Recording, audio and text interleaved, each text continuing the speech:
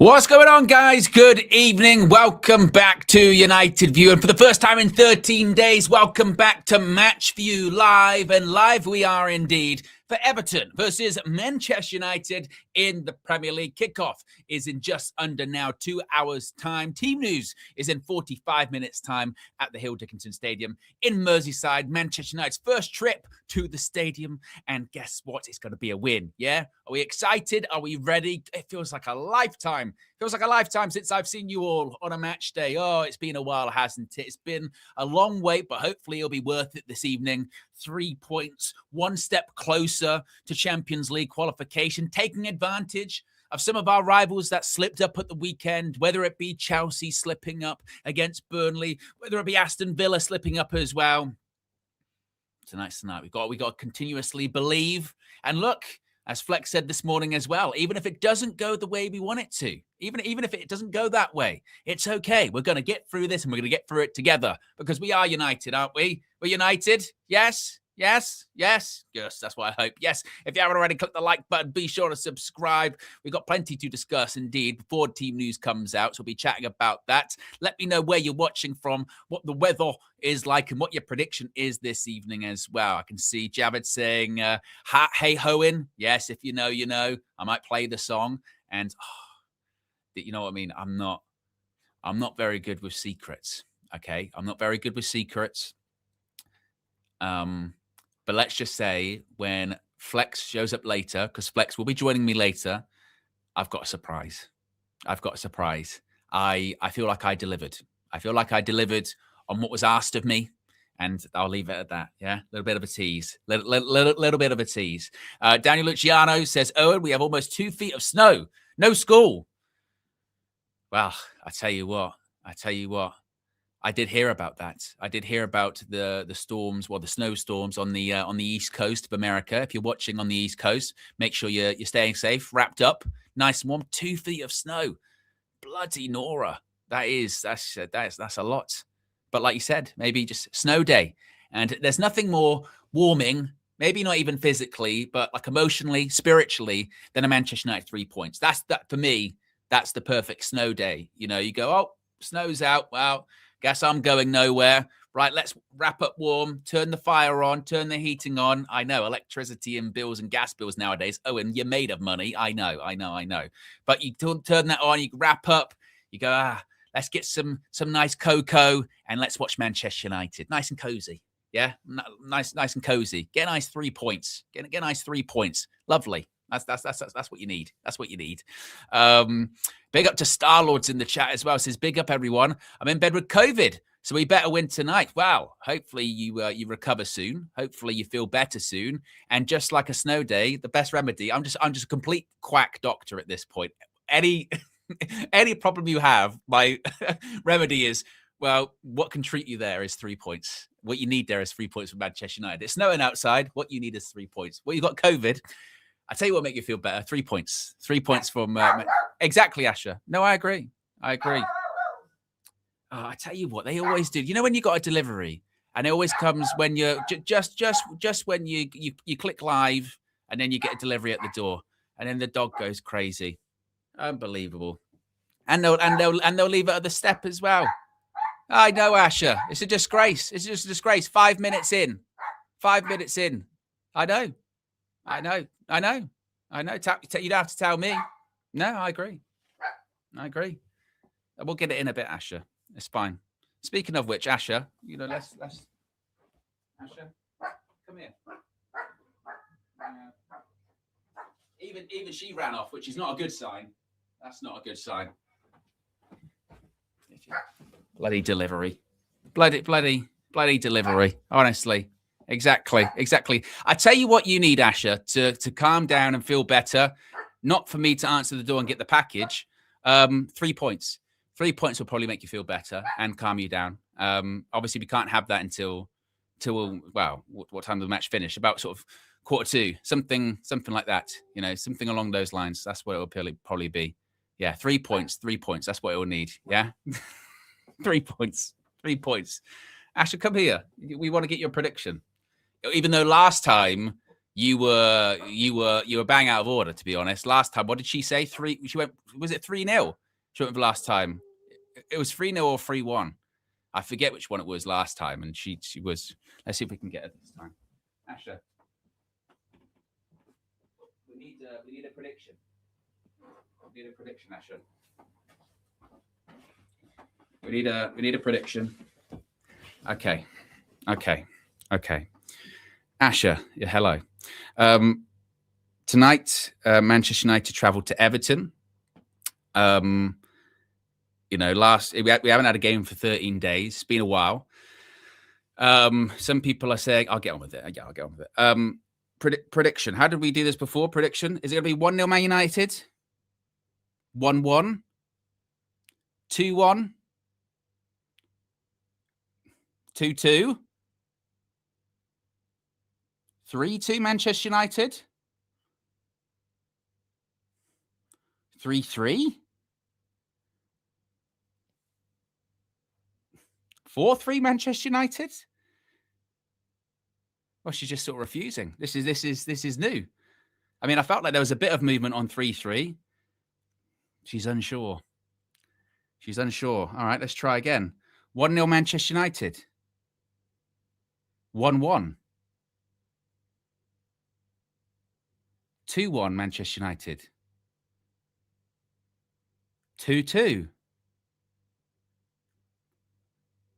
3-2 Manchester United. 3-3. Well, this is a first. This is a first, folks. Just no reaction. Need more information. Useless. I thought you were gonna. Useless. Well, have a think. Come back. You're probably still thinking about the person at the door. But well, that's a bit concerning, isn't it? We got no prediction there. Now, if for whatever reason this match gets postponed or gets called off or anything like that, is it because I purposely left out some Everton wins? Because I purposely left out some Everton wins there, and that's not a good sign. Well, she got it wrong last time. See, what do you know? What do you know, Asha? To be honest, you're a dog. You're not even one. So, why am I asking you, basically? And she just fell asleep on the floor. Yeah. Well, usually sometimes we get, a reaction. That time it didn't happen. that time it didn't happen, which was interesting. Hey, speaking of interesting, I've got something. This is quite curious. Was put out. Bruno Fernandes, I'm back. Bruno Fernandes could be staying at Manchester United if we get Champions League qualification. This came from was it Simon? Is it Steve Bates? Steve Bates from The People saying sources close to Bruno say he's certain to stay at Manchester United if they cinch or clinch Champions League football next season. It was also said Bruno is said to be upbeat and positive, as he's been for some time at Manchester United, having formed a close working relationship with Michael Carrick. So he really likes Carrick. And I suppose this goes back to a bit like we were talking about, was it Friday or maybe the week before, and KG was saying, well, these guys, they're saying, they're talking highly of Carrick, so what does that say? And I'm not going to lie, when I see reports like this, Bruno's as upbeat and positive as he's been for quite some time at Manchester United. He really likes Michael Carrick. That's when I go, again, all right. We hear them say that about every manager. You know what I mean? We hear them say that about every coach. Ruben was great until he wasn't. They spoke really well about Eric. They spoke really well about Ollie. So that part of it, I'll go, yeah. I'm not. I put it this way: I can't sit here and be like, these criminals, crackheads, don't believe a word they say until they say something I like. Then I go, well, now you're telling the truth. So I'll put that to one side. But when it comes to Bruno in general, it's interesting, isn't it, about his future? We've spoken about this several times. I would rather all of this, honestly, I'd rather all of this get sorted before the transfers start really ramping up in earnest in the summer, just because I feel like it's played out going into a summer transfer window with Bruno Fernandes' future hanging in the air, because we spent the last 2 summers doing that, haven't we? Of course, last summer was the big thing with Saudi, Al Hilal, 100 million perhaps. And then the summer before that, it was the same too, of Bruno. He's having sort of showdown talks with Ineos about the direction of the club and what's going to happen here, and Erik ten Hag's future, and he signs a new contract and what have you. So I'm frankly a bit tired of, if we're going to go into this summer with the same thing, 3 summers in a row talking about is Bruno Fernandes going to stay, is a bit much, isn't it? So if this whole situation can just get sorted, not that, again, I mean, I suppose as long as he's got a release clause in his contract, it will always be up for debate, I guess, right? I guess every summer that's a thing. Going, right, this summer, if someone activates the release clause, are you going to stay or are you going to go? I'll stay regardless. Cool. So maybe it's just a case of, until that release clause doesn't exist anymore, it's always going to be a discussion every single summer, every single transfer window. You stay in this window? Yes. Cool. Just so we know. And as far as us having to get Champions League football to guarantee it, I'm sure that would help with a lot of things, wouldn't it? If we get, it's the same for a lot of signings, isn't it? We saw it this past summer. If you're in the Champions League, you're operating and you're looking at a different pool of players than if you're not in the Champions League. And I suppose it's the same with Bruno and whether he's going to stay. I wouldn't say that's like do or die, though. If Man United did slip up or what have you and finish 6th, would he leave? Depends on a lot of different circumstances, I think. Depends on a lot of different circumstances. Depends who the coach is. Depends, I guess, the manner of which a collapse, if it happened, happened. So I don't know. I guess the idea here is, and this is when you sort of go, is it much of a news story? Probably not. Because the idea is, well, the most successful Manchester United can realistically be this season is qualify for the Champions League. We're not going to win anything. We're not going to win the Prem, as much as people have put some bets on. Obviously, can't win any cups. We're not in Europe. The best we can really do this season is qualify for the Champions League. So the real report is, if Manchester United do, the best that they can achieve this season, which is get the Champions League, they'll stand a better chance of keeping their better players. It's when you break it down like that, it's kind of Michael Owen punditry, really, isn't it? So, yeah, I don't lean too much into that at the moment. Depends on what a lot that's going to happen this summer. But I'm leaning towards, I think Bruno stays. To be honest, I think Bruno Fernandes stays at Manchester United. What are you guys saying here in the chat? Red Baron says, KG, it's interesting though, isn't it? I tell you what, Friday on the Trinity, I got so much shit. I got so much shit on Friday. Not so much for the Manchester United winning the title thing, because I do to an extent agree. If people want to believe that, then believe. I'm certainly not telling anyone to not believe. But like we said this morning, when you actually do the numbers of what's the maximum amount of points Manchester United can get this season, that usually isn't enough. That usually isn't anywhere near enough to win a Premier League title. So the numbers, the maths don't really math. But maybe this year, to be fair, might be one of those seasons where a lower total wins it, maybe. But not for United, I don't think. I don't think that's going to be the case just there. And then also my other thing was about the recruitment with Ineos, wasn't it? Sort of saying that I think in totality it's been maybe above average or okay, a bit better than okay, which was sacrilege because it was like, well, actually, the last 12 months have been better, and they've been much better. January to January, certainly. But also look at that first summer window, wasn't great. And there's much more. If that was the only thing, this is why you go live early, folks. Everyone always asks, they say, Owen, why are you live 2 hours before kickoff? Owen, why'd you go live this early? This is the reason why. It's to press this button, unfortunately. Breaking news.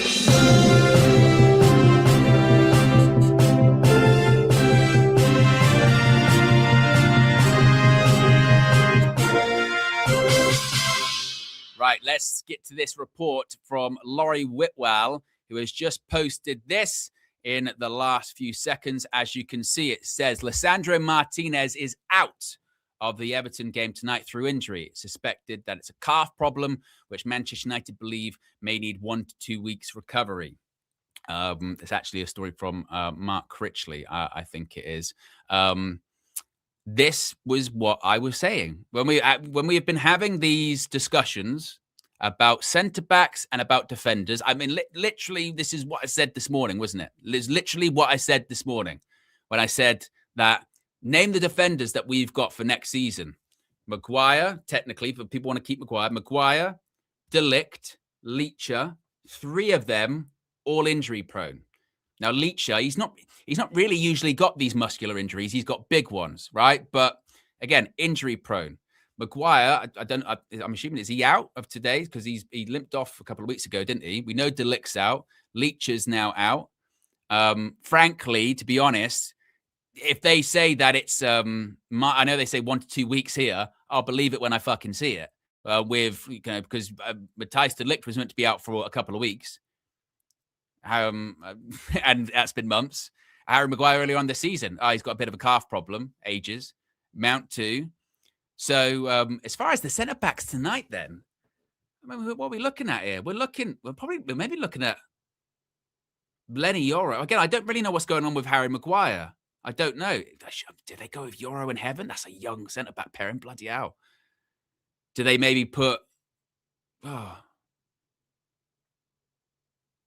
Because this is the only other thing I was thinking. Because I was just thinking, if you want experience, you could have someone like Luke Shaw as left centre back alongside a Lenny Yoro, and then you maybe put Dallo at left back, Mazraoui right back, maybe something like that.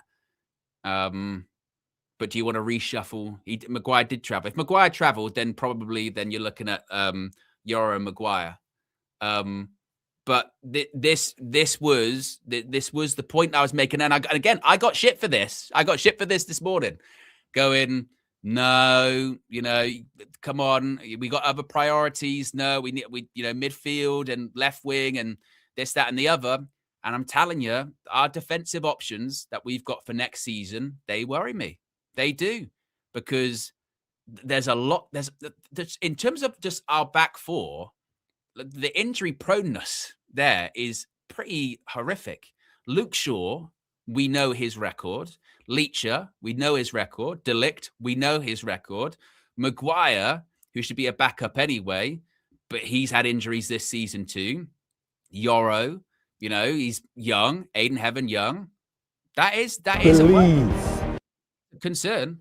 At Red Bear and 2,455 super chatted £5. Martinez is such a gifted player. It's so sad to see injuries get the better of him. He's key to the way we play. He's amazing. We look worse without him. 100%. I don't disagree. When he came back, the thing actually just surprised me when he did come back this season, was how quickly he got up to speed. He looked really sharp really quickly. And I think it was the first time he came on when he came on in midfield against Aston Villa. Was that when he returned? Or maybe the game before that, I forget. But he really picked up where he left off, because when he got hurt last season, he was really in form and just starting to really understand that sort of left centre-back role better, wasn't he? And then when he came back this season, like you said, massive difference is how comfortable he is on the ball, playing out from the back. But this was the concern. And shout out Kenny. Kenny called it fucking years ago. Absolute years. Like, when was it? 2 or 3 years ago? Kenny called it, saying that there was a concern about Leacher. He'd had a couple of big injuries back to back, and a couple of ones as well that weren't necessarily super big, but kept him out for 6 weeks or so. And it is a concern. And this was the worry too, wasn't it? Of just it's never a quality. It's not a quality issue of Leacher, but when you've had two, because he's had 2 really big injuries. He's had a couple of others, but he's had 2 really big injuries with the knee and the foot. You can overcome that, but then, and this is what Dr. Andre has said before too, because of your recovery from that, it's then these little injuries that then start to get picked up, because you move differently, you walk differently, you overcompensate, you do all of these different things, and that's how you end up, hurting your calf all the time, or doing your hamstring all the time, or whatever. That's the concern. Hey, Redbird, you got to give Kenny credit. I'm not having it. You saying Kenny was guessing. Let's be real. He got right by accident. Don't we all? Isn't that how it works? Especially if you're predicting things. If you're predicting things, and you don't have a lot of evidence for it, and then it proves to be right, you then get your flowers for being right, don't you? That's how it works. If someone wins the lottery, they go, yeah, but they guessed. That's kind of the fucking point, isn't it? You know what I mean? Yeah, but you didn't know that was going to happen. Well, kind of. That's why Kenny said it. So you got to give him credit. Got to give Kenny credit on that one, certainly. But yeah, it's a big concern. I'm just seeing Fabrizio Romano is just said Lisandro Martinez will miss tonight's game versus Everton with calf discomfort. Medical tests show a minor issue, and he's expected back in training this week. As The Athletic reports, United have 7 wins in 18 games without him, 5 and 9 when he started. Let me just actually read the full article here for what they've what's said, because there might be a little few bits of information here. So it says Manchester United's defender Lisandro Martinez will miss his side's game against Everton due to a suspected calf injury. Martinez, who has struggled with injuries throughout his United career, returned from a 9-month layoff in November after recovering from an ACL injury to his left knee. United say they hope his latest problem won't keep him out for 1 to 2 weeks. Does it say about when he's going to be back in training or anything like that?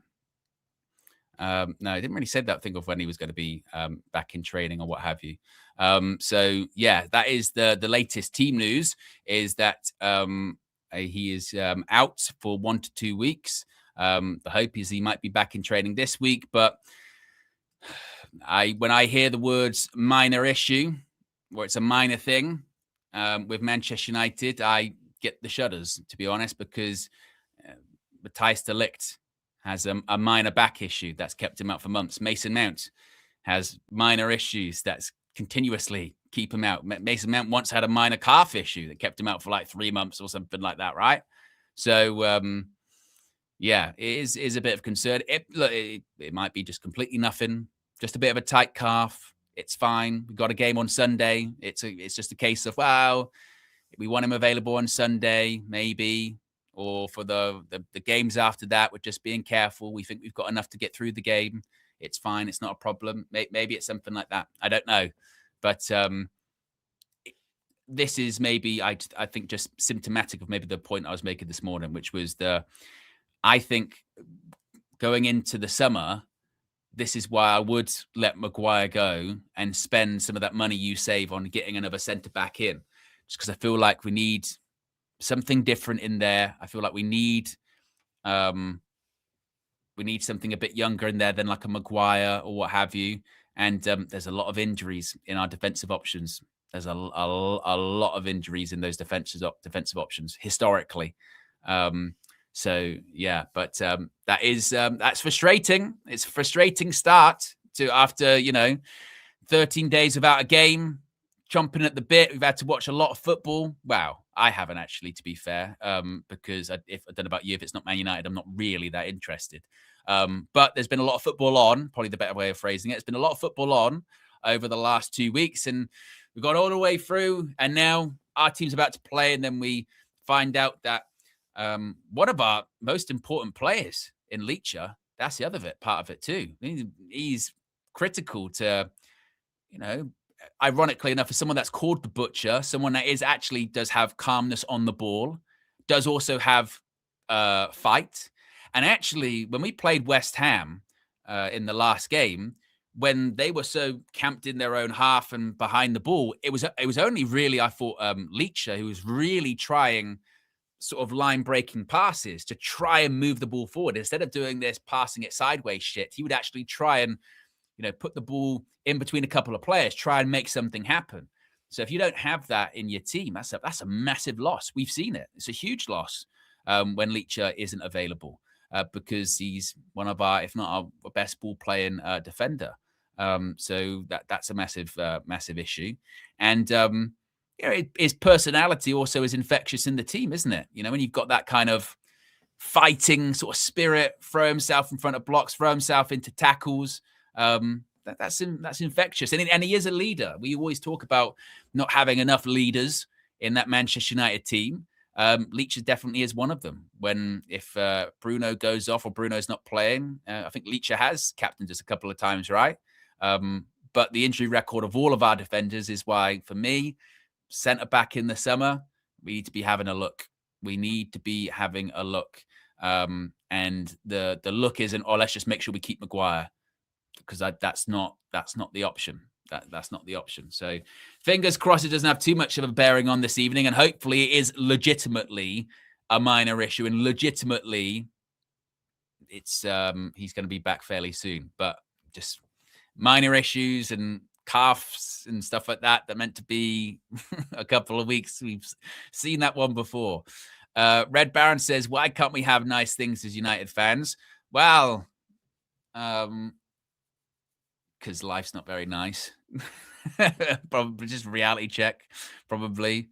But we will get nice things. This is a little bit of a doom and gloom start to the evening, granted, but still get the 3 points. Yeah, we'll still have positivity. We'll still be getting back into 4th position, right? That's what we got to be looking for this evening, to get back into 4th, to also close that gap between 4th and 3rd. We're chasing down Aston Villa. We're trying to get as high the table as we can possibly go. And importantly, as we've said before, our destination, our future, it's in our hands, which kind of feels scary, doesn't it? But the hands are more secure now. Instead of Andre Onana's hands, it's Senna Loman's hands.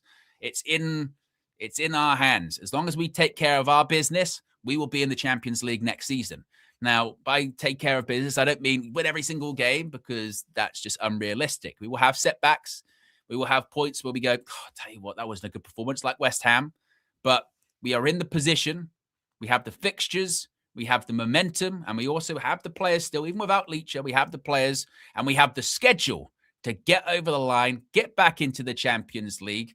Hopefully then kick on, have a good summer of spending and moving players on and what have you. And before that point, we figured out who our head coach is going to be. And after 18 months, 2 years of shitness during a shit period anyway, we can start to maybe emerge a little bit and start to be a bit more positive on a regular, start to be more positive moving forward, right? That's what it's got to be. That's what it's got to be. But today, that is a big blow, because Leacher, since he's come back from injury, has been great. He plays that defense, and if Everton do try and stifle us and do try and give us more of the ball, Leach is one of the players that can kind of help solve that issue.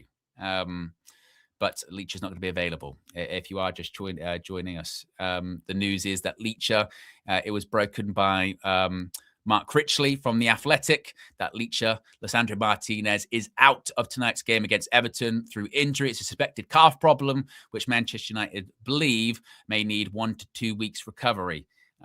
We are at 715 viewers watching at the moment, which is great for a Monday evening at 6:30, nearly 6:30. If you haven't already, click the like button. See if we can get up to 500 likes, maybe even higher. At United_love.86 super chatted £5. My first match back in England from coming back from Argentina, and Leacher gets injured. Hopefully Heaven gets a chance. Yeah, big up United love. I was a bit confused there for a second, because I'm usually used to seeing the pesos. I'm used to seeing the Argentinian pesos. So welcome back. Welcome back to England from Argentina. And yeah, I don't know. You back in the country, and then an Argentinian Man United player gets injured. We're reading too much into it. We're reading too much into it. It's fine. It's fine. It's fine. Thankfully, there's not any other Argentinian players at United, is there? I don't think. I think we're fine. I think we're okay. I mean, I can't. You know what I mean? I couldn't. You know, them clone says ban him, and I can't. I mean, if we're going to start banning people for judge, we're going to have to shut the channel down, because someone who maybe sort of owns the channel and, you know, is the main presenter on the channel, maybe he's been known to maybe judge just a thing or two. Like, This morning, for instance, he's saying we don't need to buy a defender in the summer. Maybe I just say to Flex, maybe just not to come on the match for you tonight. Maybe I just say, no, I'm getting too much in my head. Well, I could maybe just say, maybe I'll just make him late. No. It should be fine. It'd be fine. No, it's gonna be. Well, I could just maybe just say this first 5 minutes, maybe. No. It's silly. I'm just, as if Flex can judge things. You know what I mean? As if he can, tap on a goalpost 4 times and then the next day we lose 4-0 against Brighton. That did happen. Yeah. That was a thing. Yeah. That's just once though. You know what I mean? It's not like, we can score at the Emirates and he says, be careful because we can concede straight away. No, that did happen too. That was one that happened as well. Yeah. Well, it's not like, we'd be playing in like the Champions League and he'd say a game's over and then Jesse Lingard does a back pass and young boys beat United. No, that happened as well. That did. That happened too. Maybe I'll drop him a message. Maybe I'll just, no. Maybe I'll,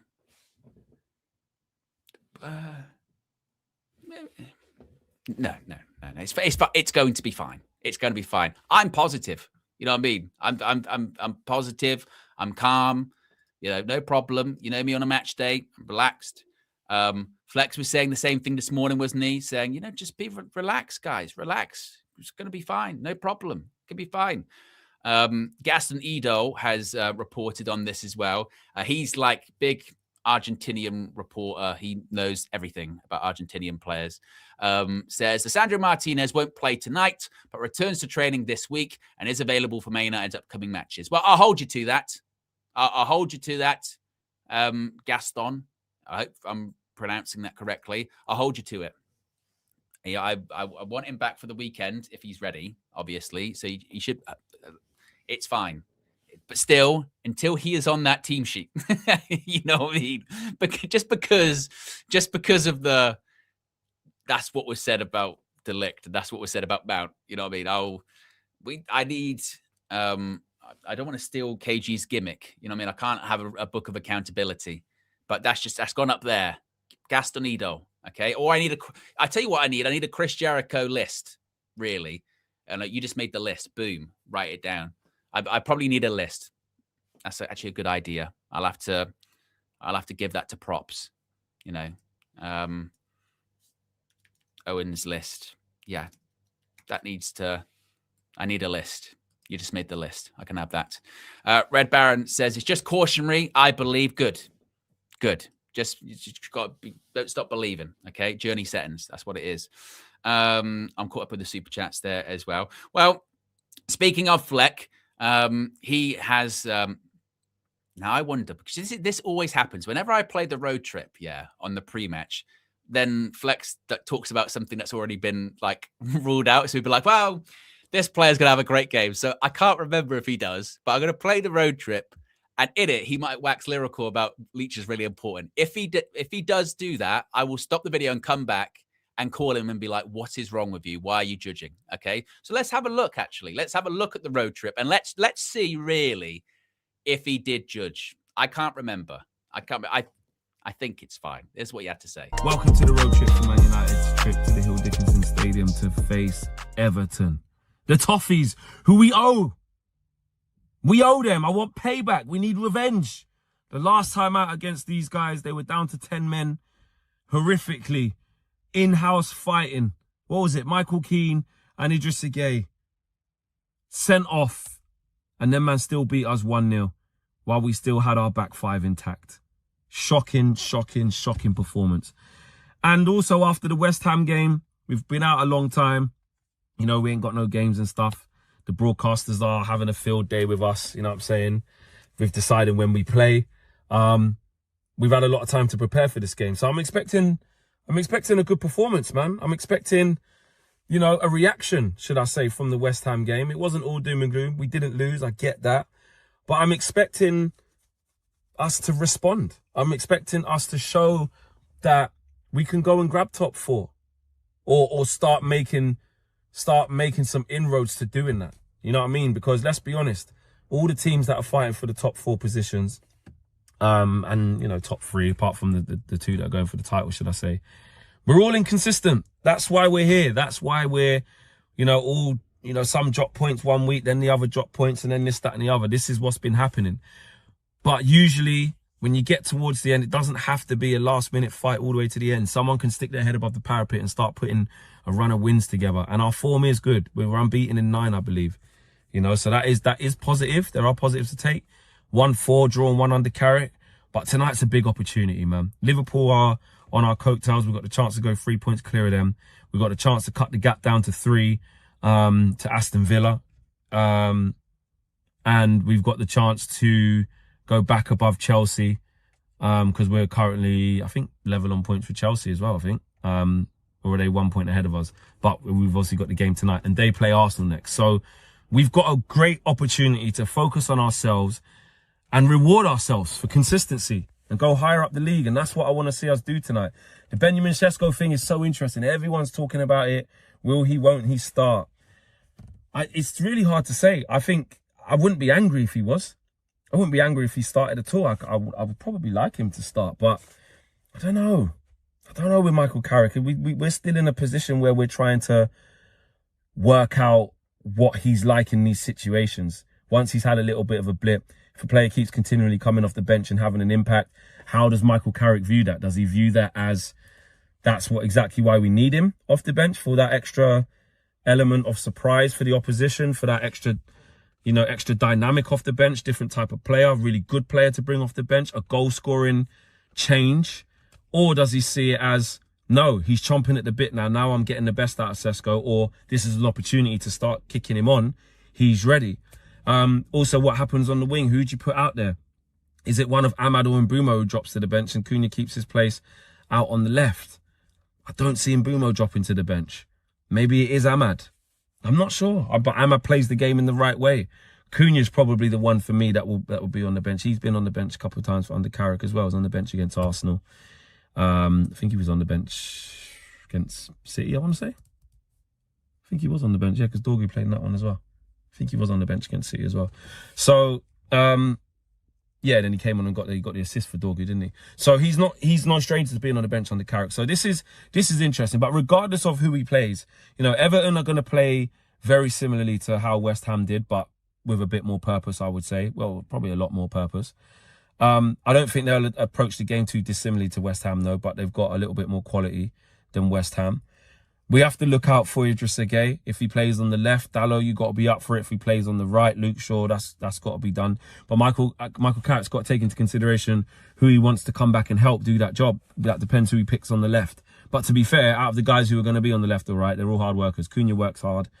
Ahmad and Mbeumo work hard. They're our wide players. You know, in midfield is going to be interesting. I want Kobbie to keep going strength to strength. Do you know what I mean? This is a big opportunity for Kobbie to just carry on doing what he's doing, man. The England team's going to get announced soon for the March internationals. He's in great stead. I'm loving what Kobbie's doing. That confidence is just flowing through him. Uncle Cass should be well rested, ready to face the midfield two of probably just Gueye and what's his name? Our boy Jimmy Garner will probably be playing, and then probably Dewsbury Hall in the 10. So, you know, they can cause us problems, Everton, man. Like they're that stubborn team. You know, it's our first time travelling to the Hill Dickinson Stadium, so I get that it's not like a formidable place to go. They've been struggling a little bit at home. You know, they've been patchy. But it's Man United coming to town. You know what I'm saying? The whole world's watching. It's Monday Night Football. It's all on us. We could put ourselves in a great position if we play well and get the win. And also at the same time, though, I was saying this on the show today. If we draw or we drop points, obviously we don't want to be losing. It's awful, but you know it's so tight in there. You know, we've got to keep everything into perspective. I know if we win, it'll feel really positive and you can get carried away and stuff. But the same way, if we lose tonight or it's not what we want, like it can happen. Look at Chelsea. Look at Liverpool. Look how they played against Forest. They're not going to win loads and loads of games on the bounce. Look at Villa. You know, so at one hand, it is an opportunity, but on the other hand, it's like things can go wrong along the way. That's why all these teams are inconsistent that are going for fourth or top, that from third to fifth is inconsistent. Do you know what I mean? Third, fourth, and fifth, even sixth, is inconsistent, which is Liverpool. They're sixth, I think, innit? So, you know, I'm also trying to make sure that I don't put too much on the line of like hyping up every game as a cup final, because the truth is that it's not. You can bounce back from a lot of things. If we did get a draw tonight, then put it right against Palace. Listen, away at Newcastle is obviously tough, but you know, there's not everything has to be a catastrophe, is what I'm saying. But I'm not trying to be pessimistic or lower the standard to be like it's fine to just lose the game or it's fine to draw. I don't want to draw. I'm just saying you have to assess these things as and when they come. But we absolutely should be going for the win. I do want to see a good performance. I do want to see the boys pick back up where they left off from the previous 4 games before the one at West Ham. Because Michael Carrick did say that. He said that there wasn't a spark. He said there was a spark missing. I want that spark back. I want us expressing ourselves. Yes, you're always playing against another opposition. You have to take them into consideration. But I want to be in a position where I feel like we're strong. Do you know what I mean? And we're going and showing a good account of ourselves. And Sesko's got the bit between his teeth. Bruno wasn't at the races really against West Ham United. I want to see him back onto it. Kobbie Mainoo, you know, he was the one who probably stood out against West Ham. Casemiro's doing his thing. I want to see from my wingers, whether it's Ahmad, Cunha and Bumo, whichever ones it is. I want to see them back involved. You know what I'm saying? Bumo actually got assist in the last game, to be fair to him, even though he wasn't great. Mikalenko and probably Patterson coming in because O'Brien's got a red card last game. You know, go at them. Go at them, man. Go stake a claim. Go put some daylight between fifth and the rest. Go and hunt down Villa. Jaws theme music. Word to Big Steve. Sharks are coming, mate. Show that the Sharks are coming. So, yeah. Big up you guys. I'll be on the match for you later on. And hopefully we go and get them 3 points. I'm going to predict a 2-1. Let me know your predicted lineup. I think. Yes, that was Flex. He's predicted a 2-1. I've gone with a 2-1 as well. But if you are just joining us, team news, official team news will be out in about 2 minutes' time. So about 120 seconds away from team news coming out. If you are just joining us, the one bit of team news that we do have at the moment is that Licha Martinez is out of tonight's game through injury. It's a suspected calf problem. Man United believe it'll be a week or two before he makes a full recovery, although he is expected to be back in training this week, according to Gaston Idol, who is the Argentinian reporter. And the suggestion is that maybe he will be available for Man United's upcoming matches. So I guess the cautious part of it is it might be a couple of weeks. The positive part of it is, he'll be back maybe for the weekend. That's At United _ love.86 super chatted £5. If we finish third and you can convince Fleck to meet me halfway, I wanna donate 50% to your United belt Owen. Good for your 365 watch-alongs too. Deal? Oh. I mean, look, United love. I mean, wow. Let's see if it works. Let's see if we can convince him. Let's see if we can convince him. I love it. Yeah, I love it. If we finish third, United love will go halves and Flexing do the other half. Yeah. And then we can get the Manchester United WWE Championship. Imagine, Asher. Imagine. It'd be spectacular. Okay. This is why I need a list. This is why I need the list. United love just made the list.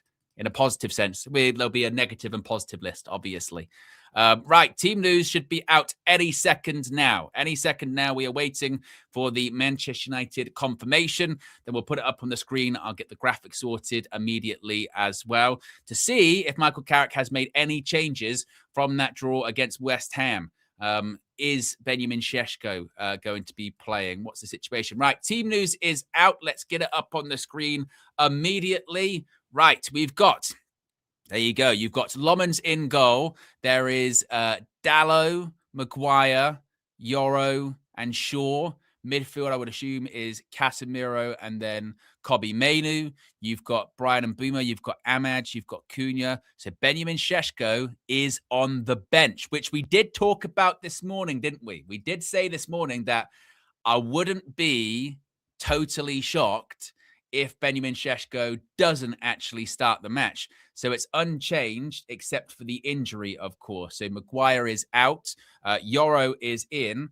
And that's the only change that Michael Carrick is going for. So once again, Benjamin Šeško starts on the bench. Discuss that. That is, again, I did think about that this morning. That's why I mentioned it, going, actually, I won't be stunned if Šeško doesn't start, because like I said, sometimes being so impactful off the bench, it can work against you. Like it can. That can work against you. And maybe the fact that we're still away from home, it might be a thing of, well, away from home, I still need that. I still need that kind of that speed on the counter attack. I still need that transition. It's not the right game for Šeško. Maybe that's the thought process. I don't know, but cue the incoming. Like, suddenly now people start slandering Michael Carrick because Benjamin Šeško didn't start. We are utterly predictable. That was something as well that I mentioned this morning too. That if that didn't happen, that's when you get into Carrick. He's a coward. He's a fraud. This, that, and the other. It's too easy, isn't it? Like here, Carrick is a bit of a coward. Oh, come on. Let's not do this. Folks. Even that's why a little bit with when Flex was saying this morning about, we've got to stay calm and it's got, be okay, no problem. I was thinking to myself, I was like, Flex, I get a lot of shit when I say stuff like this, but I'm like, do we know the Martin fan base? here, Fjord 8766 super chatted 59 Norwegian kroner. Watching from Norway, big up. I predict a difficult match, but Big Ben scores 2 headers from the bench. Super sub. Bruno and Mbeumo assists. Well, there you go. Big up, Martin, for sending in that super chat. And there you go. You've heard it from him. 2 headers from the bench. So, indeed, that is the Manchester United starting 11 for this evening game at the Hill Dickinson Stadium. Only one change. It's forced because Licha Martinez is out with that calf injury that's suspected to keep him out for a week or two, or possibly hardly any time. He might be back for the weekend. But no, Benjamin Šeško does not start. Instead, you've got that same front four. The same front four, which, by the way, has been doing all right. Has been doing okay. But that means it's Lomans in goal. It's Dalot, Yoro, Martinez. Not Martinez. It's the wrong way round. Not Licha. I tell you what, this is. We'll fix this, folks. We'll fix this. It's a disgrace. Disgraceful behaviour. Wait a minute. We'll go back to here. Go back to here. Right. If you're going to do it, you've got to get it right. Can't be doing fake news. My goodness. Fake news. Leach is not playing. Wait a minute. There you go with the Maguire. Much better. Right. That will be fixed shortly. I know, Kristen. I know. I'm disappointed in myself. I mean, maybe time to resign. Time to resign. It's been a nice run, folks. It's been a nice run, but that's it. That's it. Or maybe I'm just so in denial. Maybe I'm just completely in denial. No, Licha is starting. Licha is fake news, mate. If I just believe it, and I don't acknowledge reality, this is how this stuff usually works, right? As long as I just don't acknowledge the reality and I just keep saying over and over that he is actually playing, then that's fine. That's fine. No problem. That's how these things tend to operate, right? That's how it goes. Right. Is this the correct one?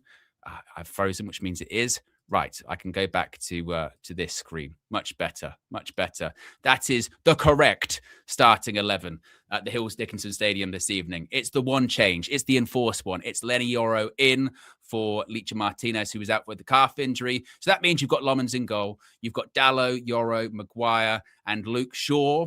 You've got Casemiro and Kobe in midfield. It's Ahmad, Bruno, and Mateus Cunha, and Brian Mbeumo through the middle as the striker once again. That means our bench is Bayindir, Heaven, Malacia, Mazraoui, Fletcher, Morehouse, Ugarte, Šeško, and Joshua Zirkzee. So indeed, that is the Manchester United starting 11. Of course, the big discussion is going to be the fact that Šeško didn't start after having very good form. Even prior to Michael Carrick's arrival, he had good form under Darren Fletcher, scored goals.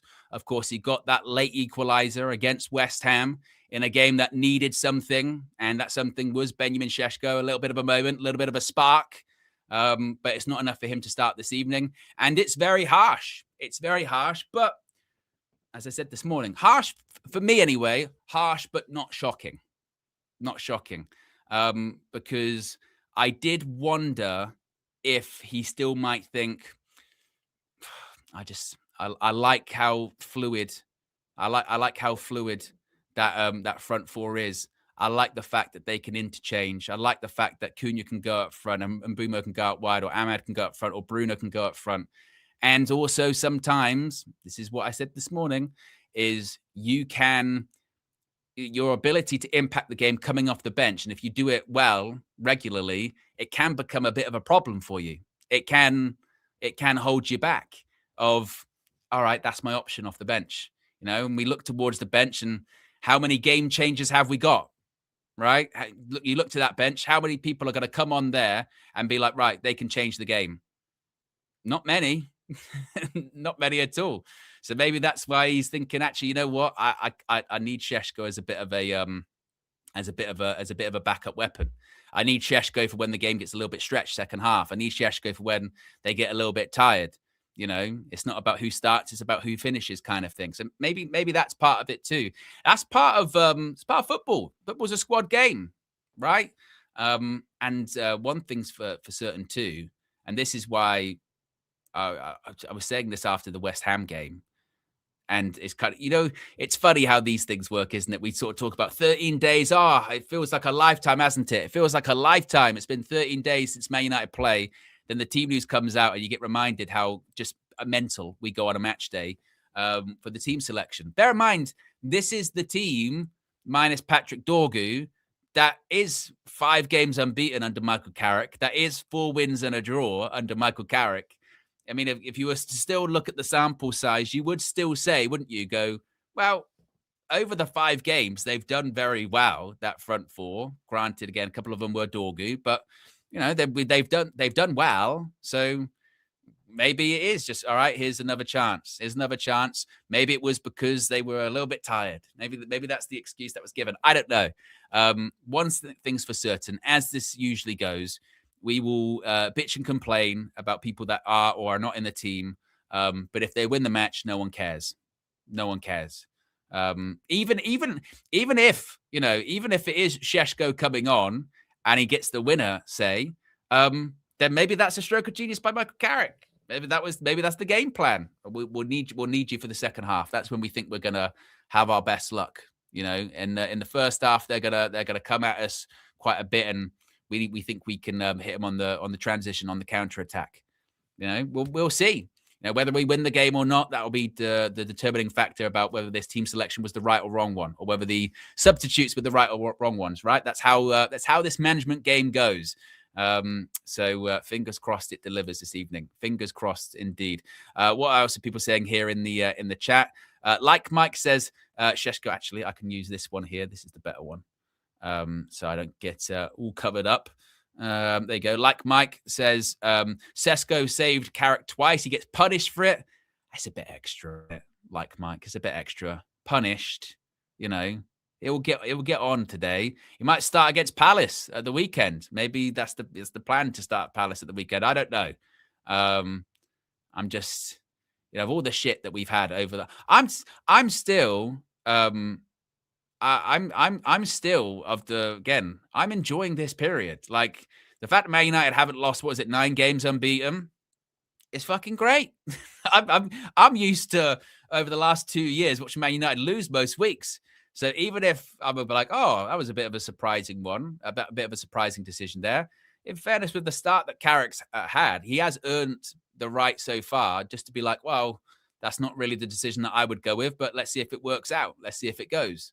So yeah, we'll see when it comes to it. But this was my problem after the West Ham games. I did feel like there were some people that were just a bit too quick just to immediately, again, it was the Amarimmers were creeping and poking their heads out, going, oh, I don't know. Bear in mind, it will be the same. Like, it will be like Ruben Amorim supporters still that will be like, oh, Šeško should have started.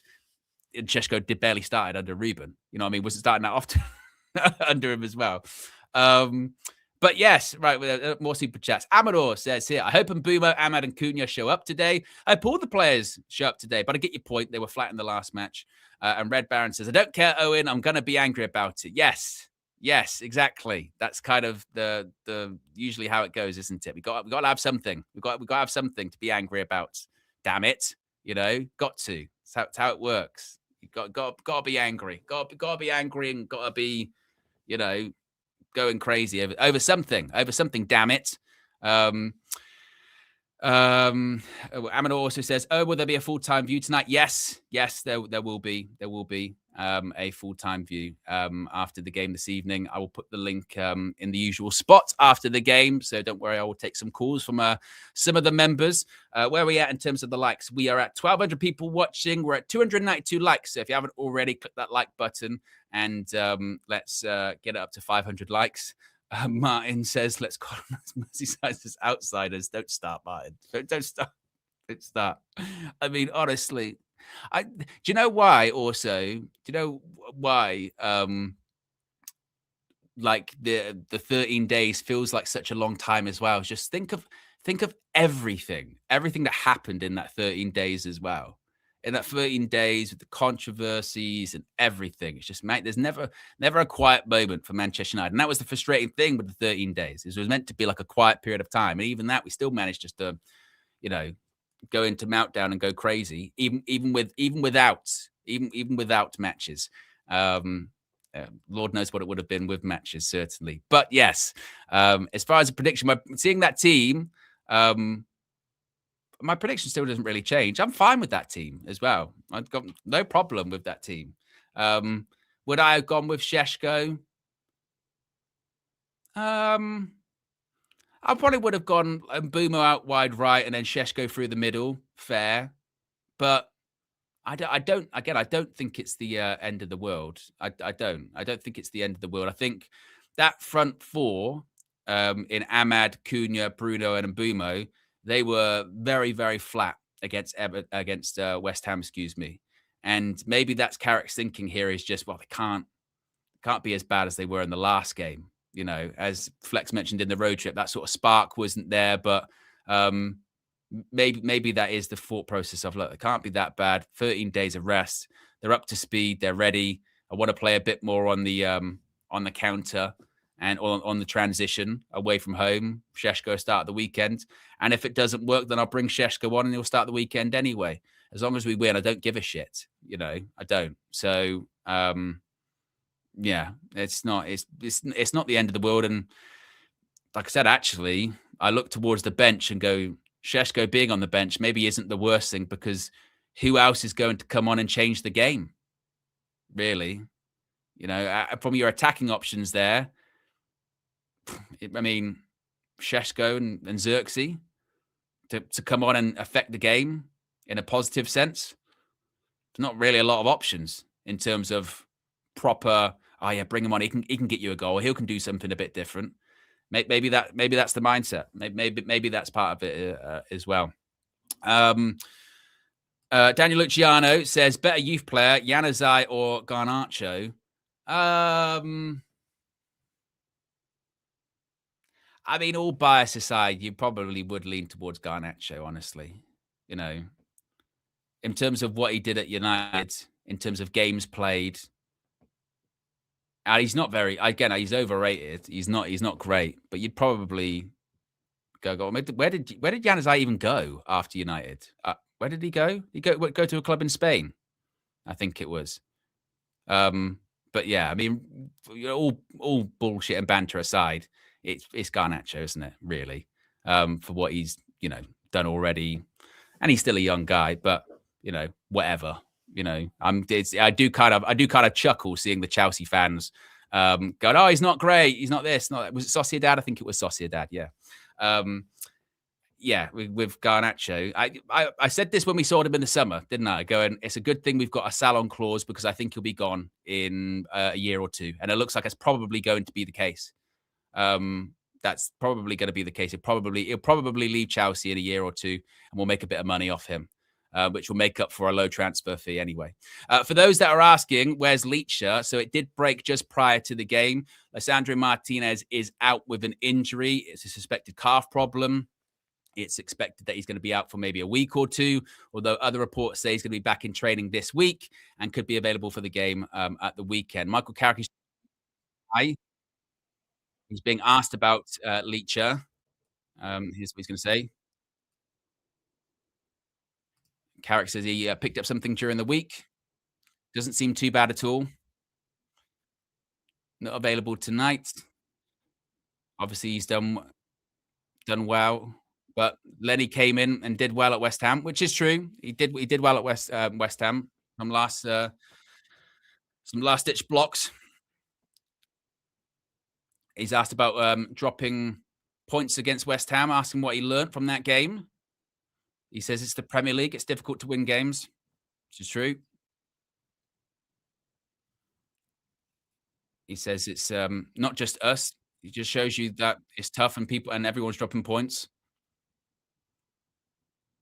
He said that largely there were lots of the game that were good. He said final third, lacking a spark in the final third as well.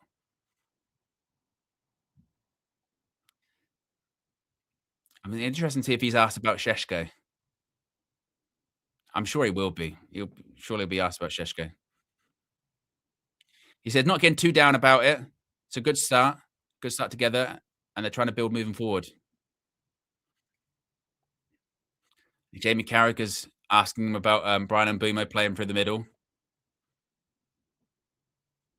He spoke about Cunha being in a false nine at different points as well.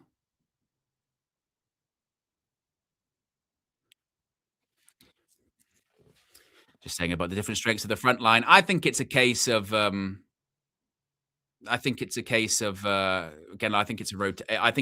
having players that can rotate positions in the game. Like you mentioned, talking about Mbeumo going to out wide, Cunha going through the middle, things along those lines. Yes, Edwin van der Sar in the studio. First of all, great to see him doing healthy. And also, my favourite Manchester United goalkeeper of all time. I love Edwin van der Sar. He was my goalkeeper growing up. I had the Van der Sar shirts. He was sensational. And he arrived like 36 or something. 36, won everything.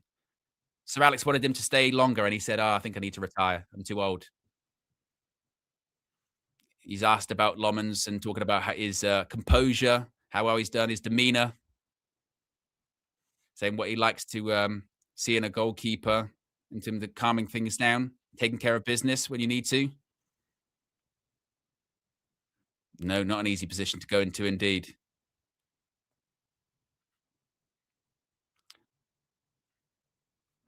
He's just been asked about the selection. There we go. He's just being asked about Šeško now.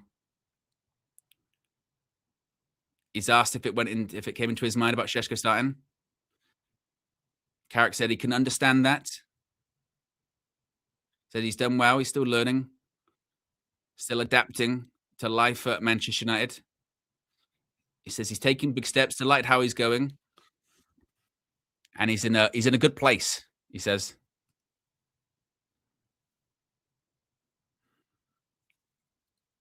He's talking about managing it. He says he's ready.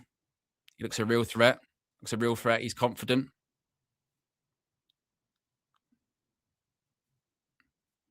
Talks about Ben come on and finish games, which was what I was just talking about. He says it's the great thing to have, and he's going to be a big player at this club for a long time, and he's hugely impressed with him. So every time it's no different to how he's spoken about Šeško before. He's spoken about Šeško in glowing terms before, as he continues to do so there, and spoke about the need for him coming on and finishing the game strong. And that is, his time will come and his chance will come, and it will. Which again, I think is, I don't think is the end of the world. I don't think it's the end of the world at all. And like I said, this is still the same starting 11 that has been undefeated, that has been playing well. All right, against West Ham, it wasn't the best performance, but hopefully that's the outlier. Out of the 5 games, one wasn't a great performance, but the rest were pretty decent. So, and also I kind of like the Michael Carrick there sort of been saying, look, he's still a young guy, new signing, pressure position at Manchester United. We're taking it steady with him. We're being careful with him. We're not, throwing him up at the deep end and just throwing him to the wolves and then going, oh, can't handle it. But which was what was happening to him earlier this season too. This is what I've pointed out many a times over the last couple of weeks of all of this clamoring for Benjamin Šeško to start, which I get because obviously his goal scoring antics recently, but this is the same Šeško that a couple of months ago people are criticizing, saying, "Oh, I don't know if it's going to work out at United." Well, I've not been that impressed about Šeško. Blah blah blah. Just goes to show how quickly things can turn. Look at even Carrick. Carrick's getting some pelters for not starting Šeško. This is saying Michael Carrick hasn't lost a game. Still hasn't lost a game at Man United. So I think we need to cool down a little bit. You need options off the bench, and we've got them today. And look, if Šeško comes on and scores again, makes himself completely undeniable, then maybe he starts the weekend against Palace. Maybe that's the right game for him to start against Crystal Palace. We shall see. Indeed. What else are people saying here in the chat at the moment? Talking about Edwin van der Sar. Yeah, like I said, Edwin van der Sar. He was my keeper. I think I may guess it is still the case, but every sort of generation roughly has a keeper. If it was in the sort of 90s, then it was your Peter Schmeichels. If it was then into the 2000s, I mean, there was the period of time of Barthez. We don't like to talk about that. But then you get in Edwin van der Sar for not that much money. And also as well, it's not as if Van der Sar wasn't accomplished by that point. He'd won Champions League. He'd played for massive clubs around Europe. The fact that he was in the Prem at Fulham was like I guess end of his career kind of thing, playing in the Prem, get a decent payday. But then coming to United, but because of his experience of playing at Ajax, was it Juventus? No problem. Like no problem at all. Very calm, very composed. Like you don't realize just how good he was. Breaks the world record for was it consecutive minutes without conceding a goal. It's some ridiculous period of time. What was that? And I'll have a look again. Van der Sar world record was ridiculous. That was it. The Dutchman's world record of 1,311 Premier League minutes without conceding a goal. That is fucking outrageous. That is fucking outrageous. So that's in 2000. Man United, 08, 09. And then I want to get the fixtures for it, the Premier League fixtures. Was it they said 1,300 minutes or whatever it was? So when was it? Was it here? It must have been from, I think this is it. Right, let me go. Oh man, we used to be, honestly. This is why I don't like watching Premier League years. This just makes me sad. It just makes me sad because you want to talk about standards and, I guess the sort of maybe the modern fan that was maybe born, around 2013 or something like that, doesn't really realize that we used to be this good. But this is what you're looking at, kind of stuff here, right? You're looking at these kind of numbers, right? So we lose against Arsenal in November, clean sheet, clean sheet, clean sheet, clean sheet, clean sheet, clean sheet, clean sheet, clean sheet, clean sheet, clean sheet, clean sheet, clean sheet, clean sheet, clean sheet. Then we concede against Blackburn. So from from November to February, late Feb, just don't concede and just win nonstop. You know what I mean? It's just fucking outrageous. And look, that there, back-to-back losses, that was crisis. That's the one where we lose 4-1 at home against Liverpool. Oh my God, we're going to bottle the title. Imagine that. In March. Oh, it's over. No, it's not. We'll just keep winning games. We just won't lose again. Imagine that. Imagine from sort of 21st of March, we just won't lose for the rest of the season. We'll just get back. We'll just win shitloads of games. Like, oh, oh, oh. Oh, we were spoiled. We were spoiled. We didn't know how good we had it. Well, some did. I suppose if you lived through the 70s and 80s, then you did know how well we had it. I didn't. I was young at the time, and oh God, I was arrogant. I'll be honest. I was arrogant. The feeling of being able just to go into every season, just be like, we'll probably win the league this season. If not, we'll be very close. And then if we don't win it next season, we'll win the league. It's fine. And we would. we would. We'd go like 2-0 down, 3-0 down in a game. We'd be like, no, it's all right. We'll come back second half. Or we'll come back. It's cool. Not an issue. And we would. Oh. And the amount of like just trauma we've had since then has generated a generation or two of PTSD, hasn't it? Because even when we do now come back and have late moments, late goals, late winners, we then debate about whether that's sustainable or not. We debate about whether that's good or not. And we debate about whether winning games is actually good for us or not. Whereas back in the day, you'd come back from 2-0 down, win 3-2 in the last minute. We wouldn't be going, is this sustainable? We'd be like, yeah, we won. We're back to being top of the league. Oh my goodness. Oh, it's okay. We'll get back there one day. What does Thor say in Infinity War? The sun will shine on us again. I don't want to get to Ruben Amorim because I've kind of had enough of sayings. The storm is coming. The good times are coming and what have you. Yes. Yeah. As Matt says, like now we don't really do many clean sheets, do we? We don't. That is true as well, Cuban. I think that's a really good point you mentioned there in the chat. And I don't know if we'll ever get that level of unshakable faith back, honestly. Because you're totally right. Particularly with everything that Sir Alex did, even if there were setbacks, they were never big, but if there were setbacks or whatever, there was, like you said, this just unshakable faith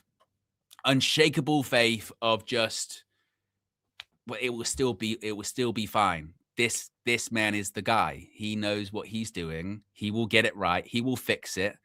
And he did.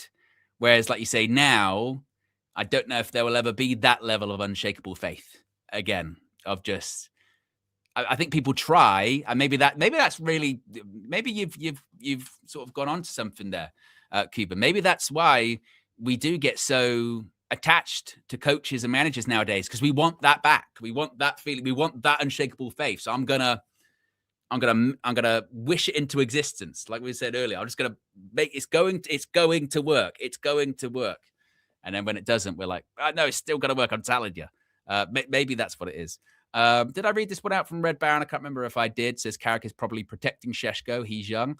Maybe that's part of it. Maybe that's part of it. Like I said, maybe it's just saving him for the second half kind of thing. Maybe that's part of it too.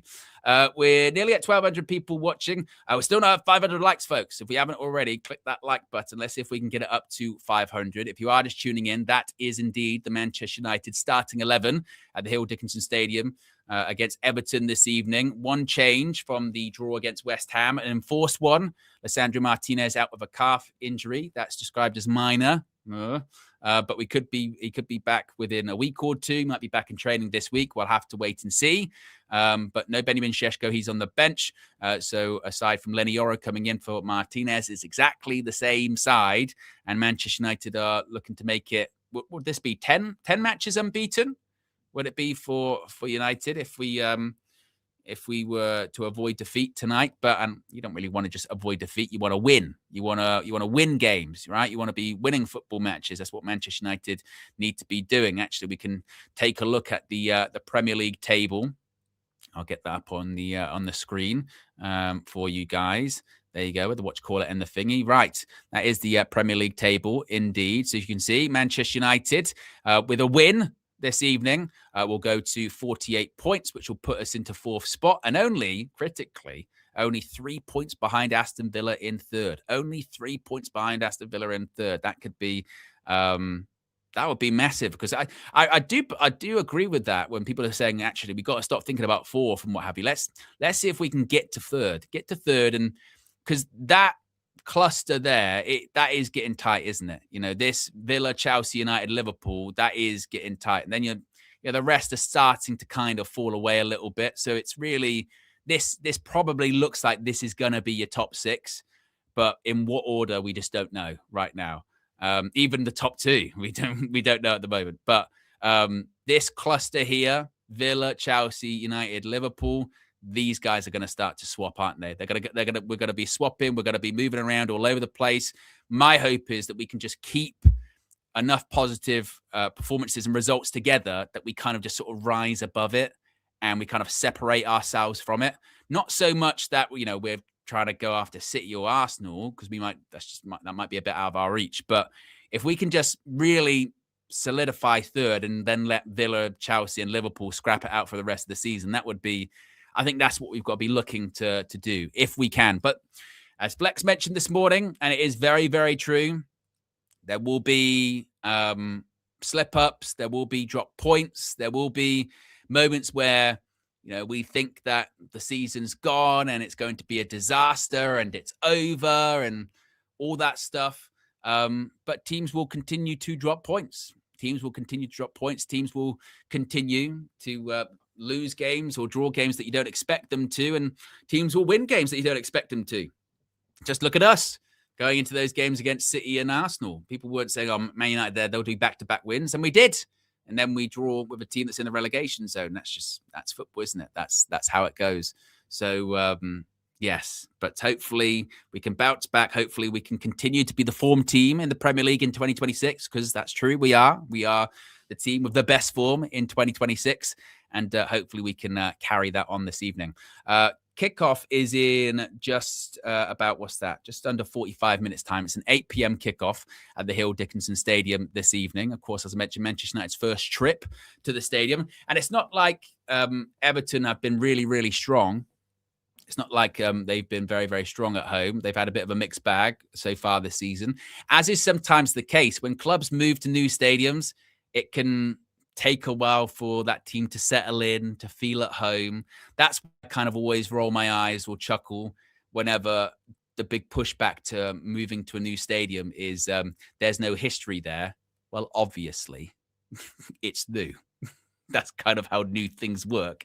History is the past. If something has been around for a really long time, naturally, it will have a lot of history. If you're moving into a new place, there's not that much history because it's new. I mean, it's just one of the craziest arguments for against a new build of a new stadium. But over time, you make new memories, don't you? You make new memories. You have new moments, new results. I think it's crazy. I mean, how long's the Emirates been around for now?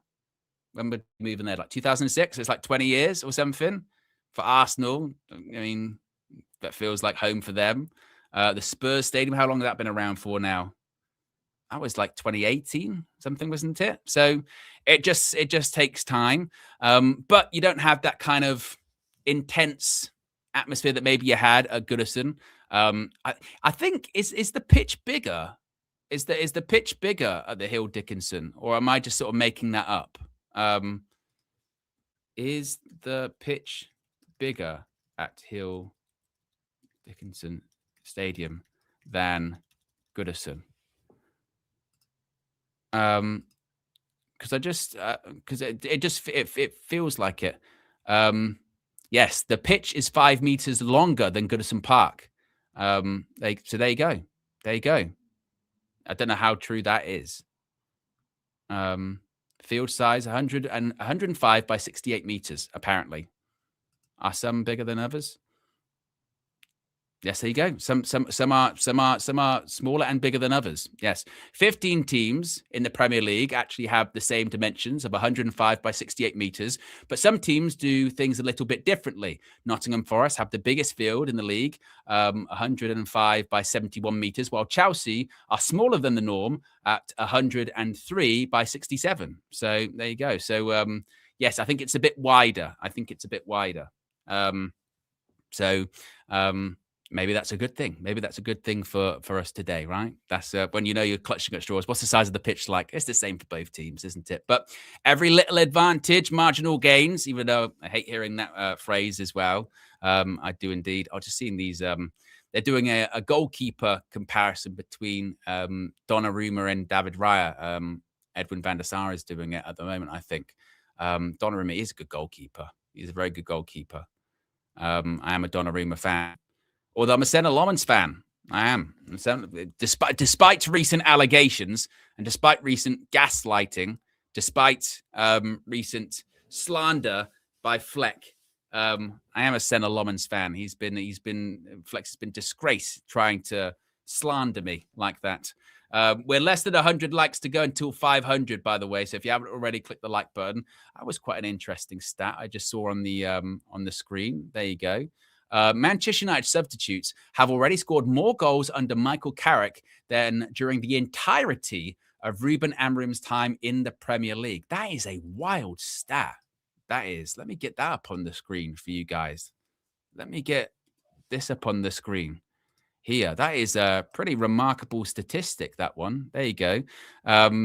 Manchester United substitutes have already scored more goals under Michael Carrick than during the entirety of Ruben Amorim's time in the Premier League. And look, you can, if you want, you can take stuff from that. If you don't want to, that's fine as well. Because incoming wave of Owen, don't hate on Ruben Amorim. He actually did really good for Man United. You don't understand. You're just a big hater. Yeah, all right. Yeah, okay. No, fine. The war's over. I don't care anymore. You know what I mean? I don't. I don't. I will always find it baffling that there is a sort of subsection of it's getting smaller every week, but they are still there. This sort of small subsection of fans that for some reason are kind of waiting for United to lose to be vindicated about a coach that isn't the Man United coach anymore and had one of the worst records ever at United. Okay, but I would rather we win. And I didn't care if we won with Ruben Amorim or we win with Michael Carrick. Yeah, then this okay, cool, no problem. For instance, here, if you don't care anymore, then you won't be bothered about putting the post stat shit. Again, it's seem a little bit rattled there. I wasn't. It's always interesting with that because I wasn't talking about anyone specifically. I talked about a group of people, and clearly you know who you are. clearly, you know who you are. But I mean, it's evidence. It's clearly. I mean, the numbers speak for themselves already. The decision for Ruben Amorim to go has benefited Manchester United, right? It's just. It's crazy, Yeah. And again, Pauline was talking about a group of people. For some reason, you seem very upset about that as well. It's genuinely too easy with the sort of, again, the subculture of the salty Amorim fan. All you have to do is sort of lightly tap that beehive and they'll come out. They'll come out straight away. I don't know why they're still stuck in that mindset, but it's fine. You know what I mean? Ruben was great. It was great. This is actually all him. Yeah. I don't that, to be honest, that the backing of Ruben still I can't. It's been a learning lesson in that just, I guess some will just they'll never learn. You know what I mean? It just never learn. Never learn. It's very, very odd. Very, very, very strange. And so strange that even when you draw, you don't lose. They try and say that they were right then, even though we didn't lose, which is what we were doing under Ruben Amorim a lot. A lot, it's just, exactly. There you go. Again, look at that. It's amazing. No one is rattled, just fed up with your BS take. Every time I come on here, seldomly, you're saying one thing about Ruben. Hey, it's too easy. I'm telling you, it is too easy. It's too easy. It's too easy. It's just too easy. You just can't help yourselves, guys. You can't. You just can't. You can't help yourselves. It's too easy. It's too easy. I mentioned in 1 hour, 24 minutes, I mentioned Ruben Amorim once, and that comes into, just don't talk about Ruben, all right? Don't put the stats on the screen. He was great, okay? He was really, really good. Really good. And move on. Don't talk about him. I've only just spoken about him. You know what I mean? It's just, all right. No, that's okay. No problem.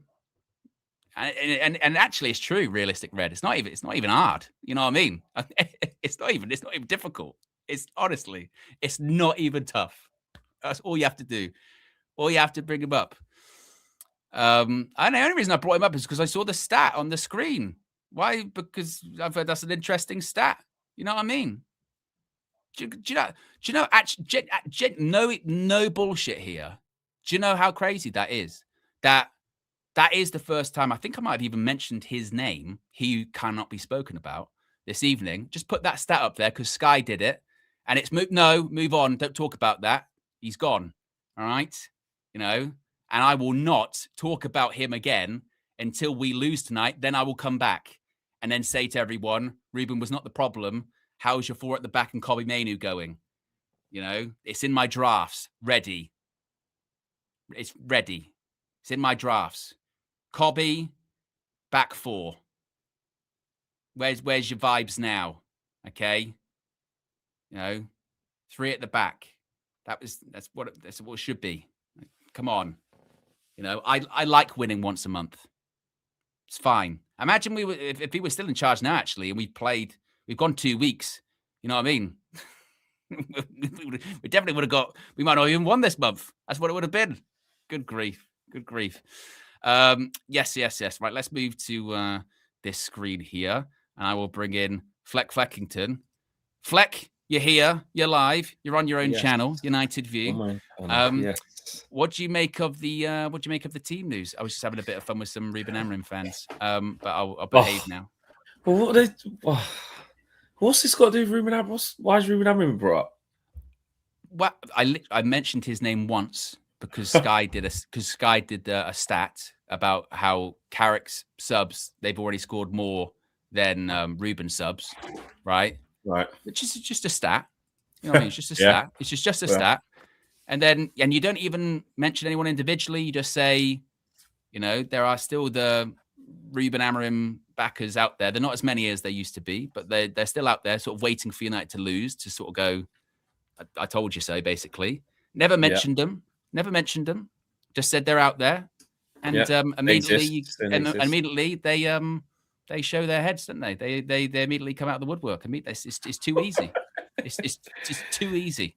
Guys, You know what I mean? It's not time for point scoring. We just want to win a game. You know, the last guy's gone now. We don't need to talk about that. You know, it's not relevant. Yeah. You know, Don't talk about him. Don't talk about him. And I tell you what, this sums it up as well. You came up with a challenge for me the other day, Flex. You said, I'm tired of you giving yourself the best song. I don't like it. And you said you wanted to have a good song, a better song. You said this is what I want it to be. This is what I want it to be about. I've gone into the studio. I've had a go.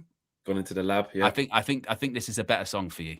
Okay. God. You know, and I think I've delivered what you've asked of me. I know okay? It's gonna be worse. No. I know what you're like. I think it's good. Right, here we go. Okay. Yeah.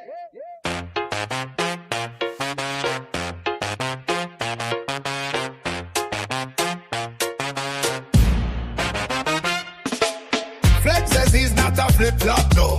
He stands tall when the winds blow. New evidence lights his way. Accountability every day. Honestly, guys, his soul so bright. Good character shines in the light. Self-respect is his golden rule. No flip-flop, he's nobody's fool. Stop. Wheel it up. Start again. Wheel it up. Start again. Wheel it up. Rewind. Wheel up. All right, Money pull up. Money pull up. We call it. All right. Yeah. You said you wanted it to be about accountability, new evidence, not a flip-flop. Flex says he's not a flip-flop, no. He stands tall when the winds blow. New evidence lights his way. Accountability every day. Honesty guides his soul so bright. Good character shines in the light. Self-respect is his golden rule. No flip-flop, he's nobody's fool. He's not a fence, sit on no. Open mind, let his wisdom grow. Changing views when the truth is clear. Growth is great, not a thing to fear. Fake says he's not a flip-flop, no. He stands tall when the winds blow. New ideas make his spirit free. Strong and true, that's how he'll do. Yeah, you gotta do the Cunha. You gotta do the Cunha.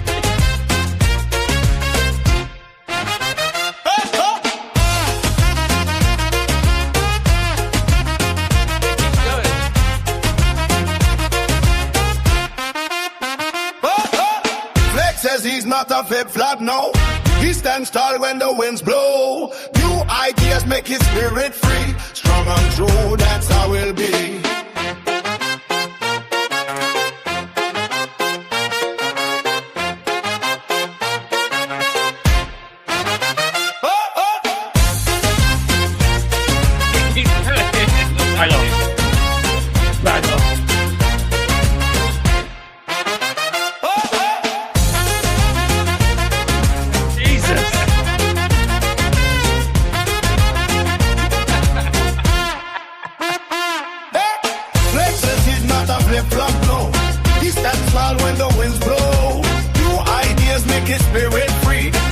True, that's how we'll be. It's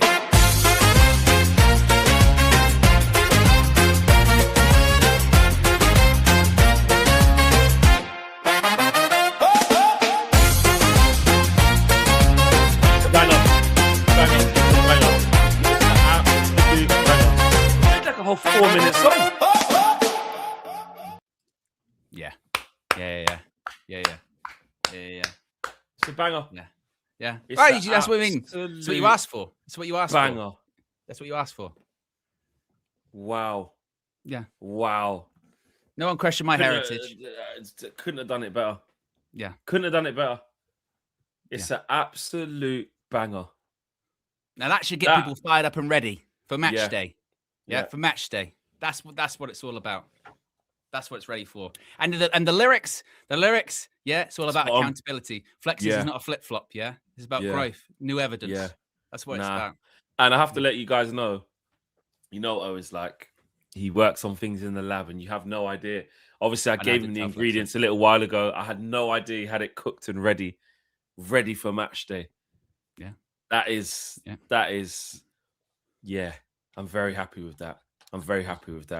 We can have some tweaks in there. We can add some little bit, but that is,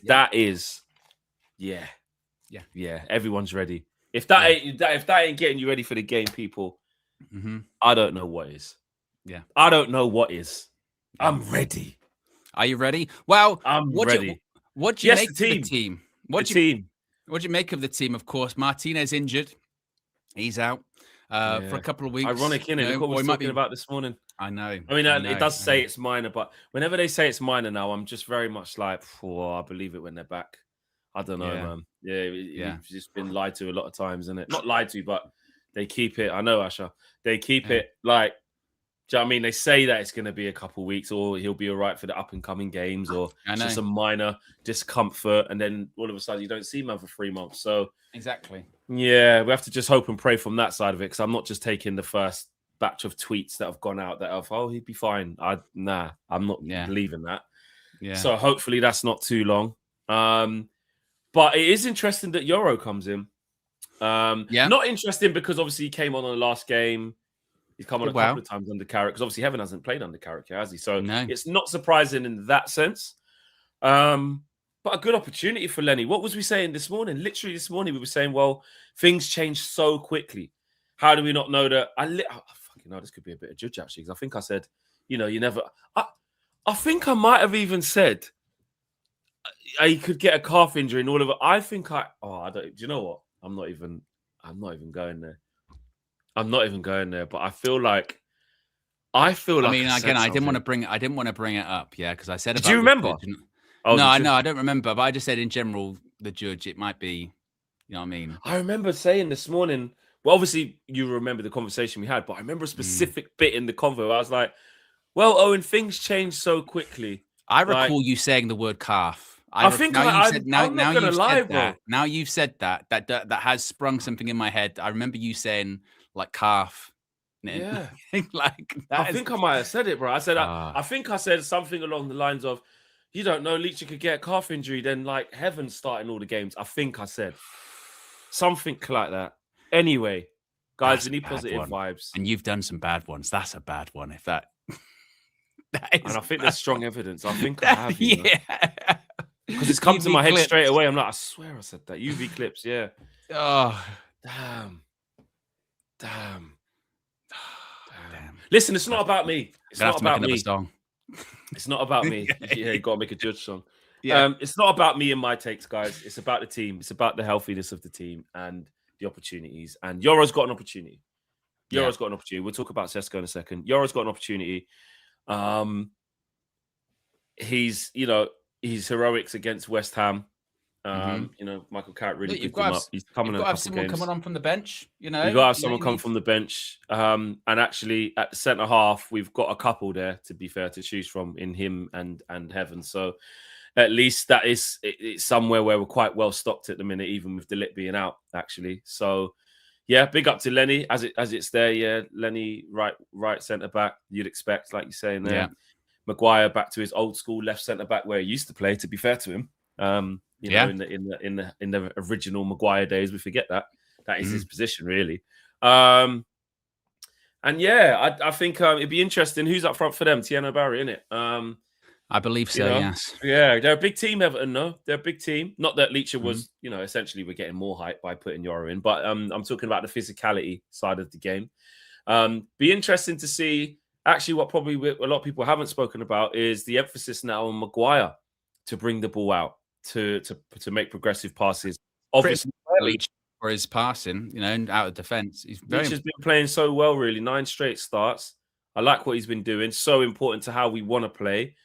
Maguire is renowned for being okay stepping out with the ball, not under huge pressure. So I don't think there will be, unless Everton press like lunatics, I think Maguire should have time and space to bring the ball out and do what he can do. So yeah, those two be interesting to see how Lenny slots in. Hopefully it's just seamless and puts in a good shift. I got confidence in him. In him. And the Sesko one was the one. I did say that this morning, didn't I? Say yeah, it wouldn't shock me. It wouldn't shock me, And maybe it is because Carrick did kind of allude to it in his pre-match interview when he was talking about. And Mbumo stated there, started up front. It could be Cunha up front and Mbumo out wide.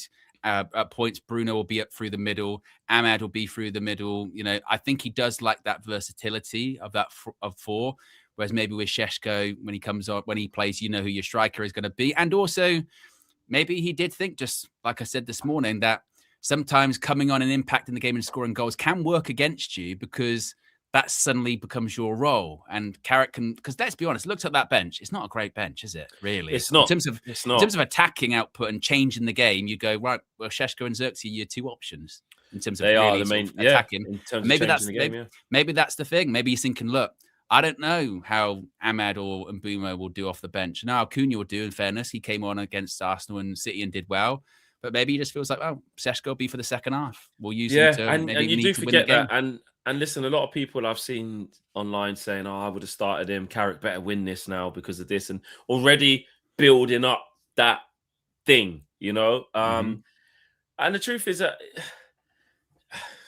hindsight's a great thing, or foresight's a great thing, I know it's easy to build that of like we all thought he probably should have got a start. Maybe it would have been nice. He deserves it.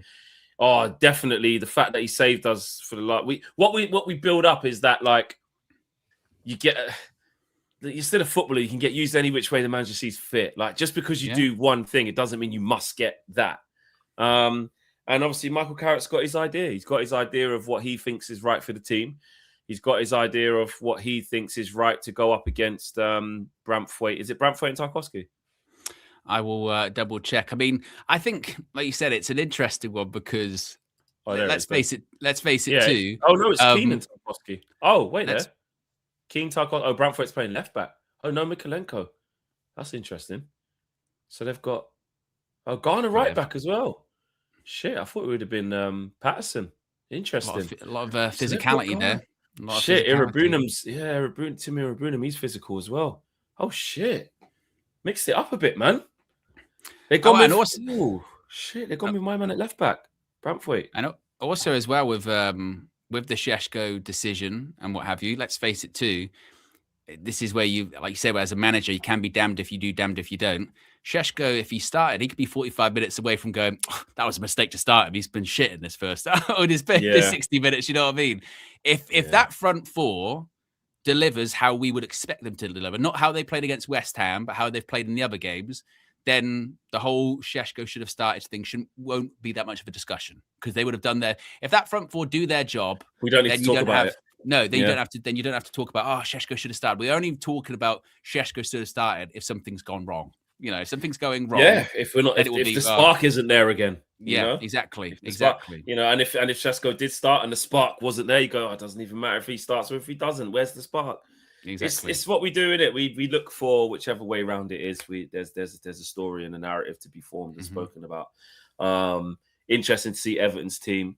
Little bit different to what I thought it would be in a few areas, but we have to go for it, man. Like it's not going to be, it's not going to be easy. There's, like we were saying, there are no easy games in this Premier League. It just doesn't exist. That apart from against Spurs, ironically, it doesn't exist, like we said. So I just want to see us go for it. I want to see that spark. They're showing all the good saves from Lomans, That was a good save as well. There you go. That was brilliant.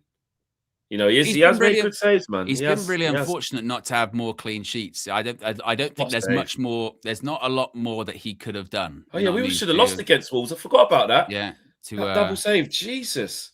To keep these clean sheets, and as they're showing, like against Arsenal in this run of games, he has been critical to keeping this unbeaten streak alive. Yes, we've conceded goals, but he still made very, very big saves. And look, I know obviously we've been doing. I know Owen doesn't rate him. I know, but he has. They can appreciate him, Owen. Why can't you? Yeah, he has been a massive.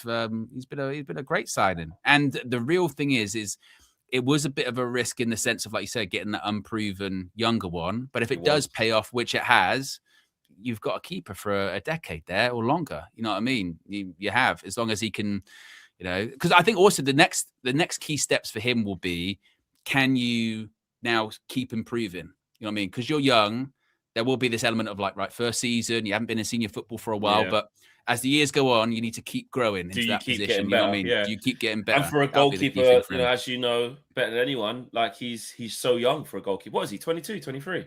How old is he? I think he's 23. I want to say 23. Yeah, I mean, for a keeper, that's very young. You know what I mean? It's very young. Obviously, it's not always generational, like the Donnarumma story of making your debut at 16 and all that stuff. No. In terms of being Manchester United's number one, it's young. In terms of being a bona fide Premier League keeper, it's young. So, look at Harry giving him an instruction. And it kind of. Harry's in the Preds. Harry's in the Predators. And it kind of reflects the discussion we're having about the head coach as well. Of like, when you're talking about the obvious replacement or the obvious person for that position, before Senna Lomans was signed, not many people would have said, "Oh yeah, the perfect person to get in to replace Onana is Senna Lomans." It might be the same with the head coach, right? Sometimes it's not the person that you expect. Maybe it isn't the person that on paper is the smartest or the right decision, right? Or the most qualified for the position. But if they come in and they get results and they're doing well, you can't really argue against it, can you? No, you can't argue against results and first season to do it is not easy. It's not easy. Yeah. There's two things, like you said. One thing is that he's so shit, Onana, that of course, like you say, the only way's up. But he's so shit that also there is, in a weird way, a lot of expectation as well. Because it's like, we need you to be better than this guy. So that comes with, like, obviously it's easy to be better than that guy. But it also comes with the other caveat of like, well, not necessarily. Like, this is the biggest, this is big pressure. This is Man United. We need you. Like, Pickford, man. That was a good save. I remember that save. Yeah, that was a good save. Pickford's a good keeper, man. People cuss him all the time. Yeah. He's a good keeper. Matt says the Grammys wrongly gave Kendrick one of Hohen's awards. It's obvious corruption at this point. Yeah, well, you know, look, like I've said, I think what we're seeing at the moment for my first album, it's unprecedented, you know, string of #1 blockbusters. We've had Kev Coins, we've had the original Fleck Flip Flop, we've had Yardman Hohen. Now we've got what did I call? I don't remember what I called this one. Oh, Fleck, not a flip flop. That's what that one's called. I like that. Good name. Yeah. Good name. Yeah. So there's you know there's more on the horizon. How's he saved that? It's a brilliant save, isn't it? That? Look, even from there, it looks like he's too far away. Yeah, fully on the stretch. Bloody hell! Good save. That's a great save, isn't it? I remember when that happened. I thought, fucking, how did he save that? Yeah. Look at Edwin breaking it down, man. Goat. Yeah. Goat. When he speaks to you, listen. That man Stan says, "Or ma si kinners." Is that meant to make sense? Or Massey McInnes. Or Massey Kinnes. No. Massey Kinnes. No, I'm not sure. Let me know. Let me know what that is. Yeah. And Red Baron says, "I'm nervous when Flex is confident." Well, I'm not quite. No, well, bro, I haven't said that we're going to dust these down. I'm saying this is going to be fucking hard. I think you've been the opposite. You've been sort of trying to pre-prepare, going, look, it's not the it's not the worst. It's a South African greeting. Right. Okay. There you go. I didn't know that. Big up to any South Africans in the chat, and thank you for the greetings. Do you know what I mean? Yeah. Bruno Fernandes today. I just talk patois. You know what I mean? So I don't. Really, yeah. That's all you really understand, really. Do you know what I mean? Anything else you're like, don't really. Yeah, I don't really. I'm always open to learning. You know what I mean? But I'm just so entrenched in it every day. It's just a bit. Sometimes it's a bit difficult, but you know, I have to really focus on just not talking patois on stream. To be honest with you. Yeah, because otherwise people understand you. Sometimes my mother tongue does slip out. It's fine. Yeah. Now you do well to be fair, you do well to. You know what I mean? Yeah, I try. You know what I mean? I try. I try really. You do well. You know what I mean? I do. Yeah. I try. But yeah. So apparently you're making people nervous, Fleck, that you're too confident. Well, I can only reiterate that I'm not sitting there thinking, guys, calm down. It's Monday night game, light work. No, not at all. And now I've seen them mix up the team a little bit. What we got here? Oh, is it not going to? It's a members chat. Members chat. Yeah. Shout out Nesta though. Says just left work early for the game. Don't disappoint me, boys. Also still waiting. Love you guys. And you shouldn't still be waiting. What the fuck? Do you know what the problem is? I don't want to come across like, it's the American fit. Customs has been I'm not gonna lie, people. It's I ain't gonna lie. Honestly. It really is annoying me because it's. I've had that before when something has been stuck at customs. Never for this long, but I've had that, and then you reach out, and they go, "Oh, it takes a while," and then you reach out again, they go, "Oh, you need to pay a customs fee." Then you reach out to someone else. This is 2 now. Yeah. Oh, mate, honestly, Nesta, I gotta get on it again. Is there any way? I had an idea actually, Nesta. Because I think Nesta's from Canada, I believe. Let me know, Nesta, in the chat. I think you are, or America, whichever way it is.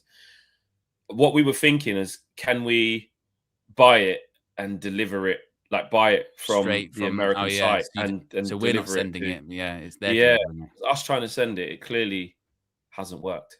Do you know what I mean? Someone else has got theirs that are here in this country or in Europe. But Nesta's not the first person from over the Atlantic that's got this. So yeah. Americans in the chat, Canadians in the chat, let me know the shop to get it from that's in there. Do you know what I'm saying? Because it is annoying, and it's not. I wouldn't say it's a third world country. I wouldn't say that, but still, it's annoying. I'm definitely not sitting here being like, "Oh, we're gonna win, easy game." If I've given you that impression. I can only apologize because that is not how I feel. That is not how I feel about this game. We super, super confident. Yeah, we used to have a pretty good record away at Everton, don't we? But this is a bit different, Hill Dickinson Stadium, and also we're still, we're still this Like, we don't really know or trust the players still, don't we? Even, which is kind of mad. They're 9 games unbeaten in the Premier League, 4 wins in a row and a draw under Michael Carrick. And we're still like, yeah, but how real exactly. is it? If anything, you know what I mean? yeah, how real? We're unbeaten in how 9. real is it? You know what I mean? Yeah. Which, like you said earlier on, and it's true, like you said earlier on, like, even if we were to lose tonight, there's still the overall form, like, it's all right. You know what I mean? It's okay. We can, but we are so broken and we're so fragile that we need to keep winning just to keep ourselves. You know what I mean? We need to keep winning just to keep calm. And also as well, it's like we said after that West Ham game, we went, now it's going to be 13 days, not on the back of a win. We've had to wait such a long period of time. To wait 13 days, then just to lose, you'd be like, oh God, here we go again. And then because we've got to even wait until Sunday feels like a long time, isn't it? So I think as long as we just keep winning, because that's the real thing that makes the gap between games manageable. You know, let's be honest, it's torture, isn't it? Waiting a whole week to see Manchester United play, or in this instance, waiting close to 2 weeks to see Manchester United play. If we're winning games, that break, you go, well, look, I know it's a long time, but we are winning games at the moment, so it's cool. If you're losing games or dropping points, then you've got to wait for ages just to drop points. That's shit. Yeah, that's a shit existence. But so that's why win, and then we're happy. That can carry us through until the weekend. Please, that's what we need. That's the thing, isn't it? Yeah, because everyone's watching. It's that particular game, and it's tight in the table. It's tight. close. Like, we have to win, man. Yeah, we have to win. We have to. You know, where we really want to start getting, separation from teams. We want to start, getting some distance. Then we have to start winning games. God, I still can't believe that happened. I know. So stupid. Everton players fighting each other. And we were like celebrating at the time, going, right, well, that's we just were like, winning this the is match. going to be great. This dude's it's just too easy. Lenny was involved in that one as well. Right foot. Can't believe he scored that. And we've conceded a version of that goal so many times this season of cut in, whip it in the top corner. Oh, honestly. And then, look, it turned into something where they were celebrating. They were pumped up after the game. Him and didn't they give them the fake boxing gloves at the training? You know that one that a lot of players do that if they have an argument. And I just thought, fucking hell, how have we let them do this? How have we let them do this? So yeah, man, my God, we owe them one for that, man. We really, really do. We really, not that it will be like if we win tonight, you go, hold that, it's revenge for that. No. It's not. It's so far away. It's not. But just the fact that just happened is just annoying. Well, there's a lot of that over the last 2 years, isn't that? Just where you go, just the fact that happened. Exactly. Yeah. It's disgraceful. It's disgraceful. I agree, Asher. I agree. It is a disgrace. Hill Dickinson Stadium's a lovely stadium, though, isn't it? Yeah, I'm annoyed that the game was Monday night, 8:00. Sometimes those away ones, all in Liverpool, make it difficult sometimes to get to and from. Busy day on Tuesday, Wednesday, etc. So traveling weren't really in my plans. But if that was like a weekend game, wouldn't have mind going to check out that stadium. I'm gonna have to wait till next season unless I do some work covering neutrally an Everton game this year. But I wouldn't mind going. It'd be interesting to see what it's like down there. Brand new stadium, and hopefully, like we've been saying, hopefully that takes off a little bit of edge of like, oh shit, we're going to Goodison for the players. You know what I mean? Nice new stadium, fresh, it's big, spacious. Yeah. Obviously, yes, the crowd can get up, and it's still, if anything, it should be harder once the crowd gets going. There's more of them. I mean, it's bigger than what's this, 50,000 odd, maybe? Not 60. 50. How much is it? Yeah, how much is it? I found out it's about what, 40. I found out it was it's a bigger pitch. Was it? Yeah. What, than Goodison? Yes. Yeah. Wider pitch. I think everything about it would be just bigger. Yeah. It is 52,769 to be specific. There you go. That's pretty good. So yeah, basically 50k in there, and Everton would have been not Everton.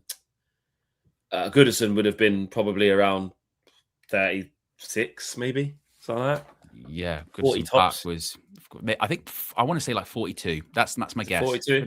Yeah. Goodison Park, it was 39. You were right, Flex. It was under 40.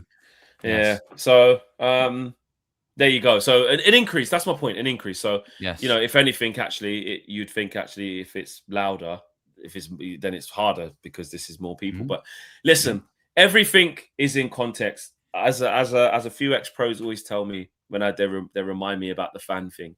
They're like, listen, bro, the fans can do this, that, and the other, but once we cross that white line, bro, it don't matter. Like, Yeah. you know what I mean? We play our game. We're acting like these men ain't used to playing in this, that, and the other. You know what I mean? So, yeah, you hear it quite a lot actually from, Players like you said, really... from pros. They'll actually say, like, once the match is going, they'll be like, you don't really hear. They don't even notice the crowd. Yeah, you know exactly. What I mean? You don't really notice them. They're just. There's only a couple that they'll tell you. Yeah, when you go into Anfield, though, fucking hell, it's this, or you know, you go into. You know, well, actually, ironically, sometimes Everton would probably be on that list, actually. Yeah. But, you know, a lot of the newer stadiums and a lot of other stadiums, I speak to ex-pros, exactly that. They go, once the game starts, you're locked in. You're just locked in. You need to do what you need to do. So this is no different. Do you know what I'm saying? Big away game, says Super Arch. We need a big prayer before it starts. Kobe to score, says Kefo. And that's it, brother. Let's effing have it. Boom, says JB. Let's effing have it, says Kobe. And let's have some positive vibes back again tonight, says Dave. Big up to you, Dave. We do. The players are walking out. We do need that. Yes. That's a big sound, isn't it? It is. It's most of these modern stadiums. Most of these modern stadiums now have like the big giant stand. They want to try and do the Dortmund, yellow wall. Yellow wall. I mean, it's a bit like Spurs have got it as well, don't they? They've got their big stand. Yeah. I mean, it doesn't help, does it? So. No, exactly. But the new United Stadium will have that giant stand, the one that looked like a red velvet cake. So yes. If that ever happens, you never know. Yeah. Jared Brentwaite, left back, yeah. Well, Ahmad, I remember a couple of times Ahmad cooking him up in general, actually, or someone who was playing on the right for us. When he nicked the ball off him, didn't he? Yeah, it was Ahmad, didn't it? Yeah, last season. He might have been playing left back then as well, or he might have just been playing left centre back and got caught there. But anyway, he got done. So, and that was the guy. Remember, they wanted us to buy him for fucking 80 million.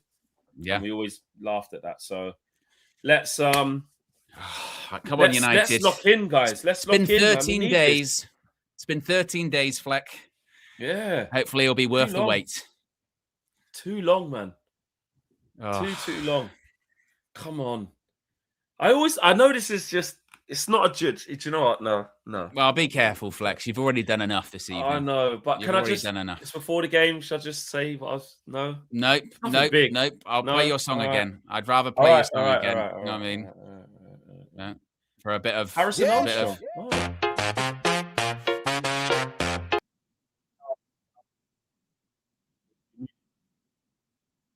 Say I'll save it for afterwards. You just muted then. Didn't hear any of that. Oh, no. Well, yeah, I'll save it for afterwards. I said, save it for afterwards. Armstrong, I don't know much about him. Is he a kid through Everton's academy? Don't know a lot about him. Come on, United! Carrick in the suit. This is where my nerves get at their peak, Fleck. It's always I know, just before the kickoff, you always just get the little butterflies when we're going to play in it. I always get it. I hate it. Yeah, I mean, and look, quieting the crowd down. I don't think it's gonna. One thing I have seen when I've been watching Everton play at that stadium, it's not like how you think, where like new stadium, everyone's up all the time. It isn't. The games have seemed quite calm, and the away teams have been able to do their thing, and their home form hasn't been the best. They're still trying to get used to it themselves, so it's kind of new for everyone. So interesting. They're saying they're going with Cunha up front, Sky, as opposed to they're saying Mbeumo on the left and Ahmad on the right. I mean, I suppose to an extent it doesn't matter because they will all play in those different positions, right? They all keep changing over. Yeah, they all keep changing over. And, obviously we got the two up front as well. So, yeah. Gary Neville said, is it a mismatch? United. Is it a mismatch of him and Amad Diallo? Amad Diallo. But yeah, I do want to see that from I do want to see it from Amad Diallo. I do want to see that from him, just being a bit more refreshing, getting the ball and going at Brantwaite. Listen, Brantwaite's a decent defender, obviously, centre half by trade, but I do want to see him, get the ball, get at his man. Waz is in the crowd. Yes. It's 50-50. It's his beloved Everton, but he loves us. He adores us as well. But he's an Evertonian through and through. But he's more of a red devil. He's more of a red devil. Come on, boys. No mistakes. Get that start. Don't just let the minutes tick by, and just start with a bit of purpose, guys. Can we do that? Start with a bit of purpose. And we're off. A bit higher. We're off. The pitch does look good. Fuck hell. Wow. Okay, now. Fucking how did he get that? I wasn't even watching. I just saw the ball go back the other way. How did that happen? Is that just really unlucky that he's kicked it to his head from there? It's a bit unlucky. It's a bit unlucky. Fucking hell. That is where I said. That's why I said about Lommans. That is the one area that he does need to improve on. Is he can be a bit nervy with the ball at his feet. And someone gave me shit for that. They were like, Lommans, he's got the highest pass percentage. He's out with David Raya. So I thought, I'll check that. He doesn't. Yeah. He doesn't. He doesn't. He doesn't. Which again, it's not a bad thing. It's just saying that he's 23. He's got a lot to. He's going to improve a lot. I'd much rather we've gone through the whole. Oh, they've got to be good with the ball at their feet. Keep it at the back of the net. I'm fine. Yeah. Well done, Cobby. Yeah. All right. Let's settle down. Yeah. That was just so weird. I literally just turned there to like adjust my thing, and I saw the ball rolling back. I was like, it must have hit off him. Lucky it was so far away that like he would have been able to run back and get it anyway. Yeah. Fucking hell, Lenny. Yeah, a bit nervy there. What? Ahmad's Ahmad's up front. They're saying it looks to be like maybe like a 4-4-2. It looked for a second. We always play 4-4-2. Oh yeah, but Ahmad's in the middle and Kuna's on the left. It looked like Bruno and Ahmad were through the middle. Yeah. Now they're switching. Now Mbumo's back through the middle, I think. Yeah. I do think what we do have to remember with Carrick is that he does encourage them to just, don't be so rigid in terms of run back to your position. If the play led that way and you ended up in that position, stay there for a couple of minutes. As long as we keep the shape of the 4-4-2, he's not bothered which way round they do it. So. Which is why I think there's another reason why Šeško isn't starting, because maybe you don't have that versatility. That flexibility. That you've got, with those with that front four. Yeah. I tell you what, Everton, they are at us. Yeah. These first 2 minutes. Yeah. You'd expect that a little bit. They let the centre backs have it when we passed out from the goal kick, though. I was just about to say they were on Cass, weren't they? They were on Cass and mid block. Because it is true, if you give Casemiro too much time and he's allowing to get the game ticking and set the tempo, then his range of passing is underrated. That was a shit throw. He's throwing to Cobby there. Oh my god. Yeah, you got to just work the line there when that happens. Did like a netball chest pass. What's interesting is you got to win these opening exchanges. You want to win those and get a bit of a tone. You know what I mean? Yeah, they're trying to press. You want to take confidence away from the team. If the team tries to start on the front foot, you need a couple of little quick passes that will make them go all shit. Yeah. Time. Now, where's your option? Where's your option? Where are you going? There you go. Oh, Bruno, what a ball, by the way. Yeah. Oh! Come in! Yeah! Oh! You bastards! How's that not going in? Oh! Fucking hell. Oh, shit, no. There we go. Sindai. You're fine. Well done. Oh, he's giving back to him. Oh, no. Fucking hell. Engage, Dallo, engage. Don't let him keep coming.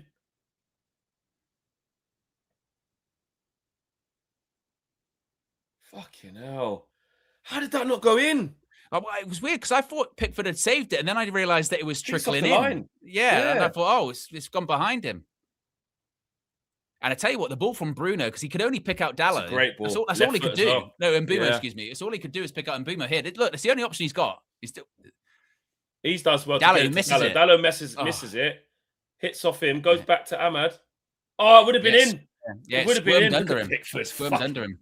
That's what I mean. It was actually a bad save. Yeah, I thought he'd saved it, but it squirmed under him. No, he would have been fuming if that went. That would have been his fault. Oh, you fucking Tarkowski's right place, right time.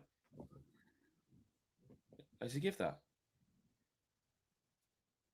A super chat from Sonora says, typical Fleck judge on Leacher this morning. Far. Yeah, well. Oh, no. Is this a foul or someone just bumped into him? He ran into his chest. Harry's doing that. Harry's saying you think he's run into his chest, is he? Oh, yeah, he tries to turn. Right, okay. He just tried to turn. Yeah. Oh, man. Like just a little early goal just to settle a few things down would have been such a good start. But fair play, though. Good. That's all you could do. It's just a good shot. Half decent save, and Tarkowski's done his job, innit? What can you do? I thought I was short for a second there. Oof. Yeah, let's go. Come on. Oh, bloody hell. Oh, God. Come on, boys. That should give us encouragement. First attack, you've nearly Hey, scored. Harry. Good. Let's go, Lenny. Get those first couple of touches. The first one he took was bad. Yeah, I really want Lenny Orr to have a good game because good switch. Brilliant. Lovely ball. Lovely. Oh, Put too much on it. Or did he misjudge the flight? I don't know. I thought for a second he maybe misjudged the flight of the ball because he seems just to get it all wrong, doesn't he? Yeah. Dalla, you're so shit. This actually would have been a good finish by Ahmed. Look, it would have, yeah. Turn reaction. It hits him and then he's... Believe. Yeah. At Louisi he Ap just Davis wasn't there. 9,475 super chatted £5. Leacher out and Yoro hit with a driving ban. Flex Juge is real. Yeah, Fucking hell, Flex. guys. You can't blame me for the driving ban. Jesus. Wow. You know what I mean? These young kids and their toys. I know. You know what I mean?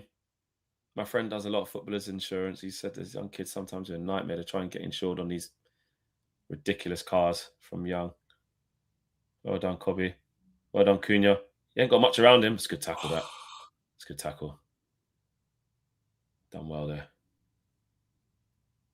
On him. Well done, Harry. Maguire. Well done, Maguire. Yeah, well done. Well done. Take it off him, mate. Playing for a contract, mate.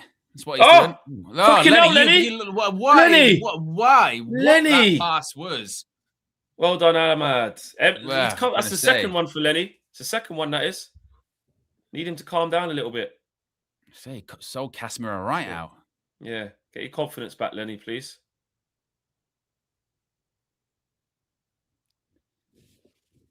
Oh, Garner's right back. Ref. There you go. Lenny, calm down, kid. Calm down. You only got to do the easy passes, bro. Do you know what I mean? Yeah. That was a bit of a silly pass there. I'm was sure just never on for that. I'm sure he's probably feeling the pressure because he knows, doesn't he? Yeah, He's like, amazing. my form's not been grabbing out of it a little bit. I've got a chance to start now. Yeah. But, off on the bench, on the bench, on off the bench, in the last game and, did all right, did well. Got to seize the opportunity, Lenny. Yeah. But, and even if it's a bit of a shaky start, you still grow into the game. Remember when Aiden Heaven was starting those games under Amorim and Fletcher and what have you, and looked shaky, didn't he, in the first few minutes? I think one of them he got taken off at half time and that grew into it a little bit more. Yeah, exactly. So maybe it's just a case of Euro, just settle the nerves, compose yourself. Yeah, you need to get the first couple out the way, you know what I mean? Get your rhythm back going. Yeah. And when was the last time he started a game for United, Euro? Oh, Harry on his Leacher arc there. Yeah, exactly. Not for a long time. Not this season. Has he started this season? He must. They're loving that switch. Yeah, it's a good switch. Let's go, Dallo. Come on, give me something, Dallo. Give me something, Dallo. Oh, that'll do. That'll do. It's dangerous. Not bad. Give you that. Good switch, that. Yeah, good Well switch. done, boys. I'm happy with that. Well done. Yeah. Keeps himself on side as well. Good touch. Yeah. Dallo, that's what you want. Just get at him. Yeah. Whip it. I like that. I like that. You just try and beat your man, get it in the box. Yeah. Then it's on the attackers then. Yeah, ironically enough, that's what a striker like Šeško would look for, wouldn't it? That kind of just get in the box as early as possible. But good habits. Lenny's get up again. I don't think he wanted it. Dallo's done well there. Not a foul. Yeah. I don't know if Lenny gives it to him, but he gives it to him on the blind side when he's being closed down. Like you got to look for your guy before you pass it to him to be like, actually, I'm not going to give it to you yet because he's on his way to you. Just need him to calm down a little bit. He's not having a stinker, but it's just a shaky start. Like I said, two mistakes. And the third one's dubious. It hasn't really helped Dallo giving him that ball there. You probably, if you were a Maguire, probably just have a quick word, wouldn't you? Just go, let's just calm down a little bit. Calm down, settle down. Yeah. But also, you don't want to make too much of it. It's the first 9 minutes. No, exactly. Game. You don't want to keep hyper focusing on him. Exactly. But it has kind of been noticeable though, those first couple of passes. Winners, please. Bramford's big boy. Well done, Copy. Help it on. Yeah, tough ask. Yeah. I mean, if you haven't already, Mbeumo's not going to be great at. Yeah, exactly. He's not going to hold the ball up like that. No. If you haven't already, click the like button. Let's see if we can get to 750 likes. Also, be sure to subscribe to United View if indeed you are new. 0-0 after 10 minutes. Man United already with one off the line, which we forget against West Ham. For all of the talk about, the performance wasn't great. We had one off the line in that game early on from the corner. We also had a Casemiro goal disallowed for about that much being offside. Oh, well done, Dallo, by the way. I'll tell you what, that's a good ball. Good start from him. Good 10 minutes. Yeah. Yeah. Like he said on Rio's podcast, I won't hide in this jersey. I won't hide. Oh, he's offside. He's funny, he is as well, man. I've met that liner a couple of times. I can't remember his name. But he's quite like young and current, like watches a lot of content and stuff. Like he's a good guy. He's a good guy. I can't remember his name. It's really bad of me. Someone drop his name in the chat.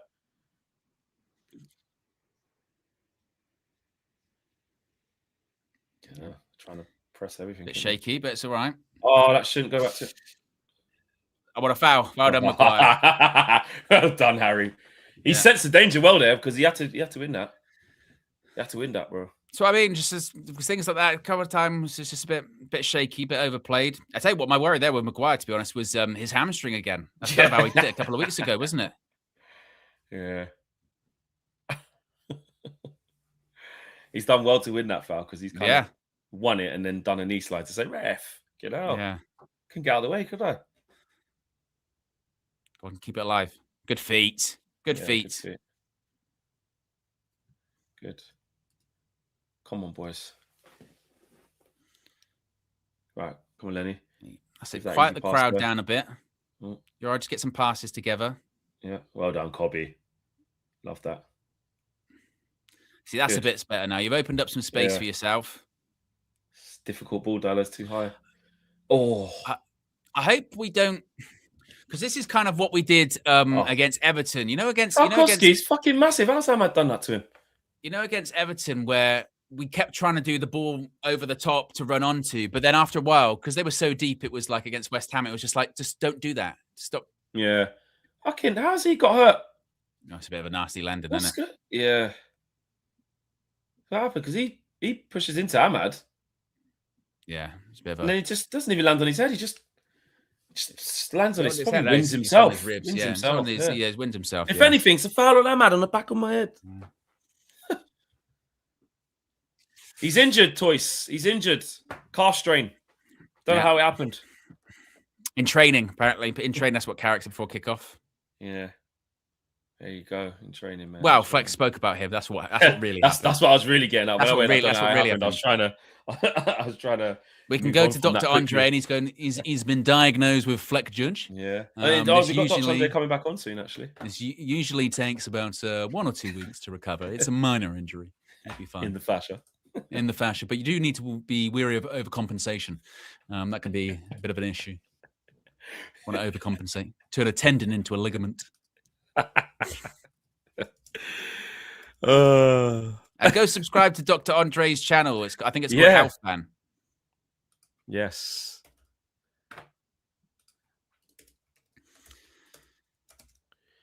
Just need a goal to just try and knock the wind out of their sails. Everton throw. Yeah. See the crowds. You know what I mean? Quiet. It's not. Yeah. It's not cauldron of. See that out. See that out, Lenny. Oh, okay. I think if he's a bit more confident, he probably would try. But safety first. Yeah, they can do the long throw thing. You'd think they would, Everton, innit? No? Oh, still letting back 30 seconds. Bastard. They can do the long throw. Surprised the David Moyes team ain't just going to lump it in there. I'm surprised that. What waste that was. I'm surprised Brantford at left back is a really. Go on, break. Lucky. Rusty Fork has been a member for 42 months. Says that side with Lenny and Dallo feels shaky. Need that partnership to build quickly. Big up UV. Big up yourself, Rusty Fork. Yes. I hope your fork isn't too rusty if you're eating with it. Because not very sanitary. You don't want to be eating off that. No. Oh, his name's Akil Howson. Okay. The liner. Big up. Daniel Luciano putting in the research from a snowy Connecticut. They've got 2 feet of snow. Is that where Daniel Luciano is? Yeah. Connecticut. Yeah. Big up, On the Dan. East Coast. They got snow, bare snow. Mate, apparently it's a on lot of snow. Wednesday, well, down south, it's going to be like 17 degrees. Everyone's celebrating. See, that's funny because you say it's all right. So how warm do you think it'll be for me when I check? That's what I'm saying. Apparently down here, because I know for you it's going to be like that'll be like 8 degrees for you. But Mad. Wednesday, it says on my thing. Well done, Lenny. That's better. It's going to get to the heavy heights of 10 degrees and it's going to rain 85%. On Wednesday? Yeah. See, for us, Wednesday is like 17 degrees. Yeah. It's like the first time I'm going to be able to wear T-shirts this year and trip. Everyone's like, oh, what should we do on Wednesday? Come on, Larry. Larry? The leecher, but called him Larry. Because I was going to say, come on, Harry, give me the leecher. And my brain's just, I tell you what, Larry Maguire today, bro. Larry Maguire. That's what he is. That's what it's going to be. Less of a butcher, more of a, what else? Fishmonger, something. Yeah. The fishmonger of Manchester. Played. Oh, it's a shit touch that, man.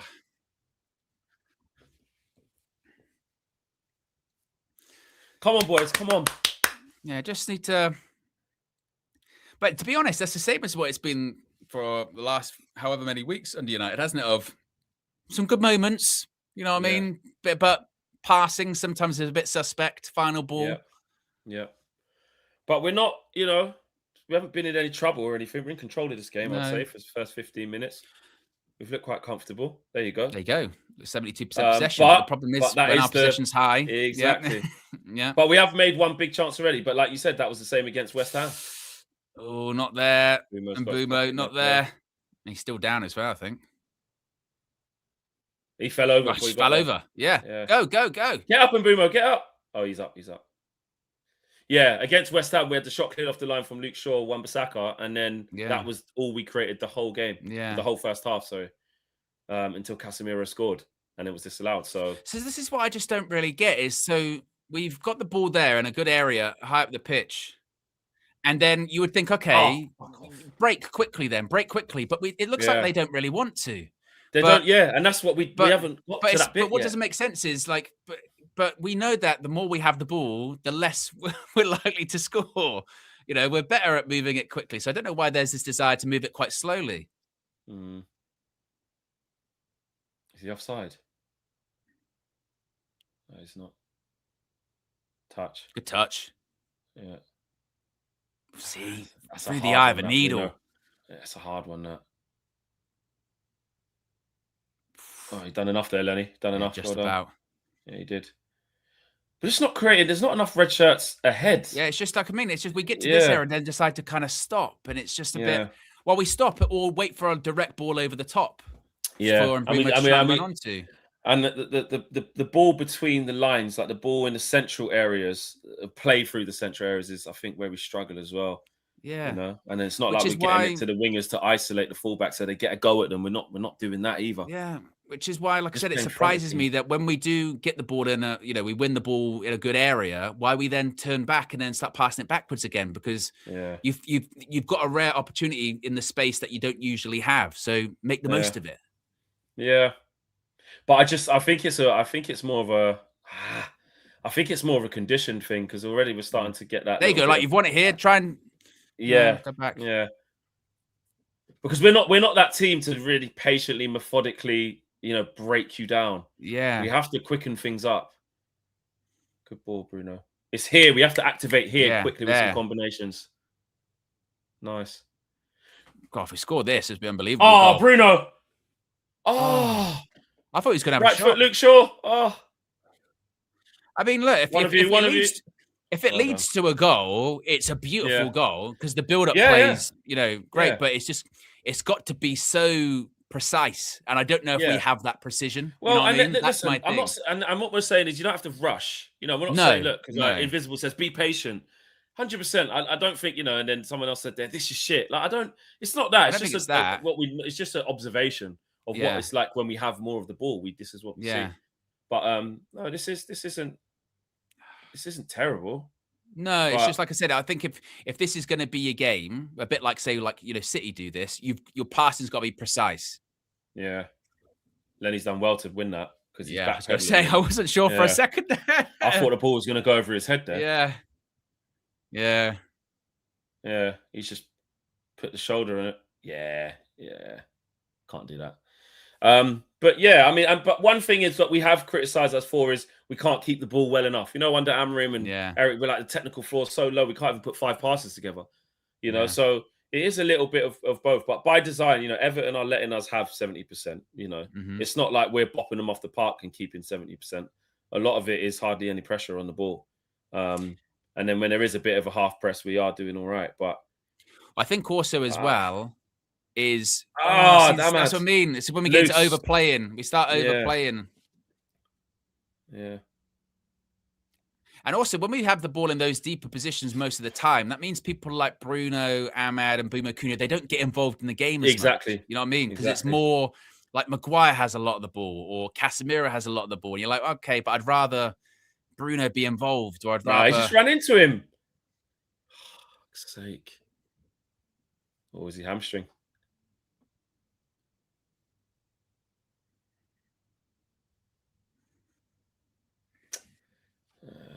He felt his hamstring.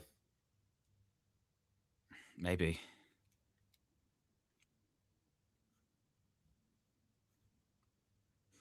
Don't look good for if you haven't already, click the like button. We're over 1,300 people watching. We're at 688 likes. So let's see if we can get to 750 on that road to 1K, folks. And also be sure to subscribe to United View if indeed you are new. Run it up. Run it up. 20, nearly 22 minutes gone. Still 0-0. Man United with an opportunity off the line early on. Apart from that, it's been a bit West Hamish, to be honest. Not a lot to talk about. Yeah, I think he's done his hamstring here.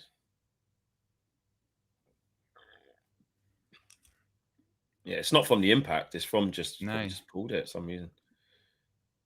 He felt straight away, did he?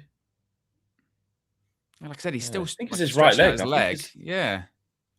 Was he? Is he winded? Yeah, I don't know. And Bruno already figure it out. Yeah. Yeah, they wouldn't pick him up like that if it was his. He's massive, by the way.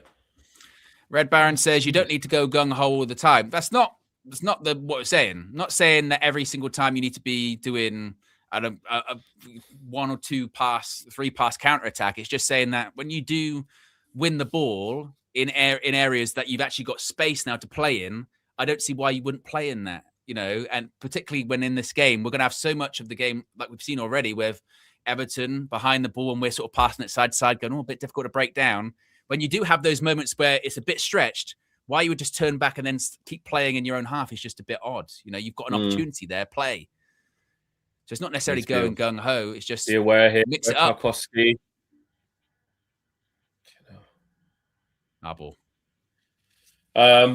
Yeah, I agree with everything you're saying, and look, this is why we didn't. Was he already strapped up already? Oh, maybe. Yeah, he's got some stuff. He's already nursing something. Bloody hell, it's a big strap in that. Yeah.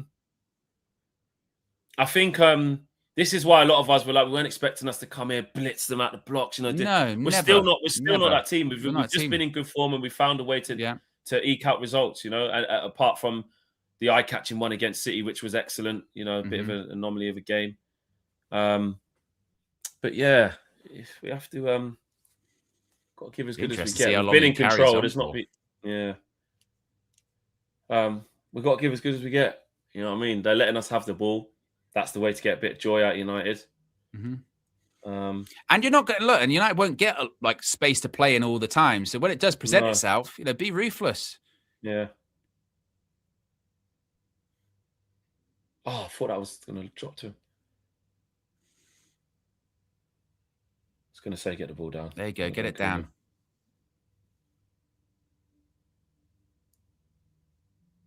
Oh, I thought he was going to turn the other way. Yeah. Just have that sort of inhale and breath. I don't think he wants that. Dallo, though, he doesn't want that like that on the run. No. That's not really helping Lenny. That that's what someone said about the combination between the two of them there. That was a little bit of that there. See this passage of play. Bruno's on the left now.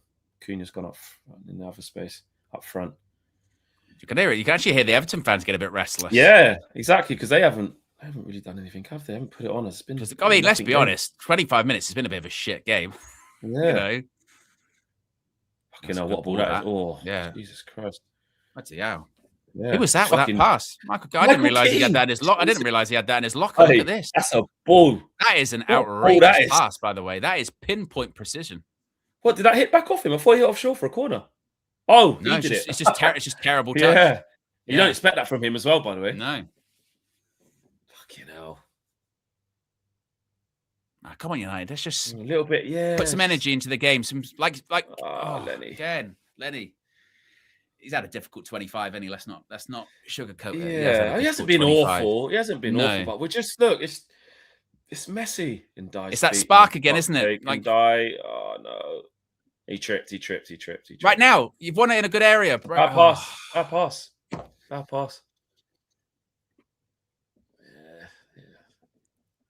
That spark that Carrick was talking about after West Ham games. Was not really. Now, look, space to play in. Drive it forward. Come on, quicker, go, fizz it. Let's go. Go. Come on, man. Commit some bodies forward. I think we're just tentative. It's like we don't want to commit. Commit to the attacks, boys. No. It's been already too many touches. Yeah, man. Because they're going to get behind the ball quickly. Everton. Turn out. Fucking hell. Sort your feet out. Come on. Yeah. It's bitty. It's very bitty. And then once Everton have got into their shape, then we decide we want to try a forward pass. You go, well, it's too late. Because we're not committing that many, there's huge spaces where Everton players aren't marking anyone. Yeah. Oh, Dallo. Now, what was that, bro? Well done, Lenny. Right, now, space to play in. God. Yeah, Gary Neville's right. There's so many mistakes on the ball. I don't get it. I don't know why we're doing this. Pass the ball forward, like an actual proper pass. I don't mean a sideways pass. That's easy. That's safe. Yeah. And the Blues are doing it as well. Yeah, they're doing it too. I just don't get why we're going to that level. It's just crying out for just a little bit of technical quality. Yeah. And we've got enough technically sound players out there. We're just short circuiting, bro. Good touch. Well done.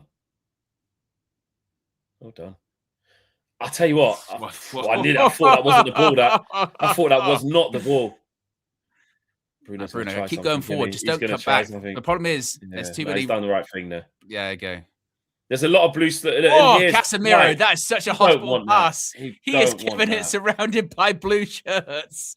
He gave a pass to Cobby. Cobby's surrounded by 3 Everton players. Yeah. We run it back. Right, play forward. The fact it's messy might help us. Because it is very messy. Yeah. Careful, Cass. Yeah, the crowd's getting restless because they're like, this game's shit. You know what I mean? All right, this is dangerous. Stand him up. Don't dive in.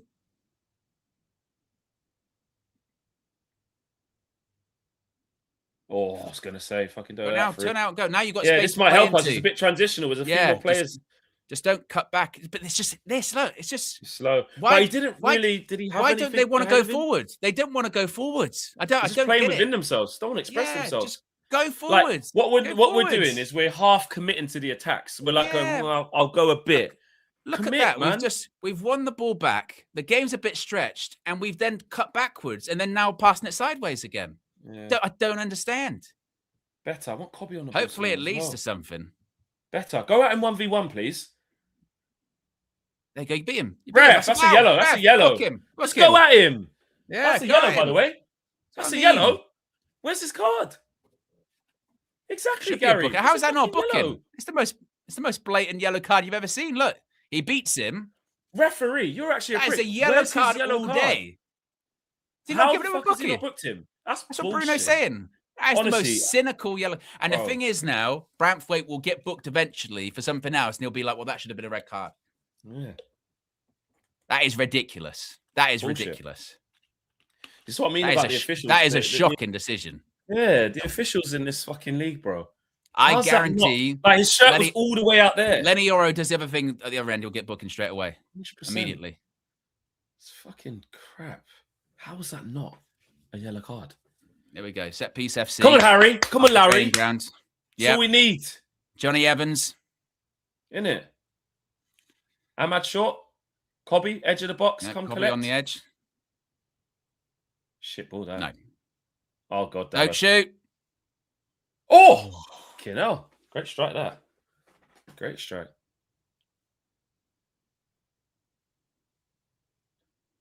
Oh, it's not far. It's not far. I tell you what, it's not far. Great technique. Yeah. Unlucky. Whew. Dallo has got good technique. He just doesn't really get it on target. Don't know about that, Harry. Oh, got it. Okay. I weren't sure about that one. Even Harry's saying, "Fucking hell, mate, it's a foul, mate." Did you see that? So obviously, JJ Gabriel scored that unbelievable goal for the United under-18s. Yeah. But there's a defender in that team who, if you were just sort of glancing, you would think is Harry Maguire. I mean, literally, he looks, the body language, the way he touches the ball, it's exactly like Harry Maguire. It's crazy. Someone let me know who the name of him is in the chat. Because everyone was saying that. They're going, oh, it's a great goal by JJ Gabriel, but still, looks exactly like Maguire. What are we doing? We're trying to go long here. I don't know. What are we doing? What are we doing? Who was that to both of them? Was that meant to go? Was that meant to go to Dallo? Go at him. Go at him, Ahmad. Take him. He don't want to see you. Nice copy. Armour, apparently his name is. Big Better. attack. There's nowhere to go, though. There's nowhere to go. He didn't have anyone to bounce. Like, he needs someone to bounce the ball off. Be careful, for sure. Watch him die. Yeah, it's just like we don't have people to bounce passes off in there. Cobby was just isolated. Yeah. There's only so much he can do by himself. Oh, that's too easy. You've been done. You've been done.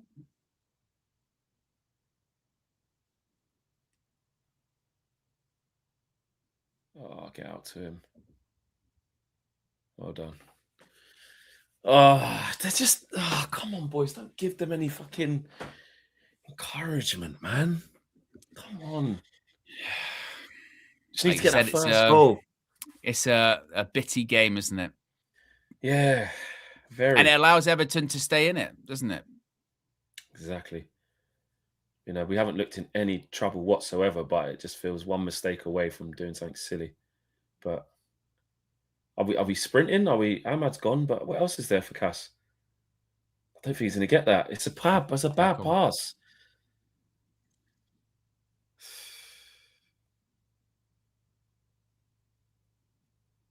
Get out, boys. Get on him, Luke. You need to win that. Hold on.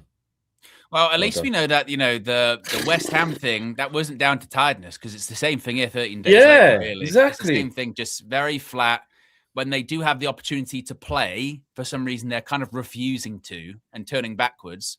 Scared. And then, just it's like way more hesitant than they really need to be at all. I get being a bit cautious because you're away from home, but there's that. And then there's just like not trying to play the ball forward for whatever reason. And not even just trying to play the ball forward. Like the numbers haven't been committed forward for there to even be options for the guy on the ball. I've actually felt sorry for the guy on the ball half the time. Yeah. Because then there's not even options. Yeah, or waiting for Everton to get set and then try and play ball through the eye of the needle. Doesn't make sense.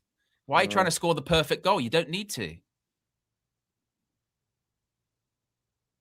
He's giving it away now as well. Right now, everyone's just giving it away. Drive forward, go forward. One of these transitions you've got to make count. Ref, foul. One of these transitions. It's the transitions because really, Everton are playing in a way where they want us to have the ball and keep the game compact. But actually, they're giving the ball. They're turning over the ball very quickly. That's what I mean. So we can actually play to one of our strengths, which is counter-attacking. If we like fix up in transition, transition's been terrible. Which is, like I said, so odd that when we get those moments, we decide to cut backwards and just do this, pass it along the back line. So look at that gap between Bruno and look at that big hole in the middle where Cass is going to venture now. Yeah, it's trying to get him the ball in there and then try and get some players around him, but we're just not combining. Like you said, combinations. like you said, you're asking whoever's on the ball a lot because you're basically saying you need to find a pass outside of these like 4 shirts that surround you. Exactly. Well done, Dallo. Space. Don't wait. Oh, I didn't catch hold of it. I don't mind that though. Don't mind that. That's good from Dallo. First time he's had a bit of space. Yeah. Could he have given it? Oh, tell you what, he could have maybe give Dallo there. He would have been on his left foot though, Dallo, but it's probably the better option. Yeah, it's been again that front four. You know, the same front four that we said. Look, they went missing against West Ham. It's been the same in this one. It has been the same. All of them have barely touched the ball. Yeah. Wazza looks like he's struggling to stay awake. Yeah. We're with him. Yeah. I feel his pain. I get it. It's quiet as hell in there. Yeah. Hear a pin drop. Okay, no, Lenny, Come on, win your second balls. See it out. Okay. Pick it up, seconds. Right, space. Like, get it across now. Stretch the game.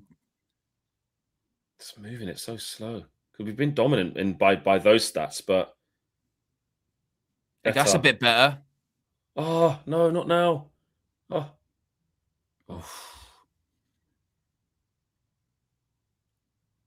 He wasn't ready for that. Just take a touch. But even that, like, I don't mind that with Maguire. Like, take the ball forward, stretch the game, like trying to make something happen. Bring some Everton players in, then you can actually, pass the ball around a little bit. Move forward. This is, it's been, obviously the stats say it's been marginally better than West Ham in terms of, look, we've been completely dominant and had a few half attempts at goal and stuff, but it's still been nowhere near good enough. Nowhere near. Hard. Touch. Just the individual sort of passing errors have been really, really bad. Okay, now they've all chased back there. Well done, Dallo. He's actually had an all right game so far, Dallo. Yes, probably been our best player. Yeah. Maguire. Away. Come on, try and nick it here on the counter. Yeah. That's a foul. That's a foul. Don't know. That's a foul. It's a foul. How long you want to play the advantage for, ref? It's a foul. He's pushed him over. He's given him a chance to cross it now from a central area and pick their side. It's a silly foul from Ahmad as well. He's never going to get that ball. A member for 29 months says we need more urgency and discipline going forward. We have it all in our hands. Yeah.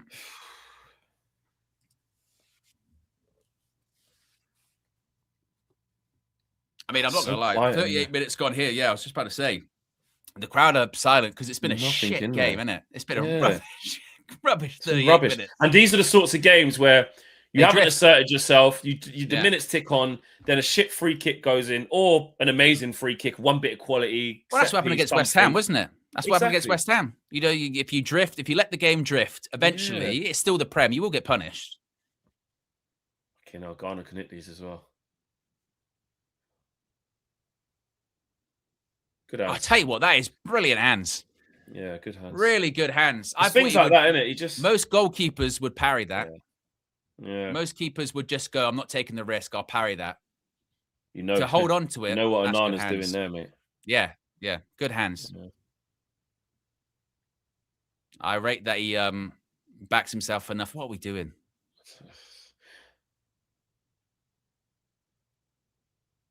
Come on, get hold of it, man. It's just... Okay, this is not good, guys. It's not good. Careful, Cunha.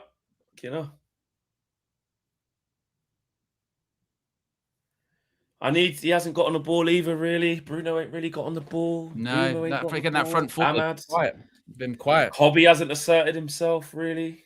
Mm-hmm. People that have done, okay, is probably Maguire and Dallo, I'd say, have been our best players. Which, that shows you where we're at. Very flat.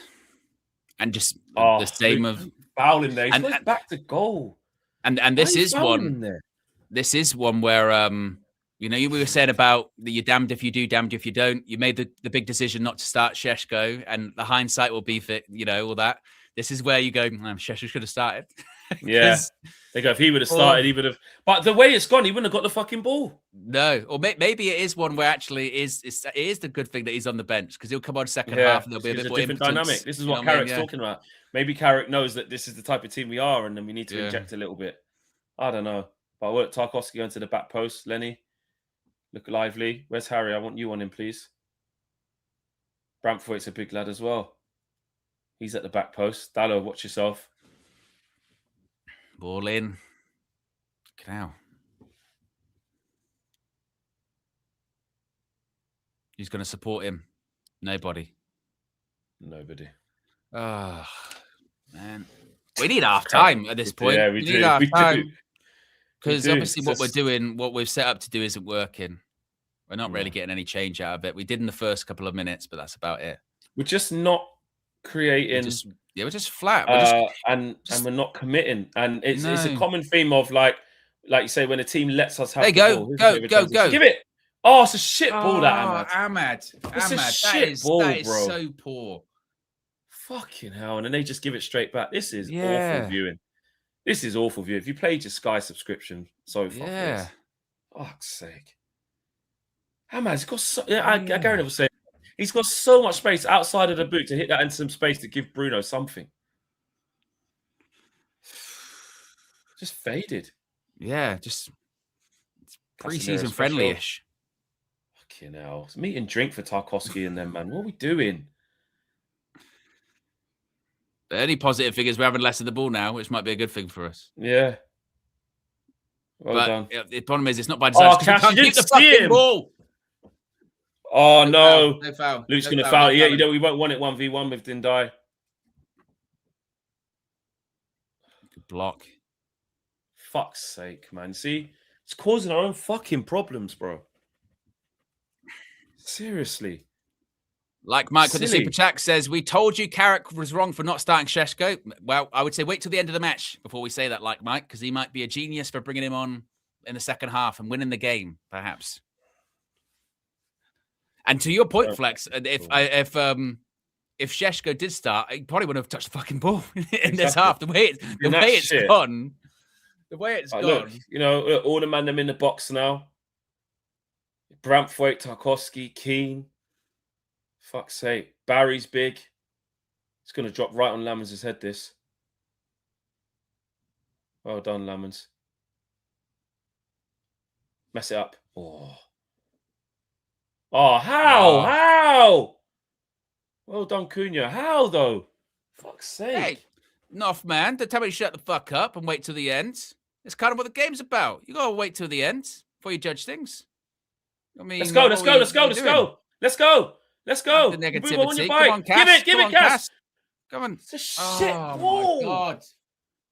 Can't fucking pass. Fucking hell, man. One thing about the 4-4-2, which we have seen now, because we've seen a whole game and a half now, against the teams that let us have it, this 4-4-2, it doesn't get enough people in the game because we're playing too slow and we're not running hard enough off the ball. Look how static it is for Harry Maguire there. He's got look at Tarkowski there. Look, he's not doing anything. And you wait for one straight ball. That's this ball. That's shit. Yeah. And they're trying to pick up the second.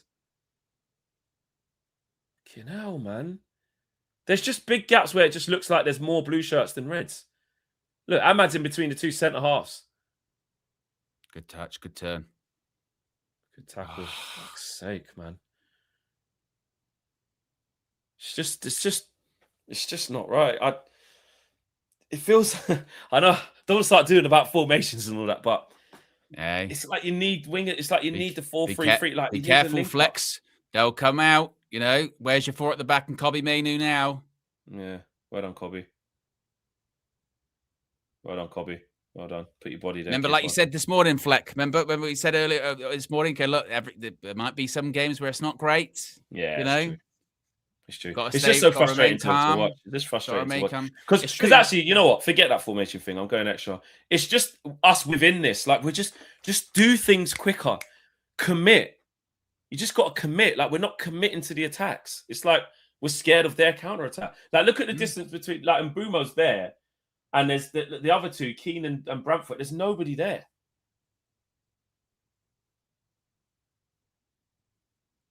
Yeah. Poor man. It's so slow.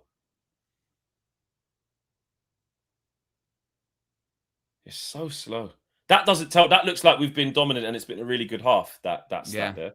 That's why that was kind of the same Well done, before, Kobe. wasn't it? When we would certain games under Ruben, we would have that, right? When you'd have a lot of the possession, you go, yeah, but that doesn't tell you the story of the game. That's why you have to be careful with possession stats, because you can be in control of the game without having hardly any of the ball, which is what Everton have had in this game. They've been in control. They haven't felt, threatened, have they? Really? Apart from that one off the line, that's about it. But as we've said with these away games, not every performance is going to be great. Just fucking win. Just win. Get it over the line. Come on, just a little bit of quality. One bit of quality.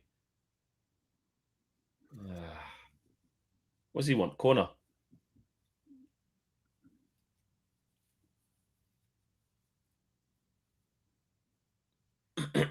What's he complaining about? I think he's saying he wants a yeah. He's going to do that at the end. He's not. I knew it.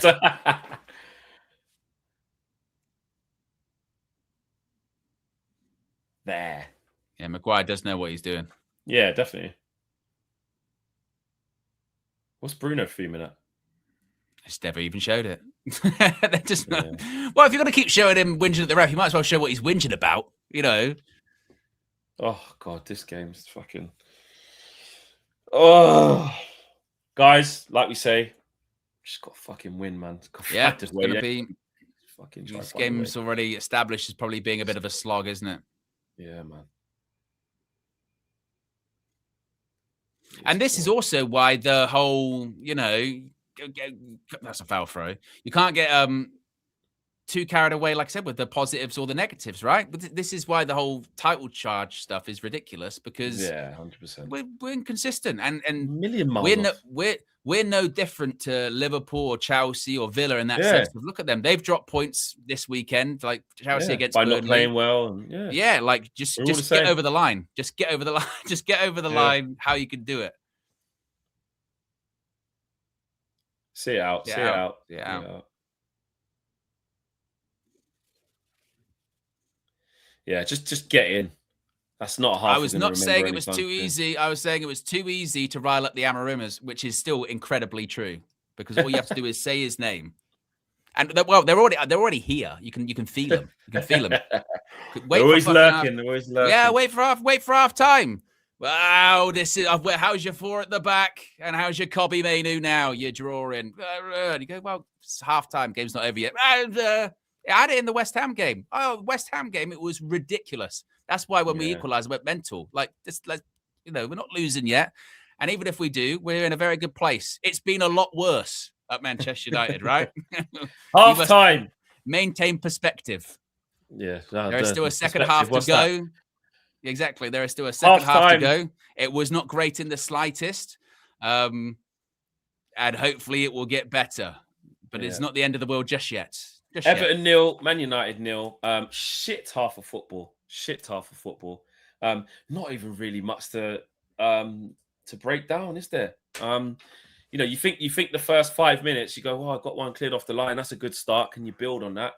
Literally, like a reflection of the West Ham game. Luke Shaw quite early on had one cleared off the line, and you're thinking, right, maybe build off that, this, that, and the other. Nothing. We've moved the ball way too slow. I say that we're not committing enough bodies forward. We're not committing to the attacks. It's like we don't believe we're going to score. And we're more worried about, I don't know, being done on the counter, or more worried about conceding ourselves. It's just the belief is just not there. And everything we're doing we're just doing it very, very lethargic. Now, Everton are letting us have the ball by design. That's not dominance. We haven't bopped them off the park where they can't get near us. They are letting us have the ball. That's the fact. Don't let anyone trick you into thinking, yeah, but we're keeping the ball better. No, they're letting us have the ball. Because we're less of a threat like that. That's the way to, Fulham didn't do that to us. Spurs didn't necessarily do that to us, and it was 10 men. And Arsenal and City definitely didn't do that to us. So that's why those games look like that. We have seen a little bit now of a bit of a pattern where you go a whole game against West Ham, and now this half, we're in trouble when we have to have the ball. You know what I mean? Not in trouble, but we find it very, very difficult.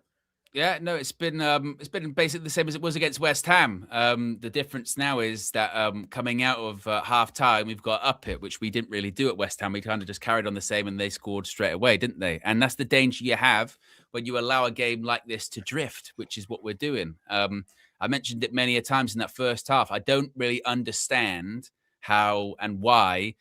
Everton are getting behind the ball. They're making it difficult. Like you said, they're letting us have the ball. And when we do have it, they're staying compact. So when you do actually win the ball in a good area, and because Everton, it's not as if there's not turnovers in the game. There are quite a few of them.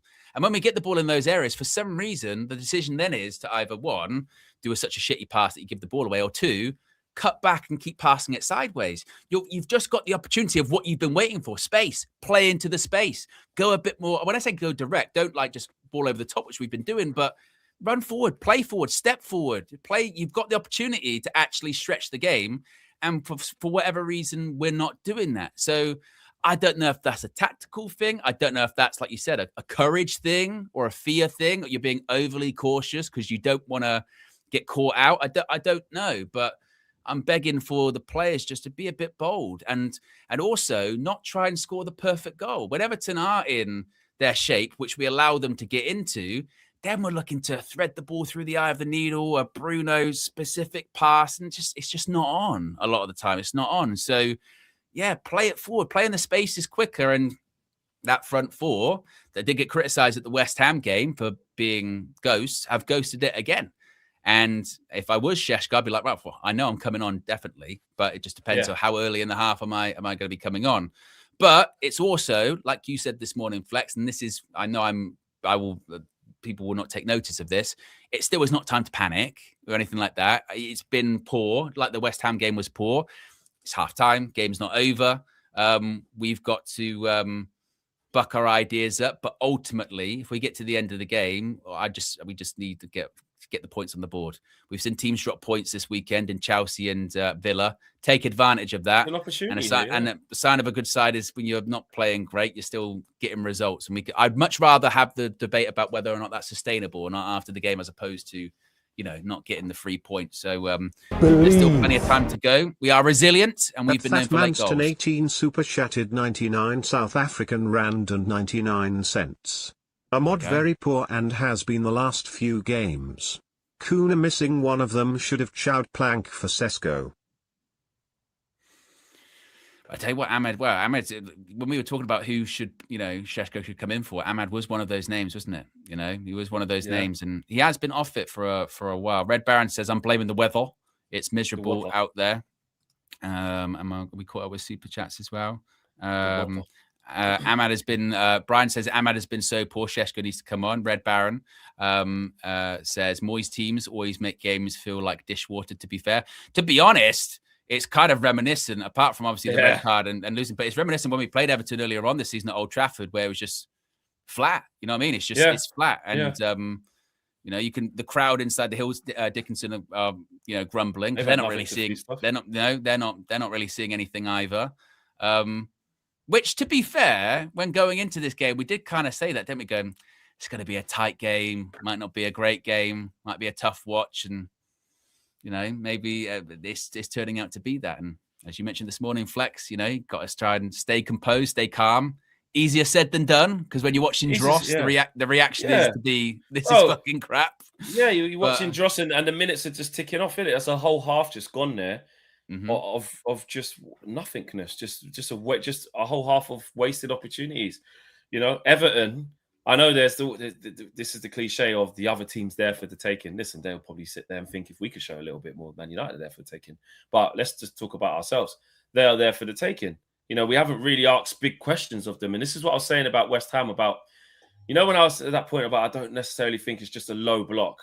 And like they say, come out of it, they've got no intent to play. Like I said, they've lost the ball high up the pitch. We just haven't transitioned very well at all. Yeah, but I think that what we haven't done is even ask questions. Believe. Yeah. One that Kyle Manute date super chatted $4.99. On the plus side, we haven't conceded any chances. Plenty of time left to score a few. I think that's the concern with that will be, Kyle, is just a bit like against West Ham. They didn't create many chances in that first half, and then straight after half-time they scored, didn't they? Was it just straight after half-time from a corner? Was it? I think it was. Yeah. No. Who? West Ham. West Ham. What was the West Ham No, one? they ran through in it. Suchek.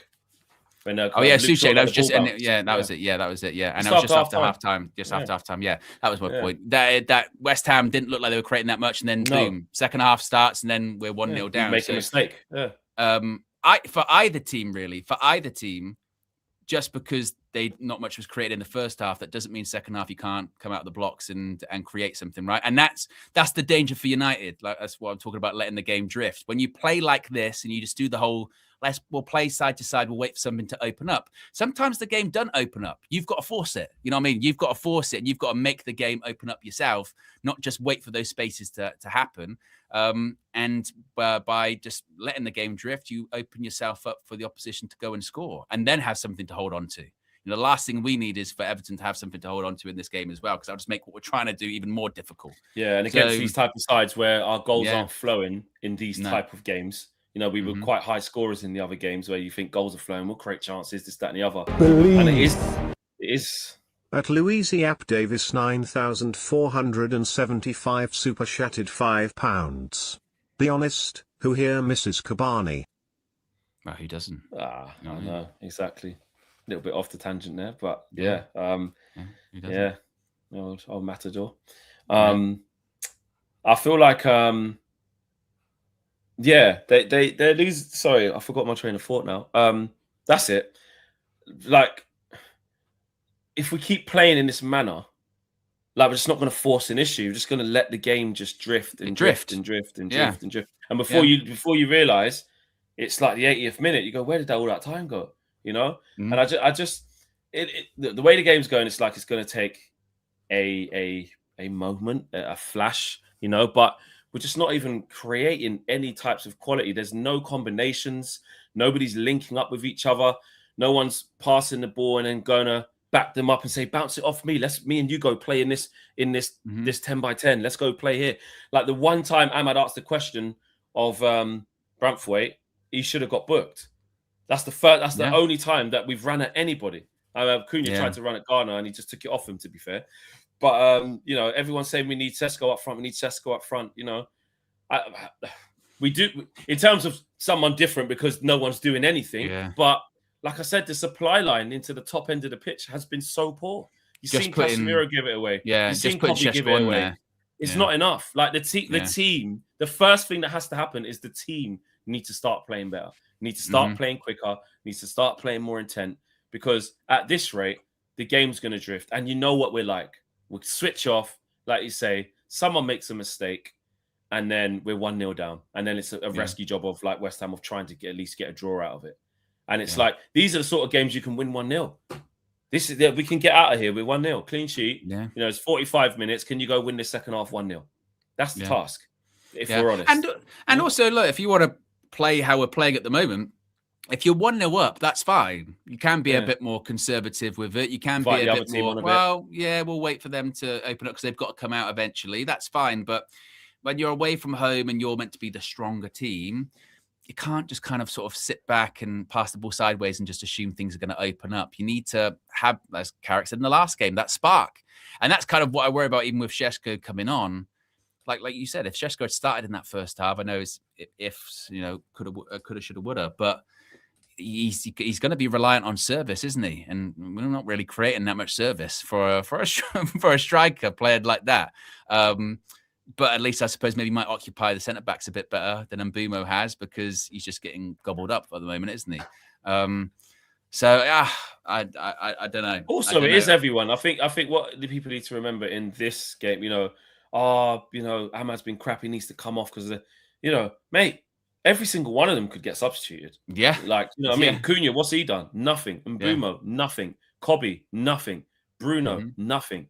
So I'm not saying take them all off. They're all shit. Get rid.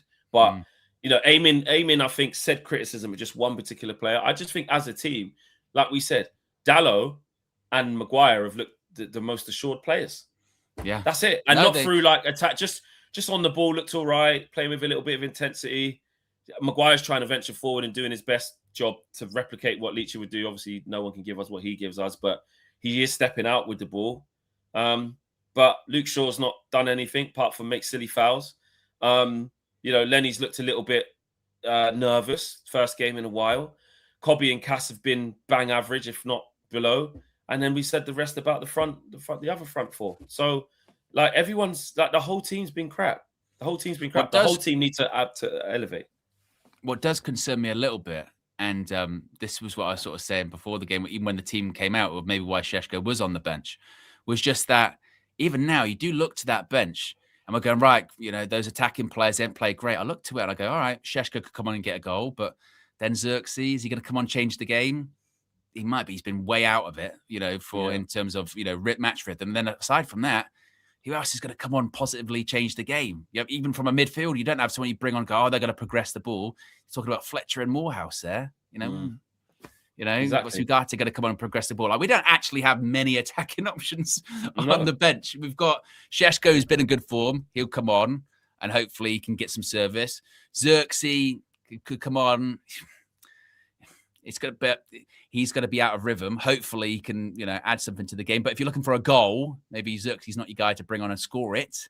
Perhaps it's just a bit, maybe that's why Carrick's persisting with this starting 11, because he's just like, I don't really have much else that I'm confident in at the moment. I don't know. I don't know. But one thing's for certain, it'll be really interesting to see what team he picks at the weekend on Sunday. If it's two games in a row where he hasn't got what he's looking for, you've got to look for it. And look, the obvious thing is just at the moment, we're only saying if Šeško has to come in. There's still the problem is there's still a lot of players who still have to play. That's what I mean. Yeah. That's what I mean. Yeah.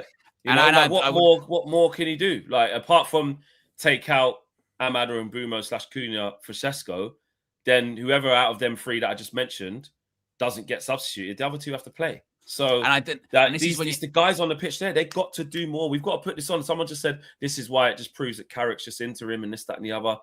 Like, you have to put responsibility on players. That's what I was also saying. Listen, but this is when you got to. We do this like it's half time. We can't be, in the same way again, like after the West Ham game, Michael Carrick's not going to get the job based off this game. He's also not going to lose the job based off this game. You know what I mean? Yeah. It's going to be in totality, end of the season. And also we'll have to wait to the end of the game just to see what happens. Every manager can make incorrect starting 11s. It's also about in-game management. So hopefully that pays off for him. But I would worry about, I don't think it's as simple as, just Šeško comes on and it'll be much better. Because like you said, Šeško can come on, but if the build-up play is how it was in that first half, then Šeško's not going to get a lot of service at all. He's not going to get none. That passing has to be considerably better. Like our final ball or protection of the ball was shocking in that first half. And not just passing. Šeško on or not, like if he's not going to get the service, what's he gonna exactly? What's he gonna do? And not just the passing. It's like movement, like the whole intensity of everything. When one guy's on the ball, the sprints and the movement and the rotation, it has to be there from the other players. Because I felt really sorry for the guys who actually have the ball. If I'm honest, some of those guys have given it away, but a lot of them have given it away just through fucking hell. What have I got? Like, I'm not like, and Bruno, you're marked by 3 guys because you're just the closest player to you is like 15, 20 yards. Ahmad, you're not isolating Bramthwaite. You did it once, got a foul out of it. The other side, Cunha, you're not offering me anything. Cobby had the ball and he got the ball taken from him just on the D because no one's linked up with. We're not creating enough red shirts. At Stretford Signal super chatted 25 Emirati dirhams. Carrick is making these players comfy. Vacations and stuff. Yeah, Ole stuff is here, isn't it? Don't call it negative. These lot players make the max joy. I don't think there's a problem with the players going on holiday, by the way. And I'm not going to go that far. You know what I mean? And also, were they on like proper vacations? I saw that. No, it's just like you can go for a day or two. Yeah. So I'm pretty sure they were at Carrington. Here we go. This is what we're saying. Fucking hell. See? Straight out of the second half, mate. Straight out the second half. Yeah. Them. Straight out the second. Look at that. Straight past Casemiro. See you later. That's a good pass there. Oh, fucking hell. Good thing he didn't get hold of it. See? Just like that. Shot in anger, straight out. Little bit of intent. Fix up, boys. Telling you. Fix up. The press is on. Can we play out of it? Can we play out of this? They're going after us a little bit here. They're going to force us to go long. Yeah. See? And they're like, we'll go win it. It's percentage football from Everton, man. He's offside. Fucking hell. Yeah. Yeah, it's just meat and drink. Tarkowski and Kima eat that up all day. Come on, Cunha. I need Cunha, man. I'm telling you, bro. Look, Thingy's causing big problems now. Fucking hell, man. Well done, Ahmad.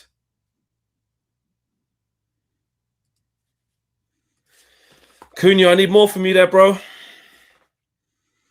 Guys, lock in. Lock in. And let this play out. All in.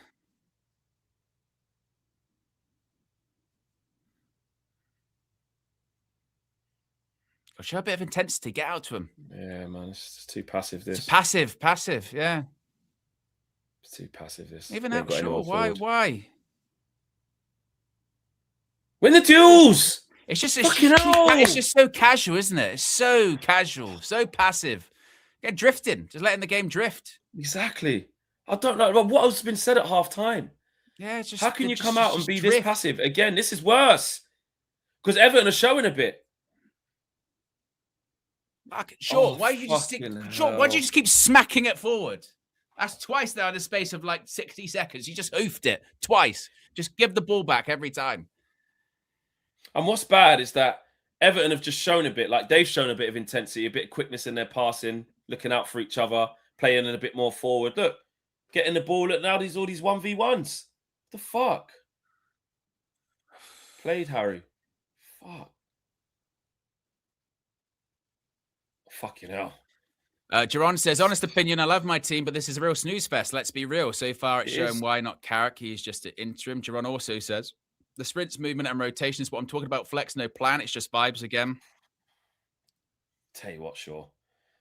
You call that experience, but fuck me, he's just thrown himself to the floor there.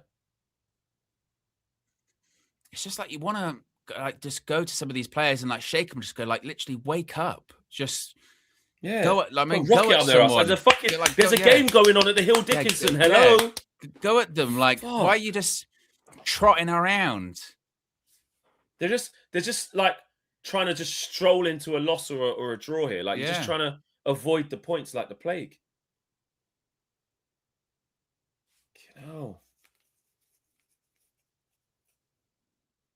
So these balls Cass is just like hitting hope, isn't it? I'm not sure. Yeah, try and put it into a channel, make him kick it, isn't it? Sometimes you've got to be ugly. Which is what we did against Everton, but even then that didn't make sense. We were trying like long ball over the top against a team that was really deep. It's like they're just getting bullied here. Yeah, they're just getting bullied here.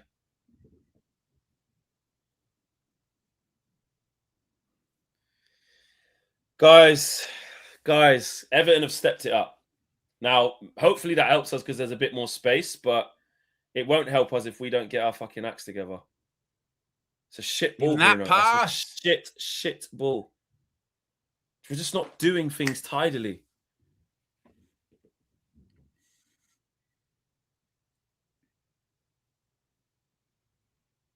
Come on, boys, man. Where's the red shirts here? Let's go play in these zones here. Create some overloads. Gotta believe, Fleck. Gotta believe. But you know what I mean, though? It's like we're not even... Oh, my God, Bruno. Bruno's been shit today. Yes. Good ball. Great ball. Oh, it's good defended. Oh, he's put it over.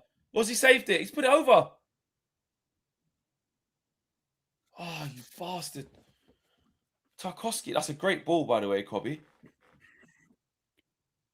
Cobby's won it back. Well done. Strong. Look, just try something a bit early. There you go. Great ball. It's something a bit early. Oh, he's put it over. I can't believe he's not got it on target, that. Oh, it's a tight angle and the keeper's flying out at him, but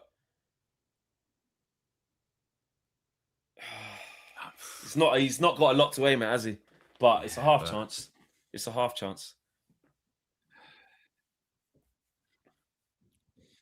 We've got over 1,200 people watching. We're less than 100 likes away from 1K likes, folks. If you haven't already clicked the like button, maybe that's what we need to score a goal. Yeah. Come on, guys. We need some positive vibes from you lot in the chat. We need something because the team's not teaming right now. Doing everything so fucking slow. Just need a bit of quality, boys. Please, just sprinkle a little bit of quality. That's all I'm asking. Cash around the corner. That's actually a good one. Okay. Good one. You're on side. Make sure your touch is back. good. Oh, he's going to lose it. Still got it. Still Well got done. it. Well done.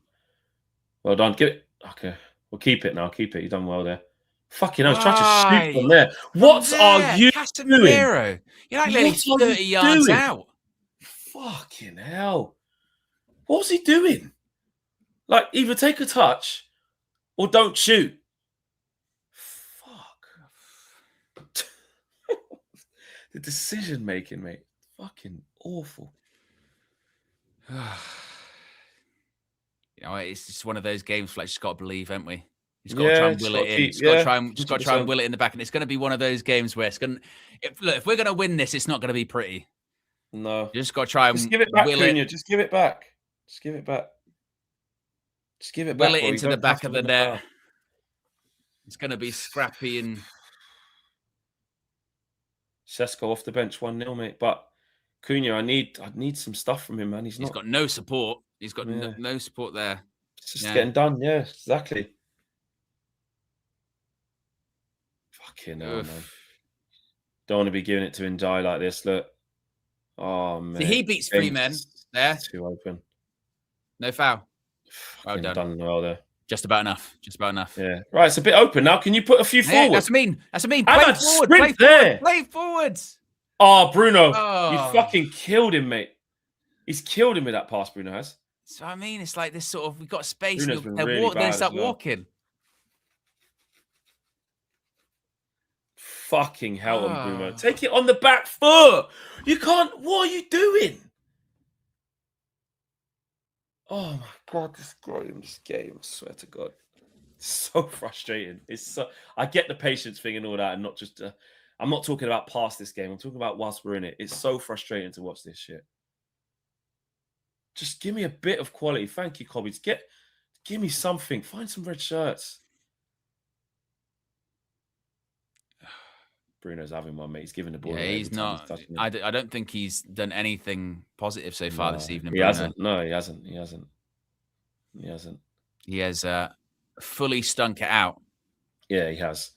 Listen, there's a long way. You never write Bruno off because he'll find something at some point, but he's not played good at all.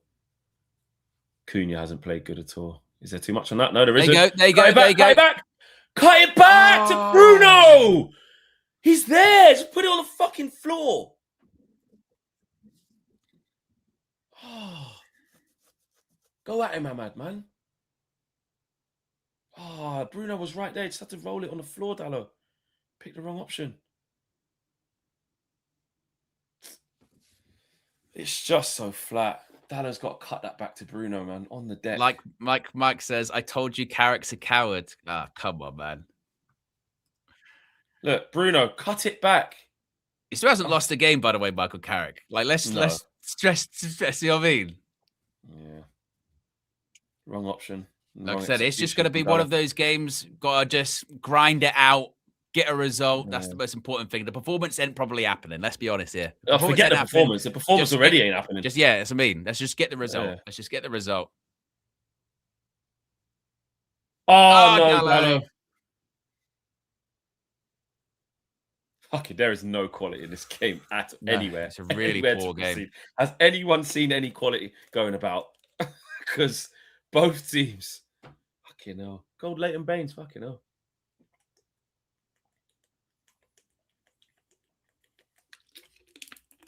Remember, we wanted to buy Leighton Baines.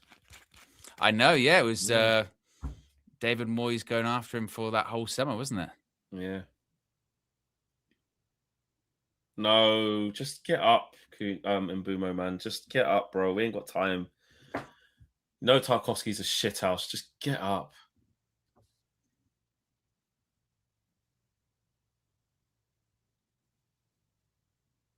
Did he put an elbow? Did we missing something? Because it looked like it's just Tarkowski being a shithouse. He just put his shoulder across to say, "I ain't letting you get it off my keeper."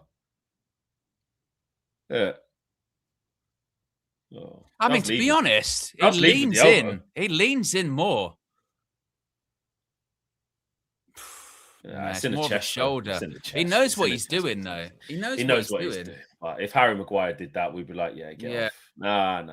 Yeah, it's Get not, off and Boomer. We ain't got time for that shit, bro.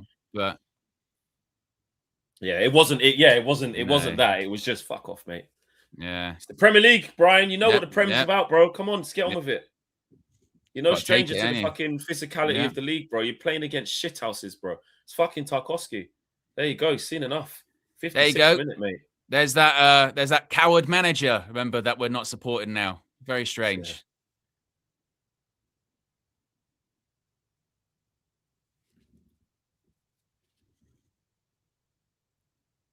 Don't get your hand off him. Get your hand off him.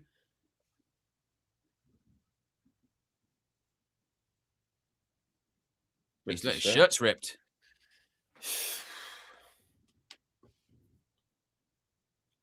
Easy going to take Cunha. Ahmad. Yeah, it's a good decision. Yeah. And to be honest, Ahmad's been on the fringe the last few games, hasn't he? He's been really off it.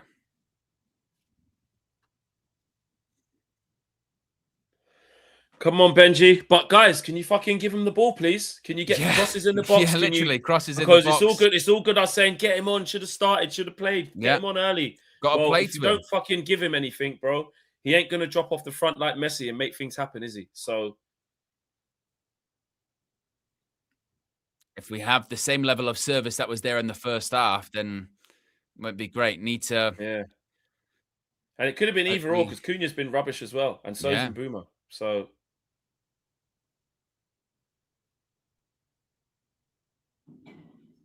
need you to win this, Cass. Fuck's sake.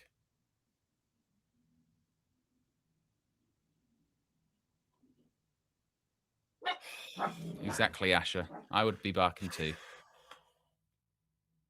This is so finely balanced. This is he's taking a bad touch.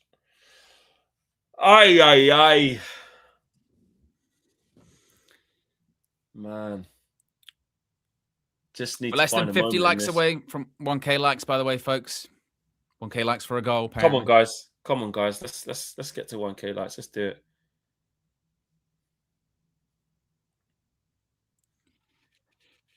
Come on, man. We just need a moment. The performance, like you said, the domination is gone. It's not that. We just have to find something here. Needs help. Well done, Dollar. But I think the only positive is that the game's bereft of quality for both teams. Like Everton, it's not like when they do have the ball, they're doing a lot with it. They're just as shit as us. No, this game feels like it's going to be decided on a mistake, like on just a half moment for either side, and it's 50-50. Yeah, or a moment of brilliance, but it's 50-50 which way that's going to go. Maybe Dewsbury Hall picks something out like he did to us. The thing, maybe Bruno does it. Do you know what I mean? You just don't know.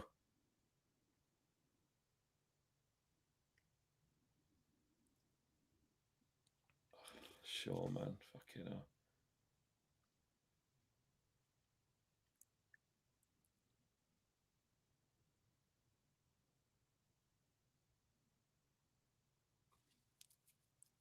Because even Sesko going up against Keane and Tarkowski, like that's not going to be easy. Yeah. You know what I mean? Right, there you go. Right, can you go at him? You haven't done this enough in the game. Go at them.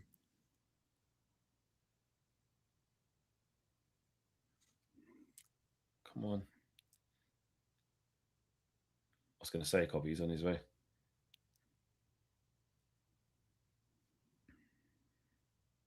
Oh, even that. So, like, this is what I don't get. So, Cunha, he's going at the fullback there. And then we've ended up in a situation where we've got 4 of our red shirts. We're just sort of doing a weird rondo for no reason.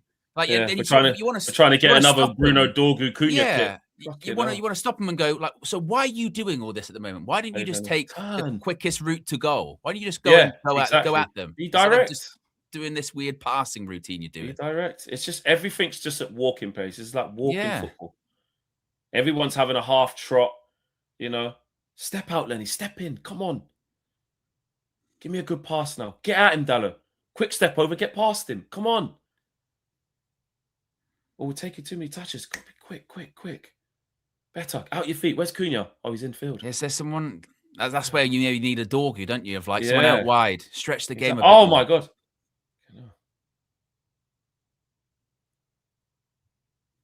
Come on. Just a little bit. Come on, someone find something. Come on. It's too slow. It's so slow. There you go. So it's behind him. It's behind him. I feel like Mbeumo spent half the time on the floor in this game. He has. Fucking shit service. You see what I'm saying? Like, that's shit service from Cunha. What's Mbeumo supposed to do with that? Oh, God.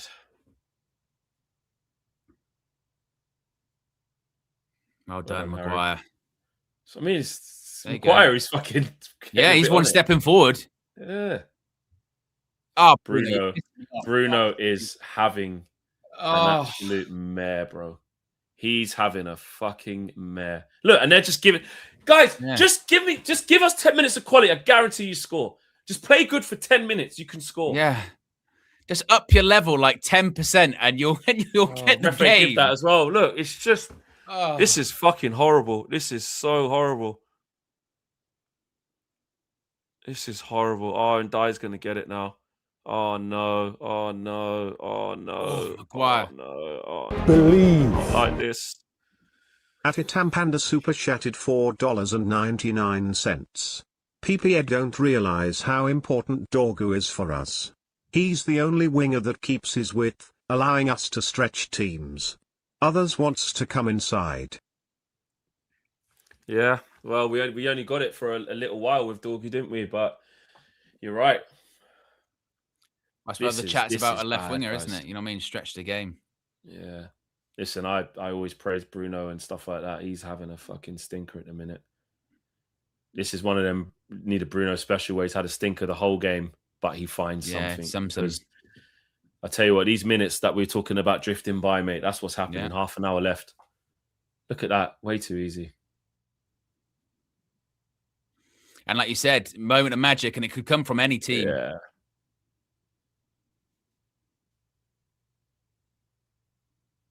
It's like we're just waiting. Casemiro. We're just waiting. Look at this. We're just waiting, mate. We're just waiting. This ain't even 50-50. I say it's 60-40 them now. Look at Cass when he just look at this. Yeah, look, what are you doing? What are you doing, mate? Fucking hell. It's so bad. It's so bad. This is alarming, I ain't gonna lie. This feels like a bit worse than West Ham. Because you said that, like they won't approach the game too dissimilarly from West Ham, but they got a bit more about them. Everton. We got to do a Liverpool, mate. We got to do what they did yesterday, just fucking scummy, and then just again. That's what I said 10 minutes ago. Fleck, I was just like, the performance is gone at this point. This game, if Man United are to win it, it's shitty 1-0, 2-1 written all over it. You know what I mean? Yeah. It's deflected, jing bang, whatever you want to call it. Yeah. He puts himself on the deck afterwards. Oh, it's got that feel, man. Come on, guys. Stay locked in, man. Get your fucking brain switched on. Because this has just got that feel. Lamans can't even come for this if he wants to. Look at that. It's mad, isn't it? You can just completely block off the keeper's path to the ball. Well done, Lamans. Oh, they worry me, those that's ones. On target, that. Yeah, that's on target, that. Oh, man. It's Everton stepping it up. Asking a couple of questions. Not even full questions. You know what I mean? Because the quality's not even been there.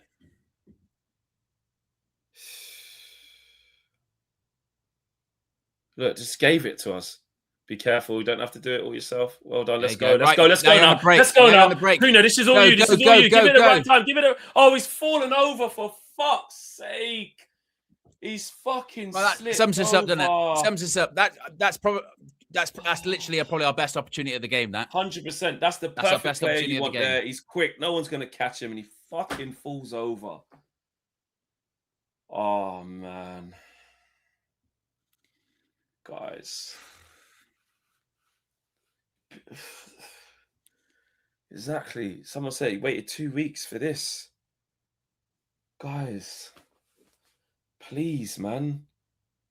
We just want a little bit. Oh, Casemiro, just chill. Fucking, you're not going to win that, bro. Oh. It's perfect for Cunha. This is exactly where you want Cunha. They won't catch him. Yeah. And he just falls over. Pass it. I don't. Was he waiting for the right time to pass it to Shesko? Because he could have done it. Yeah, he's waiting, and he's just his leg is. Oh. He done right not to pass it by then. He had to wait for the right time. He was doing everything right. He just fucking fell over. Like you said, it just sums us up. Yeah. Just sums us up. That's not even. It's just an unlucky thing that's happened. His foot's give way on the turf. It's just shit. Can we go? No, I can't. Can't catch him out. And again, it's amazing what just minutes of football can do, because you know, when we're winning games, we're like, we got one of the best front fours in the Prem. We're playing like this, we're like, oh, we need attacking players. We're like, we've got nothing. Yeah. Exactly. That's the best ball Bruno's played all night, and it's still tough. Oh, it's a shit touch. You know, the ball's just in the fucking. It's going out. There's not been any. This has been worse than West Ham. This has. But really, it's been the same. Isn't it? Really? Yeah. It's been the same. Fucking evil Saka coming on now as well. Oh, God. Oh. This is a tough watch, man. This is a tough watch. Yeah, I mean, this is one where the way the game is playing out, like, if you can nick a 1-0, you're beyond thrilled with it. You know what I mean? Because like, this is fucking grind out, gets anything from the game more than a point, because holy shit. Pickford ain't had a save to make. He ain't done anything second half. That's what I'm saying. And look, straight away, the thing of get Sesko on, he ain't had anything. I mean, that's what, it's not more about the individual. It's more about the build-up, the play. It's that corner. Fuck's sake. And it's Dewsbury Hall's getting on the ball, trying to make things happen.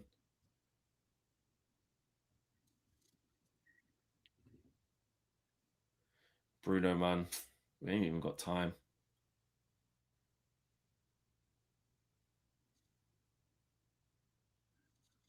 See, this is where Bruno does get annoying, because when you're playing shit and you're whinging, this is what winds people up, isn't it?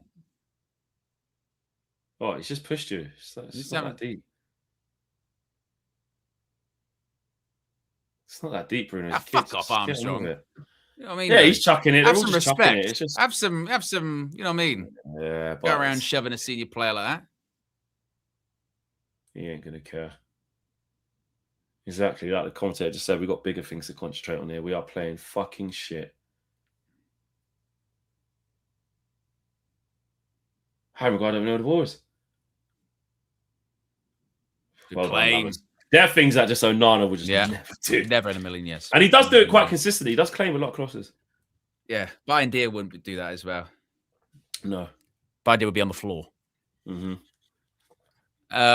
Red Baron says, guys, aren't we just unfit? No energy? And again, this is what's funny about, you know, the Bruno about, character training and stuff like that. Yes, I did. You know, Carrick 1 week gets praised for where he's actually taken intensity out of training because, you know, and the players feel refresher because of it. Now they don't look fit enough though, because the training's not intense. You know what I mean? Yeah. Oh, watching this game shit. Oh, and Dye's in the mood. He's in the mood, Owen. He's in the mood. He's in the mood. Track him, Cunha. Track him. Oh, well done. He did. Just but in the end. Dye's in the mood, mate. Fuck, so he's twisting up everywhere. We need to get him in the summer, man. Look at this. Fucking strong as anything. He's fucking wicked, man. I thought he'd lost him because he wasn't paying attention there for a second, Cunha. Yeah. Managed to recover in the end. Done well there, because he could have got chopped and fucking still in us. This is bad, man. This has been a bad one tonight. We don't look like turning the screw as well. It looks like Everton are getting better. What's our plan? Where are we playing?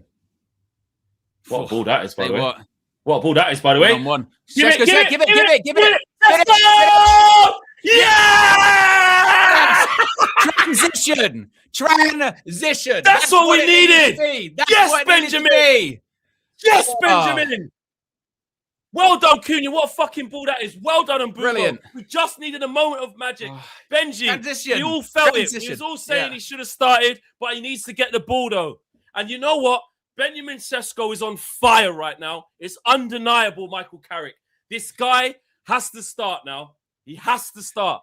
There's a long way to go in this game. But I tell you what, this is a great tape. And what were we saying, though? When we were saying that play forward. Try something. It just comes from a transition because there's space, though. We ain't had that space. Yes, what I mean. Bruno, play forward. Well play in the He doesn't space. need to break stride. Well done, and Bruno. Great assist. And Bruno got an assist in the last game as well. Yeah. I said, just play good for it. Just give us a moment. Just find a bit of quality. And that's all you got to do. And again, this is also why I was saying about the slander of, go wait till the end of the game. You know what I mean? Wait till the end of the game. Same Mateus Cunha that's getting slagged off a minute ago. Mateus Cunha's fucking shit. He's rubbish. But you know what? But you know what, Owen? I'll be honest though. We were allowed to say all those things. Not he's shit, fucking leave my club, but he's been shit in this game. But what we said was we said someone just needs to show a little bit of quality in this game. It's 50-50 who's going to show it. We don't know who's going to show it. So it's been an awful game, and we've been terrible. But we've caught them at what's our thing? Our thing is counter-attack. Our thing is space to run into. Yeah. And Everton gave us that in one moment, and we exploited it. And even that, because I can see, like Mike here says, so we was right about Šeško, the point scoring. I wouldn't even necessarily say that, I wouldn't even necessarily say that. Switch on. Why has he kept it? What's he doing? No. Oh, fuck's sake. I think he wanted to try and see it out, but he's then taking a touch. I was saying about with Šeško that maybe it might be one for bring him in the second half. Game opens up a little bit. Well, if anything, sometimes this is what I'm saying when you say Michael Carrick's other argument could be this is exactly why I need that dynamic off the bench. But there does come a point where you do have to give it a go. Yeah, of course. It does. We all said he should have started. We all felt like it was time to give him a start. And fair play to the kid. But also as well, when you were saying so you're right about Šeško, Michael Carrick is not a coward. He made that sub at 54 minutes. Away. Well done, Senny. Forget the were you right about Šeško? That's the manager's decision to realise it's not working 10 minutes into the second half and make the sub. And also, he could have taken Cunha off. He could have taken Cunha off at Ahmad instead of Ahmad. And like you said, any one of that front four could have got taken off easily. So, and also it's the thing about when it goes bad, the manager gets cussed, but when it goes good, the things that have happened in the lead up to the goal, well, Cunha stayed on the pitch, that was good, and Bruno stayed, the sub scores. Carrick has a hand in that too because he's made the choices and we've gone and got a goal. But listen. I don't even want to do the minutiae of it, but the fact, what? Bro, what are you doing? Kick it. What are you doing? What are you doing? What the fuck? I don't think, did he actually stop the game?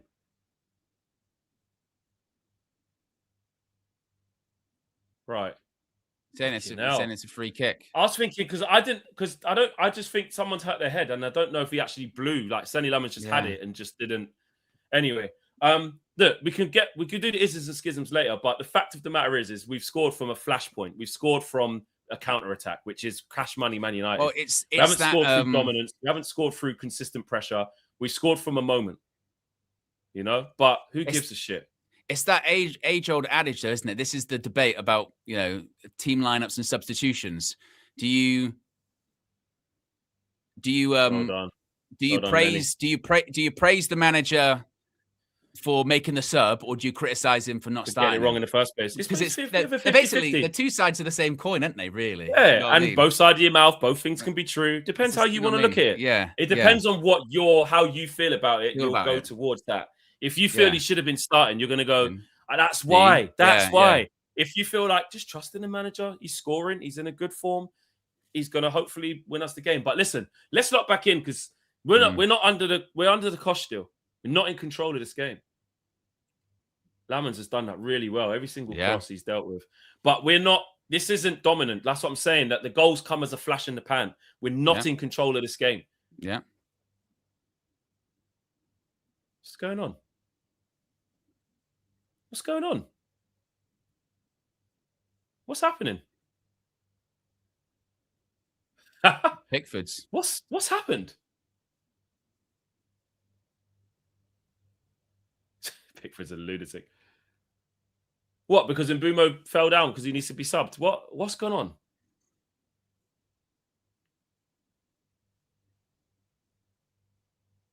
I don't understand. But the ref did this.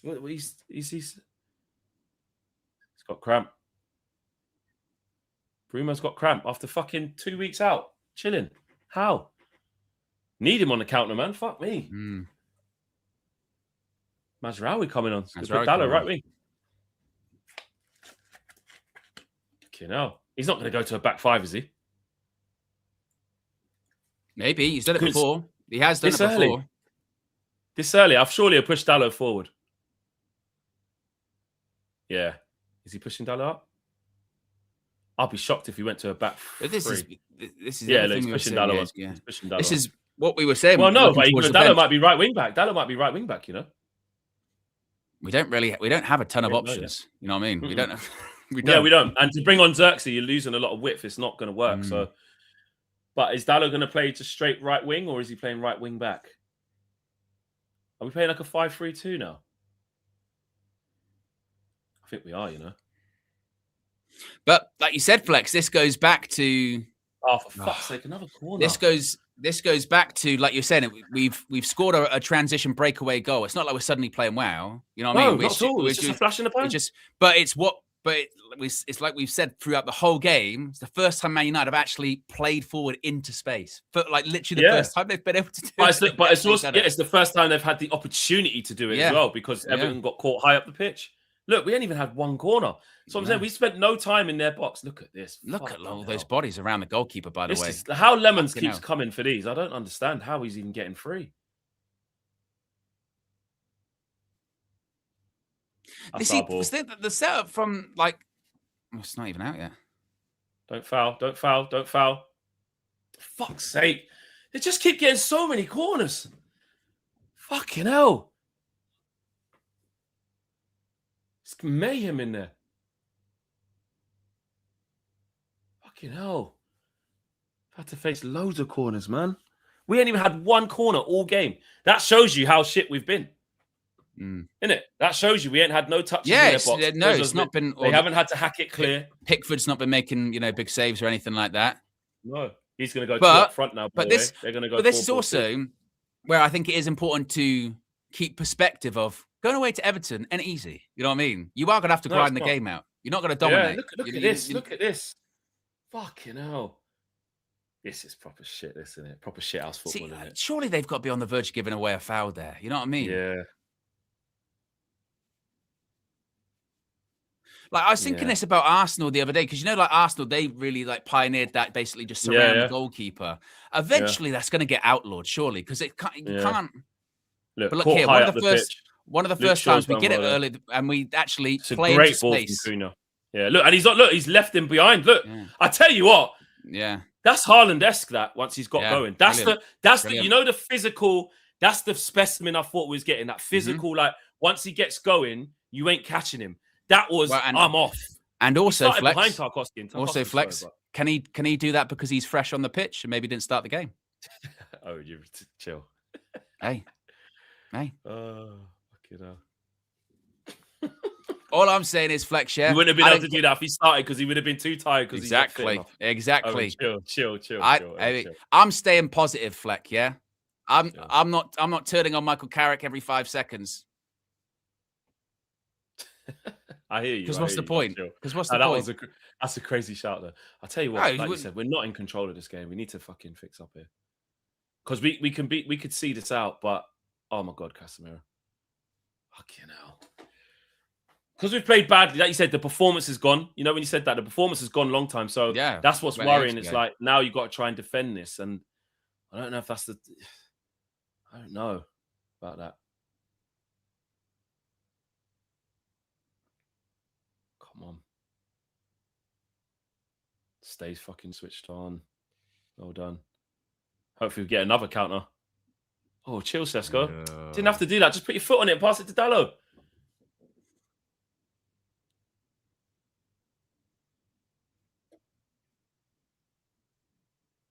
You know. That's what I mean. It's just got to win. It's got to win, man.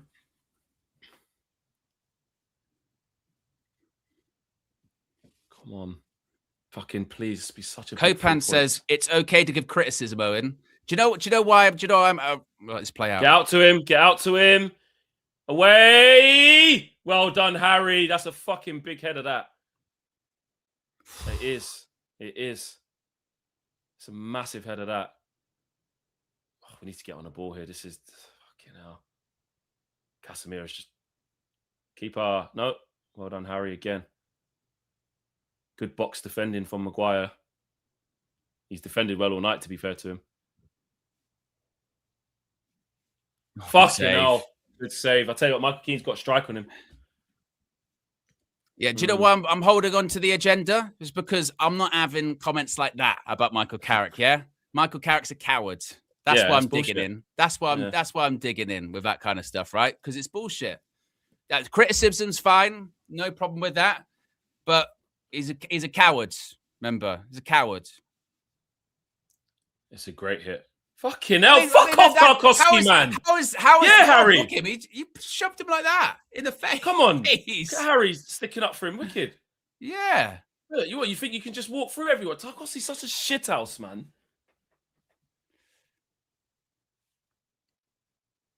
Fucking hell. Such a shithouse. You're going to give both of them a yellow card. Lenny, you've been booked for being pushed over. What's he getting a yellow card for? Yeah, you pushed him. Yeah, good. Oh, fuck off. Why does Lenny get one? You're a prick. Look, he's pushing him. Lenny Yoro got booked for that. Lenny Yoro got booked for that, by the way. Ref should just give a foul for this. This is ridiculous.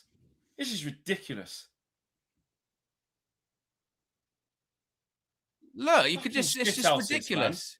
You can see Lomans is basically going like this, going, ref, like, what the fuck do you want? This is ridiculous. Exactly. You can't even call it. Fucking these shitty corners. They've had Look how much they're on him. This is ridiculous, ref. Just give a free kick. Just give a free kick. Exactly. Just give a free kick and be like, you lot just give a free kick. Because you can't do this. You can't keep doing this every They're corner. doing this by design. They're doing this by design, ref. It's disgusting. This is football, not fucking rugby. It's a contact sport, but Jesus. Exactly. Yeah. And then what he should do is let them kick off because they're always going to crowd around again and just blow the whistle and say free kick. Yeah. They've got no interest in trying to jostle for positions. They're just pushing everyone everywhere. Because what the ref should do, like you said, is just blow a free kick and go, no, I'm not having it. Just if you do that again, you're not having your corner. In my game. Fuck off. I'm running this game. No.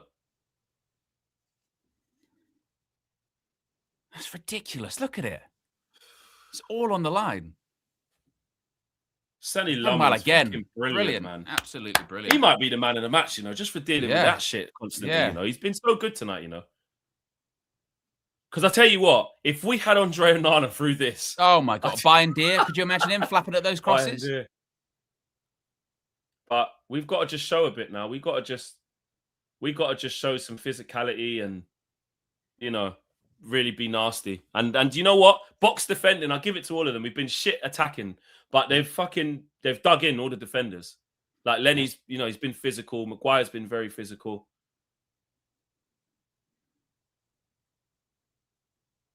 Just need a period of the game. We just need to get hold of the ball. Can you do that, guys? Last 10, just maybe play good for last 10 and just see it out. Oh, he's done well there. I don't know if he meant it, but now the hope might be is that game opens up a bit more. Casemiro, Jesus can't be giving the ball away there because now you don't even need to go. Yeah, just keep the ball. Fuck's sake, 1v1. You're gonna have to go help him. I don't want to see this 1v1. He'll get past him. Keeper's Sani. Well done. mean, that was some have been easy catches and some have been good. But he's had a lot of action. From the corners, he's been brilliant. Yeah, Absolutely he has. brilliant. He's dealt with every single one of them. That's not the best kick. It's got snow on it, that has. Yeah. Play Cunha. I mean, you're going to have... It's not. I thought he just ran the ball out. Yeah, he did. Yeah, He did. It's yeah. their ball. It's their ball. Well done. It's got to be a foul, surely. It's our ball, isn't it? What? What the fuck? Fucking hell. Well, listen, it's got to be ugly. Just don't give away a big chance. If you have to keep fucking throw-ins and keep breaking play, whatever it takes, man. You can't win a game pretty all the time. And this, my God, this will be ugly. No. But who gives a shit? Just it's there now. See this out. See this out. You don't have to go and get another goal. It's messy. Everton haven't had that much quality, but just see it out. It's a massive win. Come on, be clinical. Be clinical. You can kill the game off. Nah. It's a foul, isn't it? No, it's not going anywhere. It's just like, you see what I mean? Just put your foot on the ball and freeze it. It wasn't really able to go anywhere there. Just maybe cut back. And to be honest, you were said about, well, we were both saying the game's going to be decided by a moment of magic. That counter-attack goal really is a moment of magic, isn't it? It's a brilliant pass by Cunha, out of nothing, and leads to a great goal. And really, I know we'd love like a dominating performance, but when you go away to Everton, maybe this is what you're going to get for a team of the quality of us as well. Which exactly.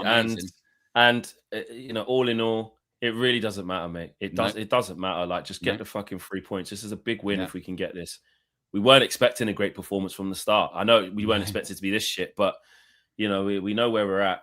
We know where we're at, man. This is just, all you can do is look at positives. Just got to try and win this game. Be great form. Fucking hell. And we're gonna have to see it out, this one, because it's gonna be we're gonna have to deal with pressure again. We're gonna have to deal with pressure and unfortunately more corners. Come on, just keep being strong, guys. I'll get behind this, guys. You've defended well all game. 10 corners, fucking hell. Just give a foul, ref.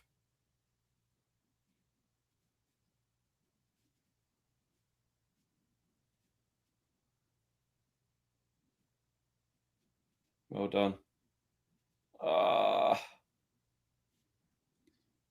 Don't foul him.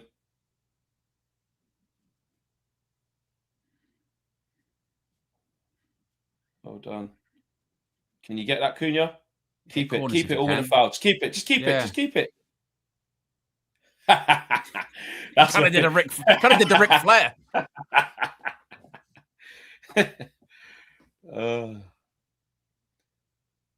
Good. Just now we need to do the shit house. We need to we need to do the shit house stuff. Just get to the end of the game, man. This is a massive win. You can't ask for better than that. 5 wins out of the 6 with Carrick. 1 draw. How much can't time? ask for better than that. How much time we got? I think it's got to be at least 6 minutes, isn't it? All this stop-start and fucking. Probably might have to. I wouldn't mind bringing on Heaven. Just go to a back 3. Only, I suppose, positive. There's been a huge stop. Have there been a lot of stops in the game? No, there's been big, like really long stops. Right, just keep it. Just keep it. Just keep it. Just keep it. Just keep. Well done. There, we've got a corner. There you go. Dallas played well today. Because it's a game of very, very little quality. And I think the defenders, Luke Shaw was doing a few silly things, but he settled down. I was worried that Illiman and Dye might start giving him the runaround, but overall, he's been all right. I think it's one of them ones, Owen, like we've got to just, 5 minutes. We've got to just, the performance is what it is. Let's not stop moaning about that, man. Let's just fucking get the boys to get over the line. This is a big win. We set out here saying we want to win this game, build momentum, and this is momentum building if we can win this. Yeah, play smart, guys. We know what we have to do. Got to take advantage of those teams that slipped up. 100%. And this would be doing it by hook or by crook. Yeah. Liverpool fucking won in the last minute, put pressure on. Do you think they care? That's why when people are getting pissy at half time, that's why I said just wait till full time. There's more of the game to play. There still is more of the game to play. That's it. There you go. Just try a little FIFA Street in there. Keep it in there. That's it. Keep in that little box there. Good. That's it. Good. Game management. Game management. That's what I want to see. Game management. Come on.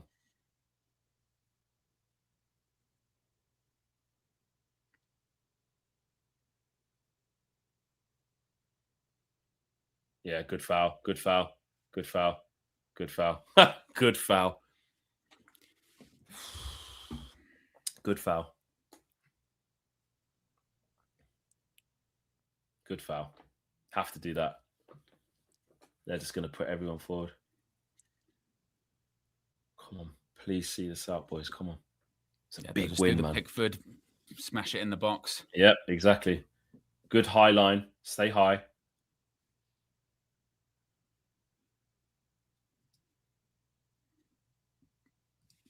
Come on. He's going to take a massive run up. Look here. Yeah. Oh, I thought he was just going to run up to it from there and smash it. Right, it's a good high line. We need to get first contact, minimum seconds. Come on. Come on, don't. Well done, Harry. Bring it down, bring it down. Good. Good. Let's go, let's go, let's go. Oh, you took too long. Took too long. Well done, Cass. Well done, Cass. Bruno's found it. Bruno knew. You don't have to go for goal. Oh, what a touch. Sheshko again. What's your finish? Oh, he's done well. All right, that's fine. Just keep it. Don't rush. Thought he could have taken it around him there. By the way, that touch from Dallo was outrageous. Bruno, that's so weak. Bruno's fucking had one. Bruno, fucking turn around. Get back then, get back. Don't argue with the ref. Fucking hell, good hands. Great hands, Lamons. Fucking hell, we've got a proper keeper, Owen. Oh, my God. He actually gets Bruno, look, he just stopped. He started arguing with the ref. Yeah. He has had an all-time shocker. He's played a 0 out of 10, Bruno. He has played a 0 out of 10. How have we lost the ball already, by the way? Fucking watching the replays. They've got it back. Go on. Oh, my God. Jesus Some of these players look out on their feet. They do. Tariq George has done well since coming on as well. Oh, fuck, he slipped. God. Oh, he slipped now as well. Fucking hell. No foul, no foul, no foul, no foul. He's Fucking hell, boys. Come on, just see this out, man. No. It's not a foul. It wasn't a foul. Well done, Cunha. Well done. Because it wasn't a foul. You just tell him to fuck off. Piss off, Tarkowski. Man. You're so rattled. He's so rattled. Dickhead, bro. Why is he getting involved? Why is he getting involved? He's allowed to do that. You've been a shit house to celebrate. All game. Players do it all the time. He's allowed to celebrate. What are we doing here? What the fuck? Yeah. Take your time getting off. Take your time getting off. Well done, Cunha. Go have that dog. It's not a foul. Not a foul. Yeah, come on. Yeah, good. Come on. There's nothing wrong with it. You're G'ing him up. Nothing wrong with that. Yeah. Bear in mind, Tarkowski spent the whole game trying to sort of wrestle people into the back of the net. He shoved Lenny Yoro down. He can fuck off, man.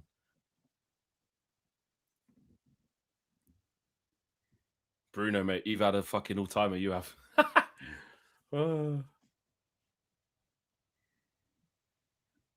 It just goes through him, though, but he does get the ball, but he just goes through him.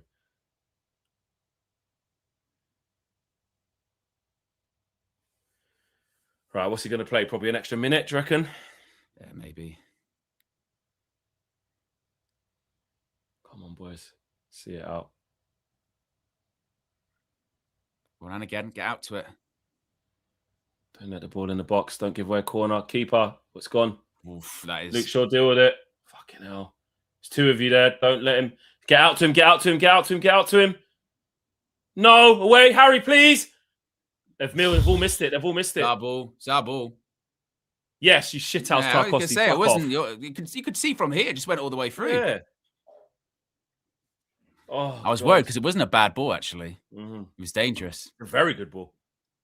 Oh, Harry actually got that as well. Yeah. Good. Anyway, good. That's where you got fucking 10 attempts from the corner spot. Piss off. You had 10 chances, mate, and we fucking stood up. 1-0, mate. We don't get 1-0s. Tell you what, mate. I'm taking the positives from this because this is a shit performance. But they stuck in there, the didn't give away anything big, and kept a clean sheet. When you don't play well, yes, there you go. Massive win. And again, that is why, Flex, I said, wait till the end of the game. Spare me the negativity that we got at halftime. Spare me that. Michael Carrick's a coward. This is why Carrick shouldn't be the manager. Cunha shit, this player shit, that player shit. Wait till the end of the game because we grinded it out. It wasn't pretty. It wasn't a good watch. It was a terrible game of football. It's one of the worst games of football that you're probably going to see all year. But that's why it's important to wait till the end of the game. Because in a couple of weeks' time, we're going to remember that we played shit today. No, it's going to be that we won. We won the game. We grinded it out. We weren't at our best. And Michael Carrick, the same guy people are trying to shit on, he's still fucking unbeaten. He's won, what was it, 5 games out of 6? Yeah. Ridiculous. Ridiculous. He still hasn't lost as Man United manager interim ever. Not lost. He's still never lost, right? And it's not every game's gonna be pretty. Sometimes if you're the best teams and if you're gonna achieve things, you've got to get over the line when you're not playing your best. Chelsea, Liverpool, they've been not playing their best recently. They've been struggling to get wins, right? We have been doing that. That's why it's always important to wait till the end of the game. At Louisi App Davis 9,475 super chatted £5. It wasn't clean, but god damn it, I love this club. Defo Bruno's worst game of the season. God, thank you for giving us baby Courtois. Yeah, and listen, that is what it is. I think it's very important in times like this to fucking humble yourselves and just think of wins. Look at the table. Look at the table. We're 3 points behind Villa. Okay, we're 3 points ahead of Chelsea. We're starting to get a grip on top 4. That is the only mission. Yes. Fuck your good performances and dominating the game and like this, that, and the other. Now, don't get me wrong. If we would have played like that and not won this match, of course you cuss, you get angry, but we didn't. We won the game. Okay, we fucking won the game. And you know what? We didn't give anything big away, like any gilt-edged chances. I want to big up Sonny Lomans. We'll talk about Sesko in a sec, but I want to big up Sonny Lomans because, listen, I'm not saying he made any outstanding saves. Everything he did was all sort of good routine, good cultured goalkeeping. You know, technically sound, safe pair of hands. And it's really good that Edwin van der Sar's there because you don't take my word for it. Watch what Edwin van der Sar is going to say about his fundamentals, his decision-making, knowing when to come for a crowd to punch, knowing when to come and claim. Yeah. At Terence Ace 1,730 super chatted €5. Super happy for Sesko, does wonders for his confidence, but drowning of the GK every corner needs to f-king stop. There needs to be a rule change. Yeah, exactly. No, I agree. They made it ugly. You had Tarkowski being a shithouse. Lenny Yoro stepped in, started off a little bit nervy. Look what he was fucking getting pushed in the net. It's all ugly. It's all horrible. He settled down. Harry Maguire, box defending, very good. You know what I'm saying? Very good, very experienced from him. Dallo, physical, did his job. Attacking wise, all of them. Shocking, completely shocking. Bruno, like I said, someone just said it there. Worst game he's played all season. And Mbumo, was playing awful. Cunha was playing awful. But we asked them, okay, you're playing awful. This is a shit quality game. But can some of you, 1 of you, 2 of you, 3 of you, with a link up, give us a moment of quality? Cunha makes a fantastic fucking 40-yard pass. And Mbumo takes a good touch, lays it on a plate for Sesko so he doesn't have to break stride. And Sesko does what he does best recently and scores. At Halilite 2,754 super chatted £5. Kuna, our bastard. Yeah, well, look, and this is when it goes back to, and I'll be petty and I'll come back to it. Yeah, I'll be petty and I'll come back to it. Like Mike, I told you, Carrick's a coward. That coward still hasn't lost a match at Manchester United. That is also why we can get dogged down in the who should and shouldn't have started. The most important thing here is the result. And we need to temper our expectations, to be honest with you, in the sense that not every game is going to be pretty. It ain't. No. The thing I'm really pleased about, because tonight's a brilliant win. Make no mistake, as bad It's as a we big have win. been, it's a brilliant win, and it's a big win because in days gone by, we'd have just played rubbish and probably lost. That Lorga You know what I mean? Christian Markel Chris But we didn't. 9903 You know, that's the super important thing. chatted 50 Danish kroner. Hi guys. Just found out that I'm having a baby girl today. Hey. June Hey. August, little red lion. We got a new red. Never been more proud. Big up.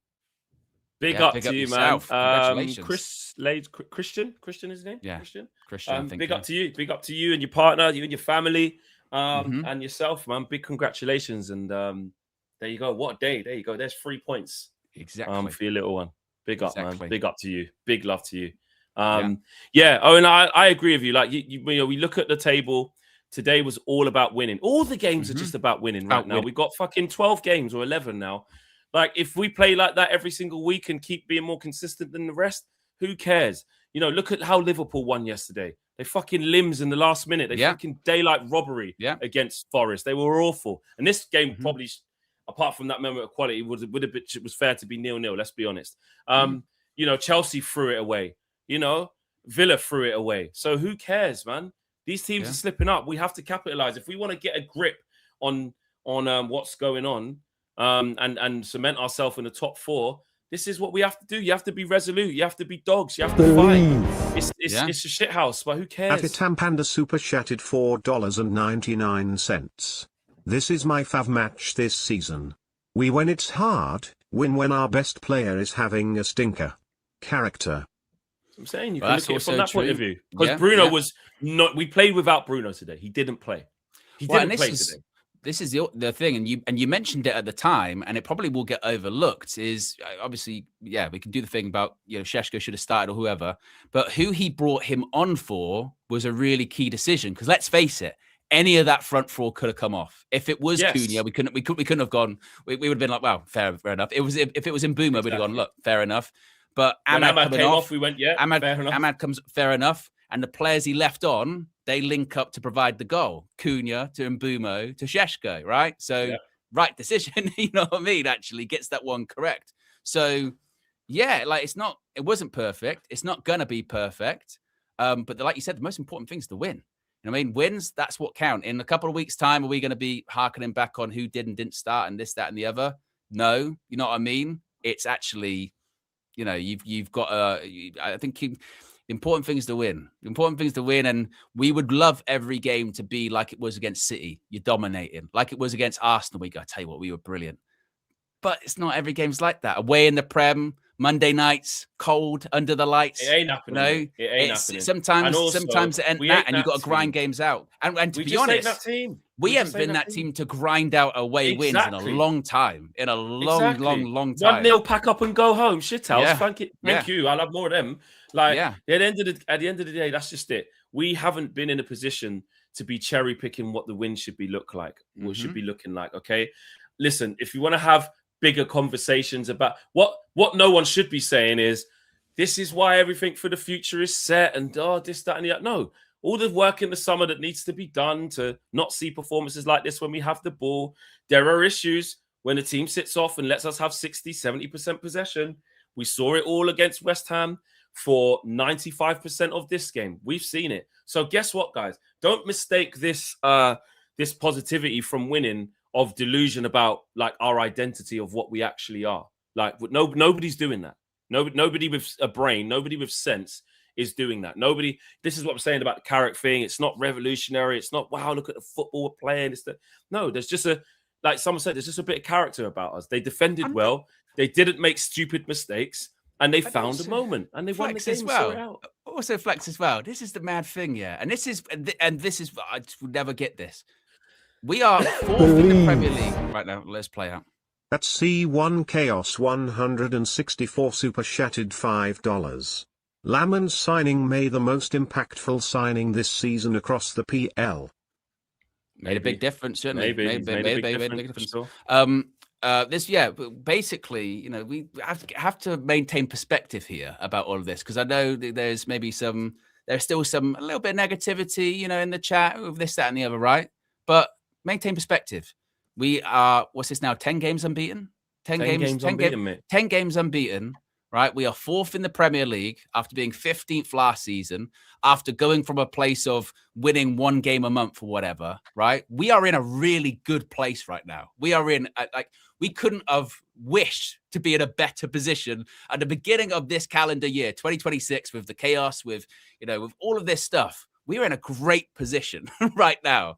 And maybe today wasn't great on the eye, but in terms of I look at the table, that is fucking great on the eye. Going up the table and now going, actually, you know what? We can get third. So let's not get bogged down in the minutia of this performance or that performance against West Ham. We're in a great position, a really, really good position. We're where we want to be, hunting down the momentum. Exactly. It's momentum. And I think that's what we need to remember, take stock of, where we were versus where we are now. Where we were was awful.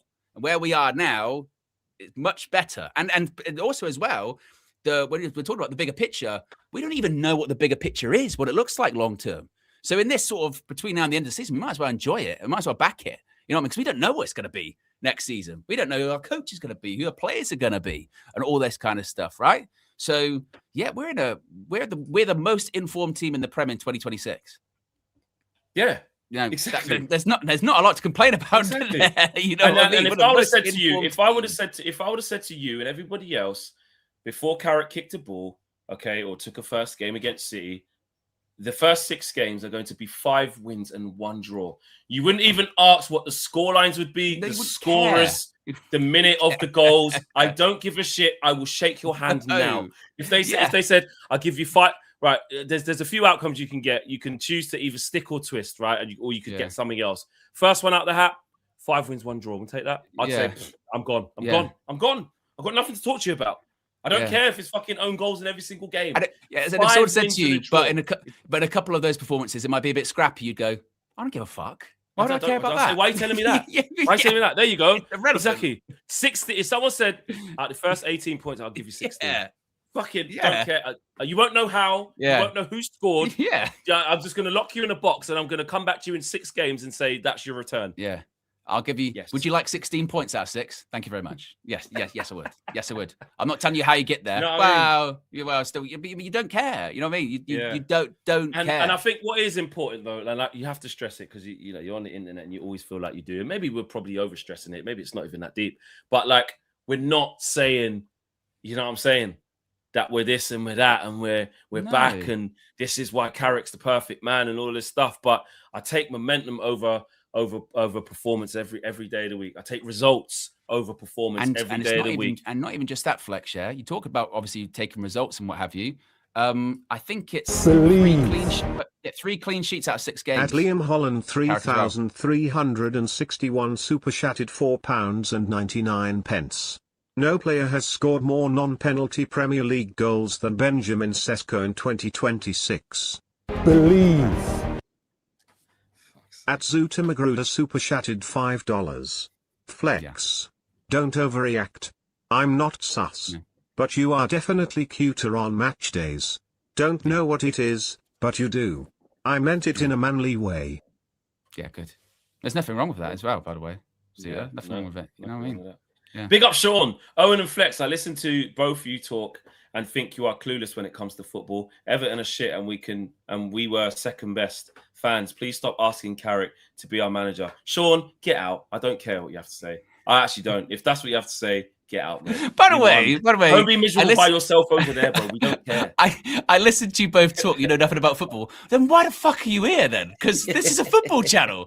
From the get-go, we would have lost you. We've lost you, haven't we? If we're talking about football. And also, this is what I don't get. People can say, oh, you're dwelling on the chat or you're dwelling on the negativity. But like we said, we have not lost, right? We have not lost in 10 games. Michael Carrick has not lost as the Manchester United head coach. And we're still fucking moaning about what? I wasn't great on the eye. I don't give a shit if it's not great on the eye. I give a shit when it's not great on the eye and we don't win, like against West Ham, but we won. And for the 6 matches, the majority of them, we've actually played well. So this is what I go back to. It's not even about our Carrick in, Carrick out. It's about Man United winning. We haven't been winning for for the longest time. Now we are winning more often than we're not winning, and we're still complaining about, I guess, we're not winning in the right way. What is wrong with us? Seriously, what is wrong with us? Our standards, so the standards are high and we win, and we still don't like it. We will never be satisfied. Never be satisfied. You just won't. Maybe I will blame it on PTSD and trauma, perhaps. Maybe that's what it is. But holy shit. And this is the problem. This is maybe why other coaches might actually turn their nose up at the United job, because they'll go, I could go in there, win every game, and I'll still get shit, basically, because I'm not doing it the right way. Yeah. Which is insane. It's insane. It's bullshit. Oh. It's bullshit. Like, I just feel like at the end, you know what it is, yeah? People are just, just looking for something. You know what I'm saying? Just looking for something. It's just looking for something to think. And to be fair, it's like either a troll or a loud minority. Like, most people out of the nearly 2,500 people watching at the moment understand what we just witnessed. We're not stupid. Like, anyone with a brain will see what we just witnessed. What we just witnessed was a very low quality game. All right, with no real big chances. Actually, we had the biggest chances of the game. We had it cleared off the line and the goal. They had shots from distance that the keeper should save, some messy half shots here and there, and 10 corners, then didn't do anything with it. And they had that chance from the Armstrong kick, to be fair, where he didn't get hold of it. But, it wasn't, rocket science with what happened. Yeah, 100%. That Kyle Manit date super chatted $4.99. 3 points and a clean sheet, nothing to complain about. Do you guys remember last season? Can't have short-term memory. We're on a great run. I do remember last season. Facts. It was awful, wasn't it? You know what I mean? And now we don't like winning. Exactly. Tyrone says, doesn't it feel nice to get a shit win in this run? Yeah. It's like the 4 wins before that were really good. Like, Fulham shouldn't have been as close as it was. You know what I mean? Spurs was comfortable. City and Arsenal were euphoric. And then you add this type of win. I hear what you're saying, Tyrone. It's nice it didn't feel nice when I was watching it for most of it. I'll admit that. But, when you get the goal, the icing on the top, it is nice to go. Like, you can win that way as well. Because you're going to have to, everyone was saying, what happens when he has a little bit of a blip and Carrick slips up a little bit? What happens? They bounce back. They won. He says, Everton, XG was 0.67. Man United was 1.27. Not second best. Second best. Again, to be honest, if there was a team that deserved to win that game, it was United. We had better chances. I mean, we had one off the line. That Šeško one is the most gilt-edged touch of the game. Actually, he should have scored a second. Could have rounded the goalkeeper. So we're not second best. And how many times? This is when I get back to, for whatever reason, there is this weird mindset of like, it wasn't the 10 out of 10 victory like every game has to be. So I don't like it, which is just stupid. Nofs has been a member for 37 months, says, Owen, you're getting influenced by the Fleck virus. I stopped taking Fleck seriously when he said Garnacho is a world-class talent. That was a long time ago. Get over that. I'm not going to let Tobes. Now look at Tobes. He's out here going back to 9 to 5. Is what Matisse said. I said, Tobes, what's he going to do if they get relegated? He goes, he's going back to 9 to 5. So come on, man. I was doing that out of tribalism. I've admitted that many, many a times. I wasn't letting that Spurs fan come into our studio and chat shit about our players. At the time, the guy had won an FA Cup, scored in the fight. You know what I mean? I was just defending our players. That's all I was doing. Also, what's the Fleck virus? I don't know what that is. Yeah. I don't know. Where's Wally says top 4, 10 unbeaten. Play the new Flex song. We will to wrap up. I think Lucas put one in, but wasn't read out. There you go. Good subs by Carrick. Loman's first man of the match, and Šeško is looking better and better. Good win. Now back home to Crystal Palace. Exactly. Where are we at? Atif says Arsenal are to blame for teams' corners tactics. I think there'll be a massive overhaul in what you're allowed to do. Yeah, they can't change it now because it's halfway through a season. But there will be a review in the summer because I already know. Like I said, I was in a meeting with Howard where there's other things coming in next season as well. I definitely do know. Yeah. Shyam says, I hope not, but our fan base has started to become like Real Madrid fans, complaining about everything. They don't understand. We don't have Papa Perez to keep backing us. Let's enjoy the run and let's have a good sleep. Yeah, absolutely. Absolutely. I love that. Right? Exactly. Because when Palace comes around at the weekend, in the build up to that, we'll just look towards the recent form, won't we? We'll look towards the recent form and go, Man United still most informed team in the Premier League, putting results together. even when we're not playing well, we're still looking dangerous because even on the day we could have won that game 3-0 today. Let's be honest, we have chances, So it's yes, it wasn't pretty on the eye, but it's a win. And the win, man. And Sesko is on fire, by the way. He's on fire. There you go. Sesko's on fire. The goal we scored is obviously it's a great finish by Šeško, but it's actually a really good team goal as well. Yeah. You know, Cunha switch, then Mbumo pass. They just in the moment they found the quality. It's a great pass from Cunha. Mbumo didn't rush and panic and do stupid things. And Mbumo, again, you talk about impact. Guys, he's played not great in the last few games and stuff. He got an assist against West Ham for Sesko, and he's got another assist for him now. Yeah. So Mbumo is still having an impact. He's still having an impact, even though he might not be playing his best stuff. The guy works hard. He finds a way to impact the game. You know what I mean? When others aren't, when Bruno's having an off night, when Tommy's having an off night, when Casemiro's having an off night. At Troy Superstar Victory Super Shattered it's Troy £5. Superstar. Big up, UV Troy. team real new fans be kind. They don't know that United never plied 10/10ths every game. Even in PL winning 6 to 8 games were saved by Fergie time winning. That is actually very true. Troy Superstar can be a bit of a madman, but that is very true. Of the Sir Alex days, this idea that Man United play great all the time is actually quite false. There were some stinkers because that's football. Awful. But they just won. And the history book says W. That's it. Yeah, exactly. At Philip Howen 4,635 Super Shattered £5. I don't get why there's negativity in the media surrounding Sesko. I think he's top draw.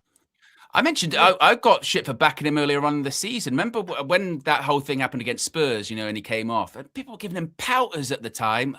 We've been scammed again, this, that, and the other, blah, blah, blah. And again, I'm going, this is the same Šeško that people are crying to start games now. Then people call you flip-flops, Fleck. You know what I mean? It's and Michael Carrick did say it before the game, taking our time with him, being careful, not protecting him, but he's ready to go. I think there's an argument to be said how he has handled Benjamin Šeško has been actually pretty good so far. He's getting the best out of him. Yeah. And to be fair, Darren Fletcher can start that because he got Šeško going during his couple of games, didn't he? But hey, he's getting an output. He's getting something out of him. And he's making himself undeniable. One would think he's surely got to start against Palace. But it's not like him not starting tonight did anything to diminish his confidence, did it? You didn't see him come on and go, oh, actually, he's he's stinking it out. Not a case at all. Right, let's wrap up. Let's just make sure we got all of these super chats up here. Red Baron says, as KG would say, the table is interesting. Yes. Garsha says, an ugly win is better than a pretty loss. I think I've got those ones as well. Sanjeet says, a great win. Imagine if we had Onana and goal tonight. Bloody hell. Yeah, exactly. United Love says 3 points off third Owen. Operation Get Owen is bout. United Love said if we finish third, he will go halves with you on a Man United WWE Championship. Did he? Yeah, he did earlier in the show. He said that. Yeah. Oh my god! I can find the super chat if you want. You know what I mean? He said sure it you will find it. And there you go. If we finish third and you can convince Fleck to meet me halfway, I want to donate 50% to United about Owen. Good for your 365 watch alongs too. Deal. Jesus. So you've got an offer there. You've got an offer. We'll see. You've got an offer. This belt. I'm never going to hear the end of this flipping belt. No. And Warren G says, the belt. Thought of this. It's a symbol. Thought of this since the beginning. Šeško could be our prime Fernando Torres signing. Bloody hell. Jesus. Yeah, Guys, big up, man. It's a big win. It's exactly what we needed. 14 days off or 12 days off, whatever it was, 2 weeks. And we didn't play well, but guess what? The table is looking very, very pretty right now. Massive game, as they all are at home. Go back home against Crystal Palace before it's away against Newcastle, which is another tough game, by the way. So I tell you what, if we can beat Palace, we can do good things. United Love says, I said it, Flex, put it in the book. Okay. You agreeing to it? You agreeing to it? No, I don't know. I'll have some time to consider. But I know the offer's there. I'll let you know. Yeah. I'll let you know. Yeah. All right. Guys, big up. We'll see you in the morning for the morning view. All happy. You know what I'm saying? Yeah. Big up Benjamin Šeško on the way out. At the Blitz Blitz 81 super chatted £5. £5. United top 4, Arsenal bottling the league after all this, Spurs getting relegated. It's all coming together. It's all coming together indeed. I think, did we get everyone's super chat up? There were loads that came in, so I just want to double check I got everyone. Arsenal to blame. Doesn't it feel nice to get a shit run? Did that one. Where's Wally? I read that one. I think there was so many. Oh, that was it. Zuta. Is it me or does Flex look cuter during match days? He's not sus. He's just a nice guy. He's just a nice guy. Vip says, imagine we had Onana today. James with the contribution. And I think that's caught up. I did read Lucas's out earlier on, Steffi Jenks. I did read that one out earlier on.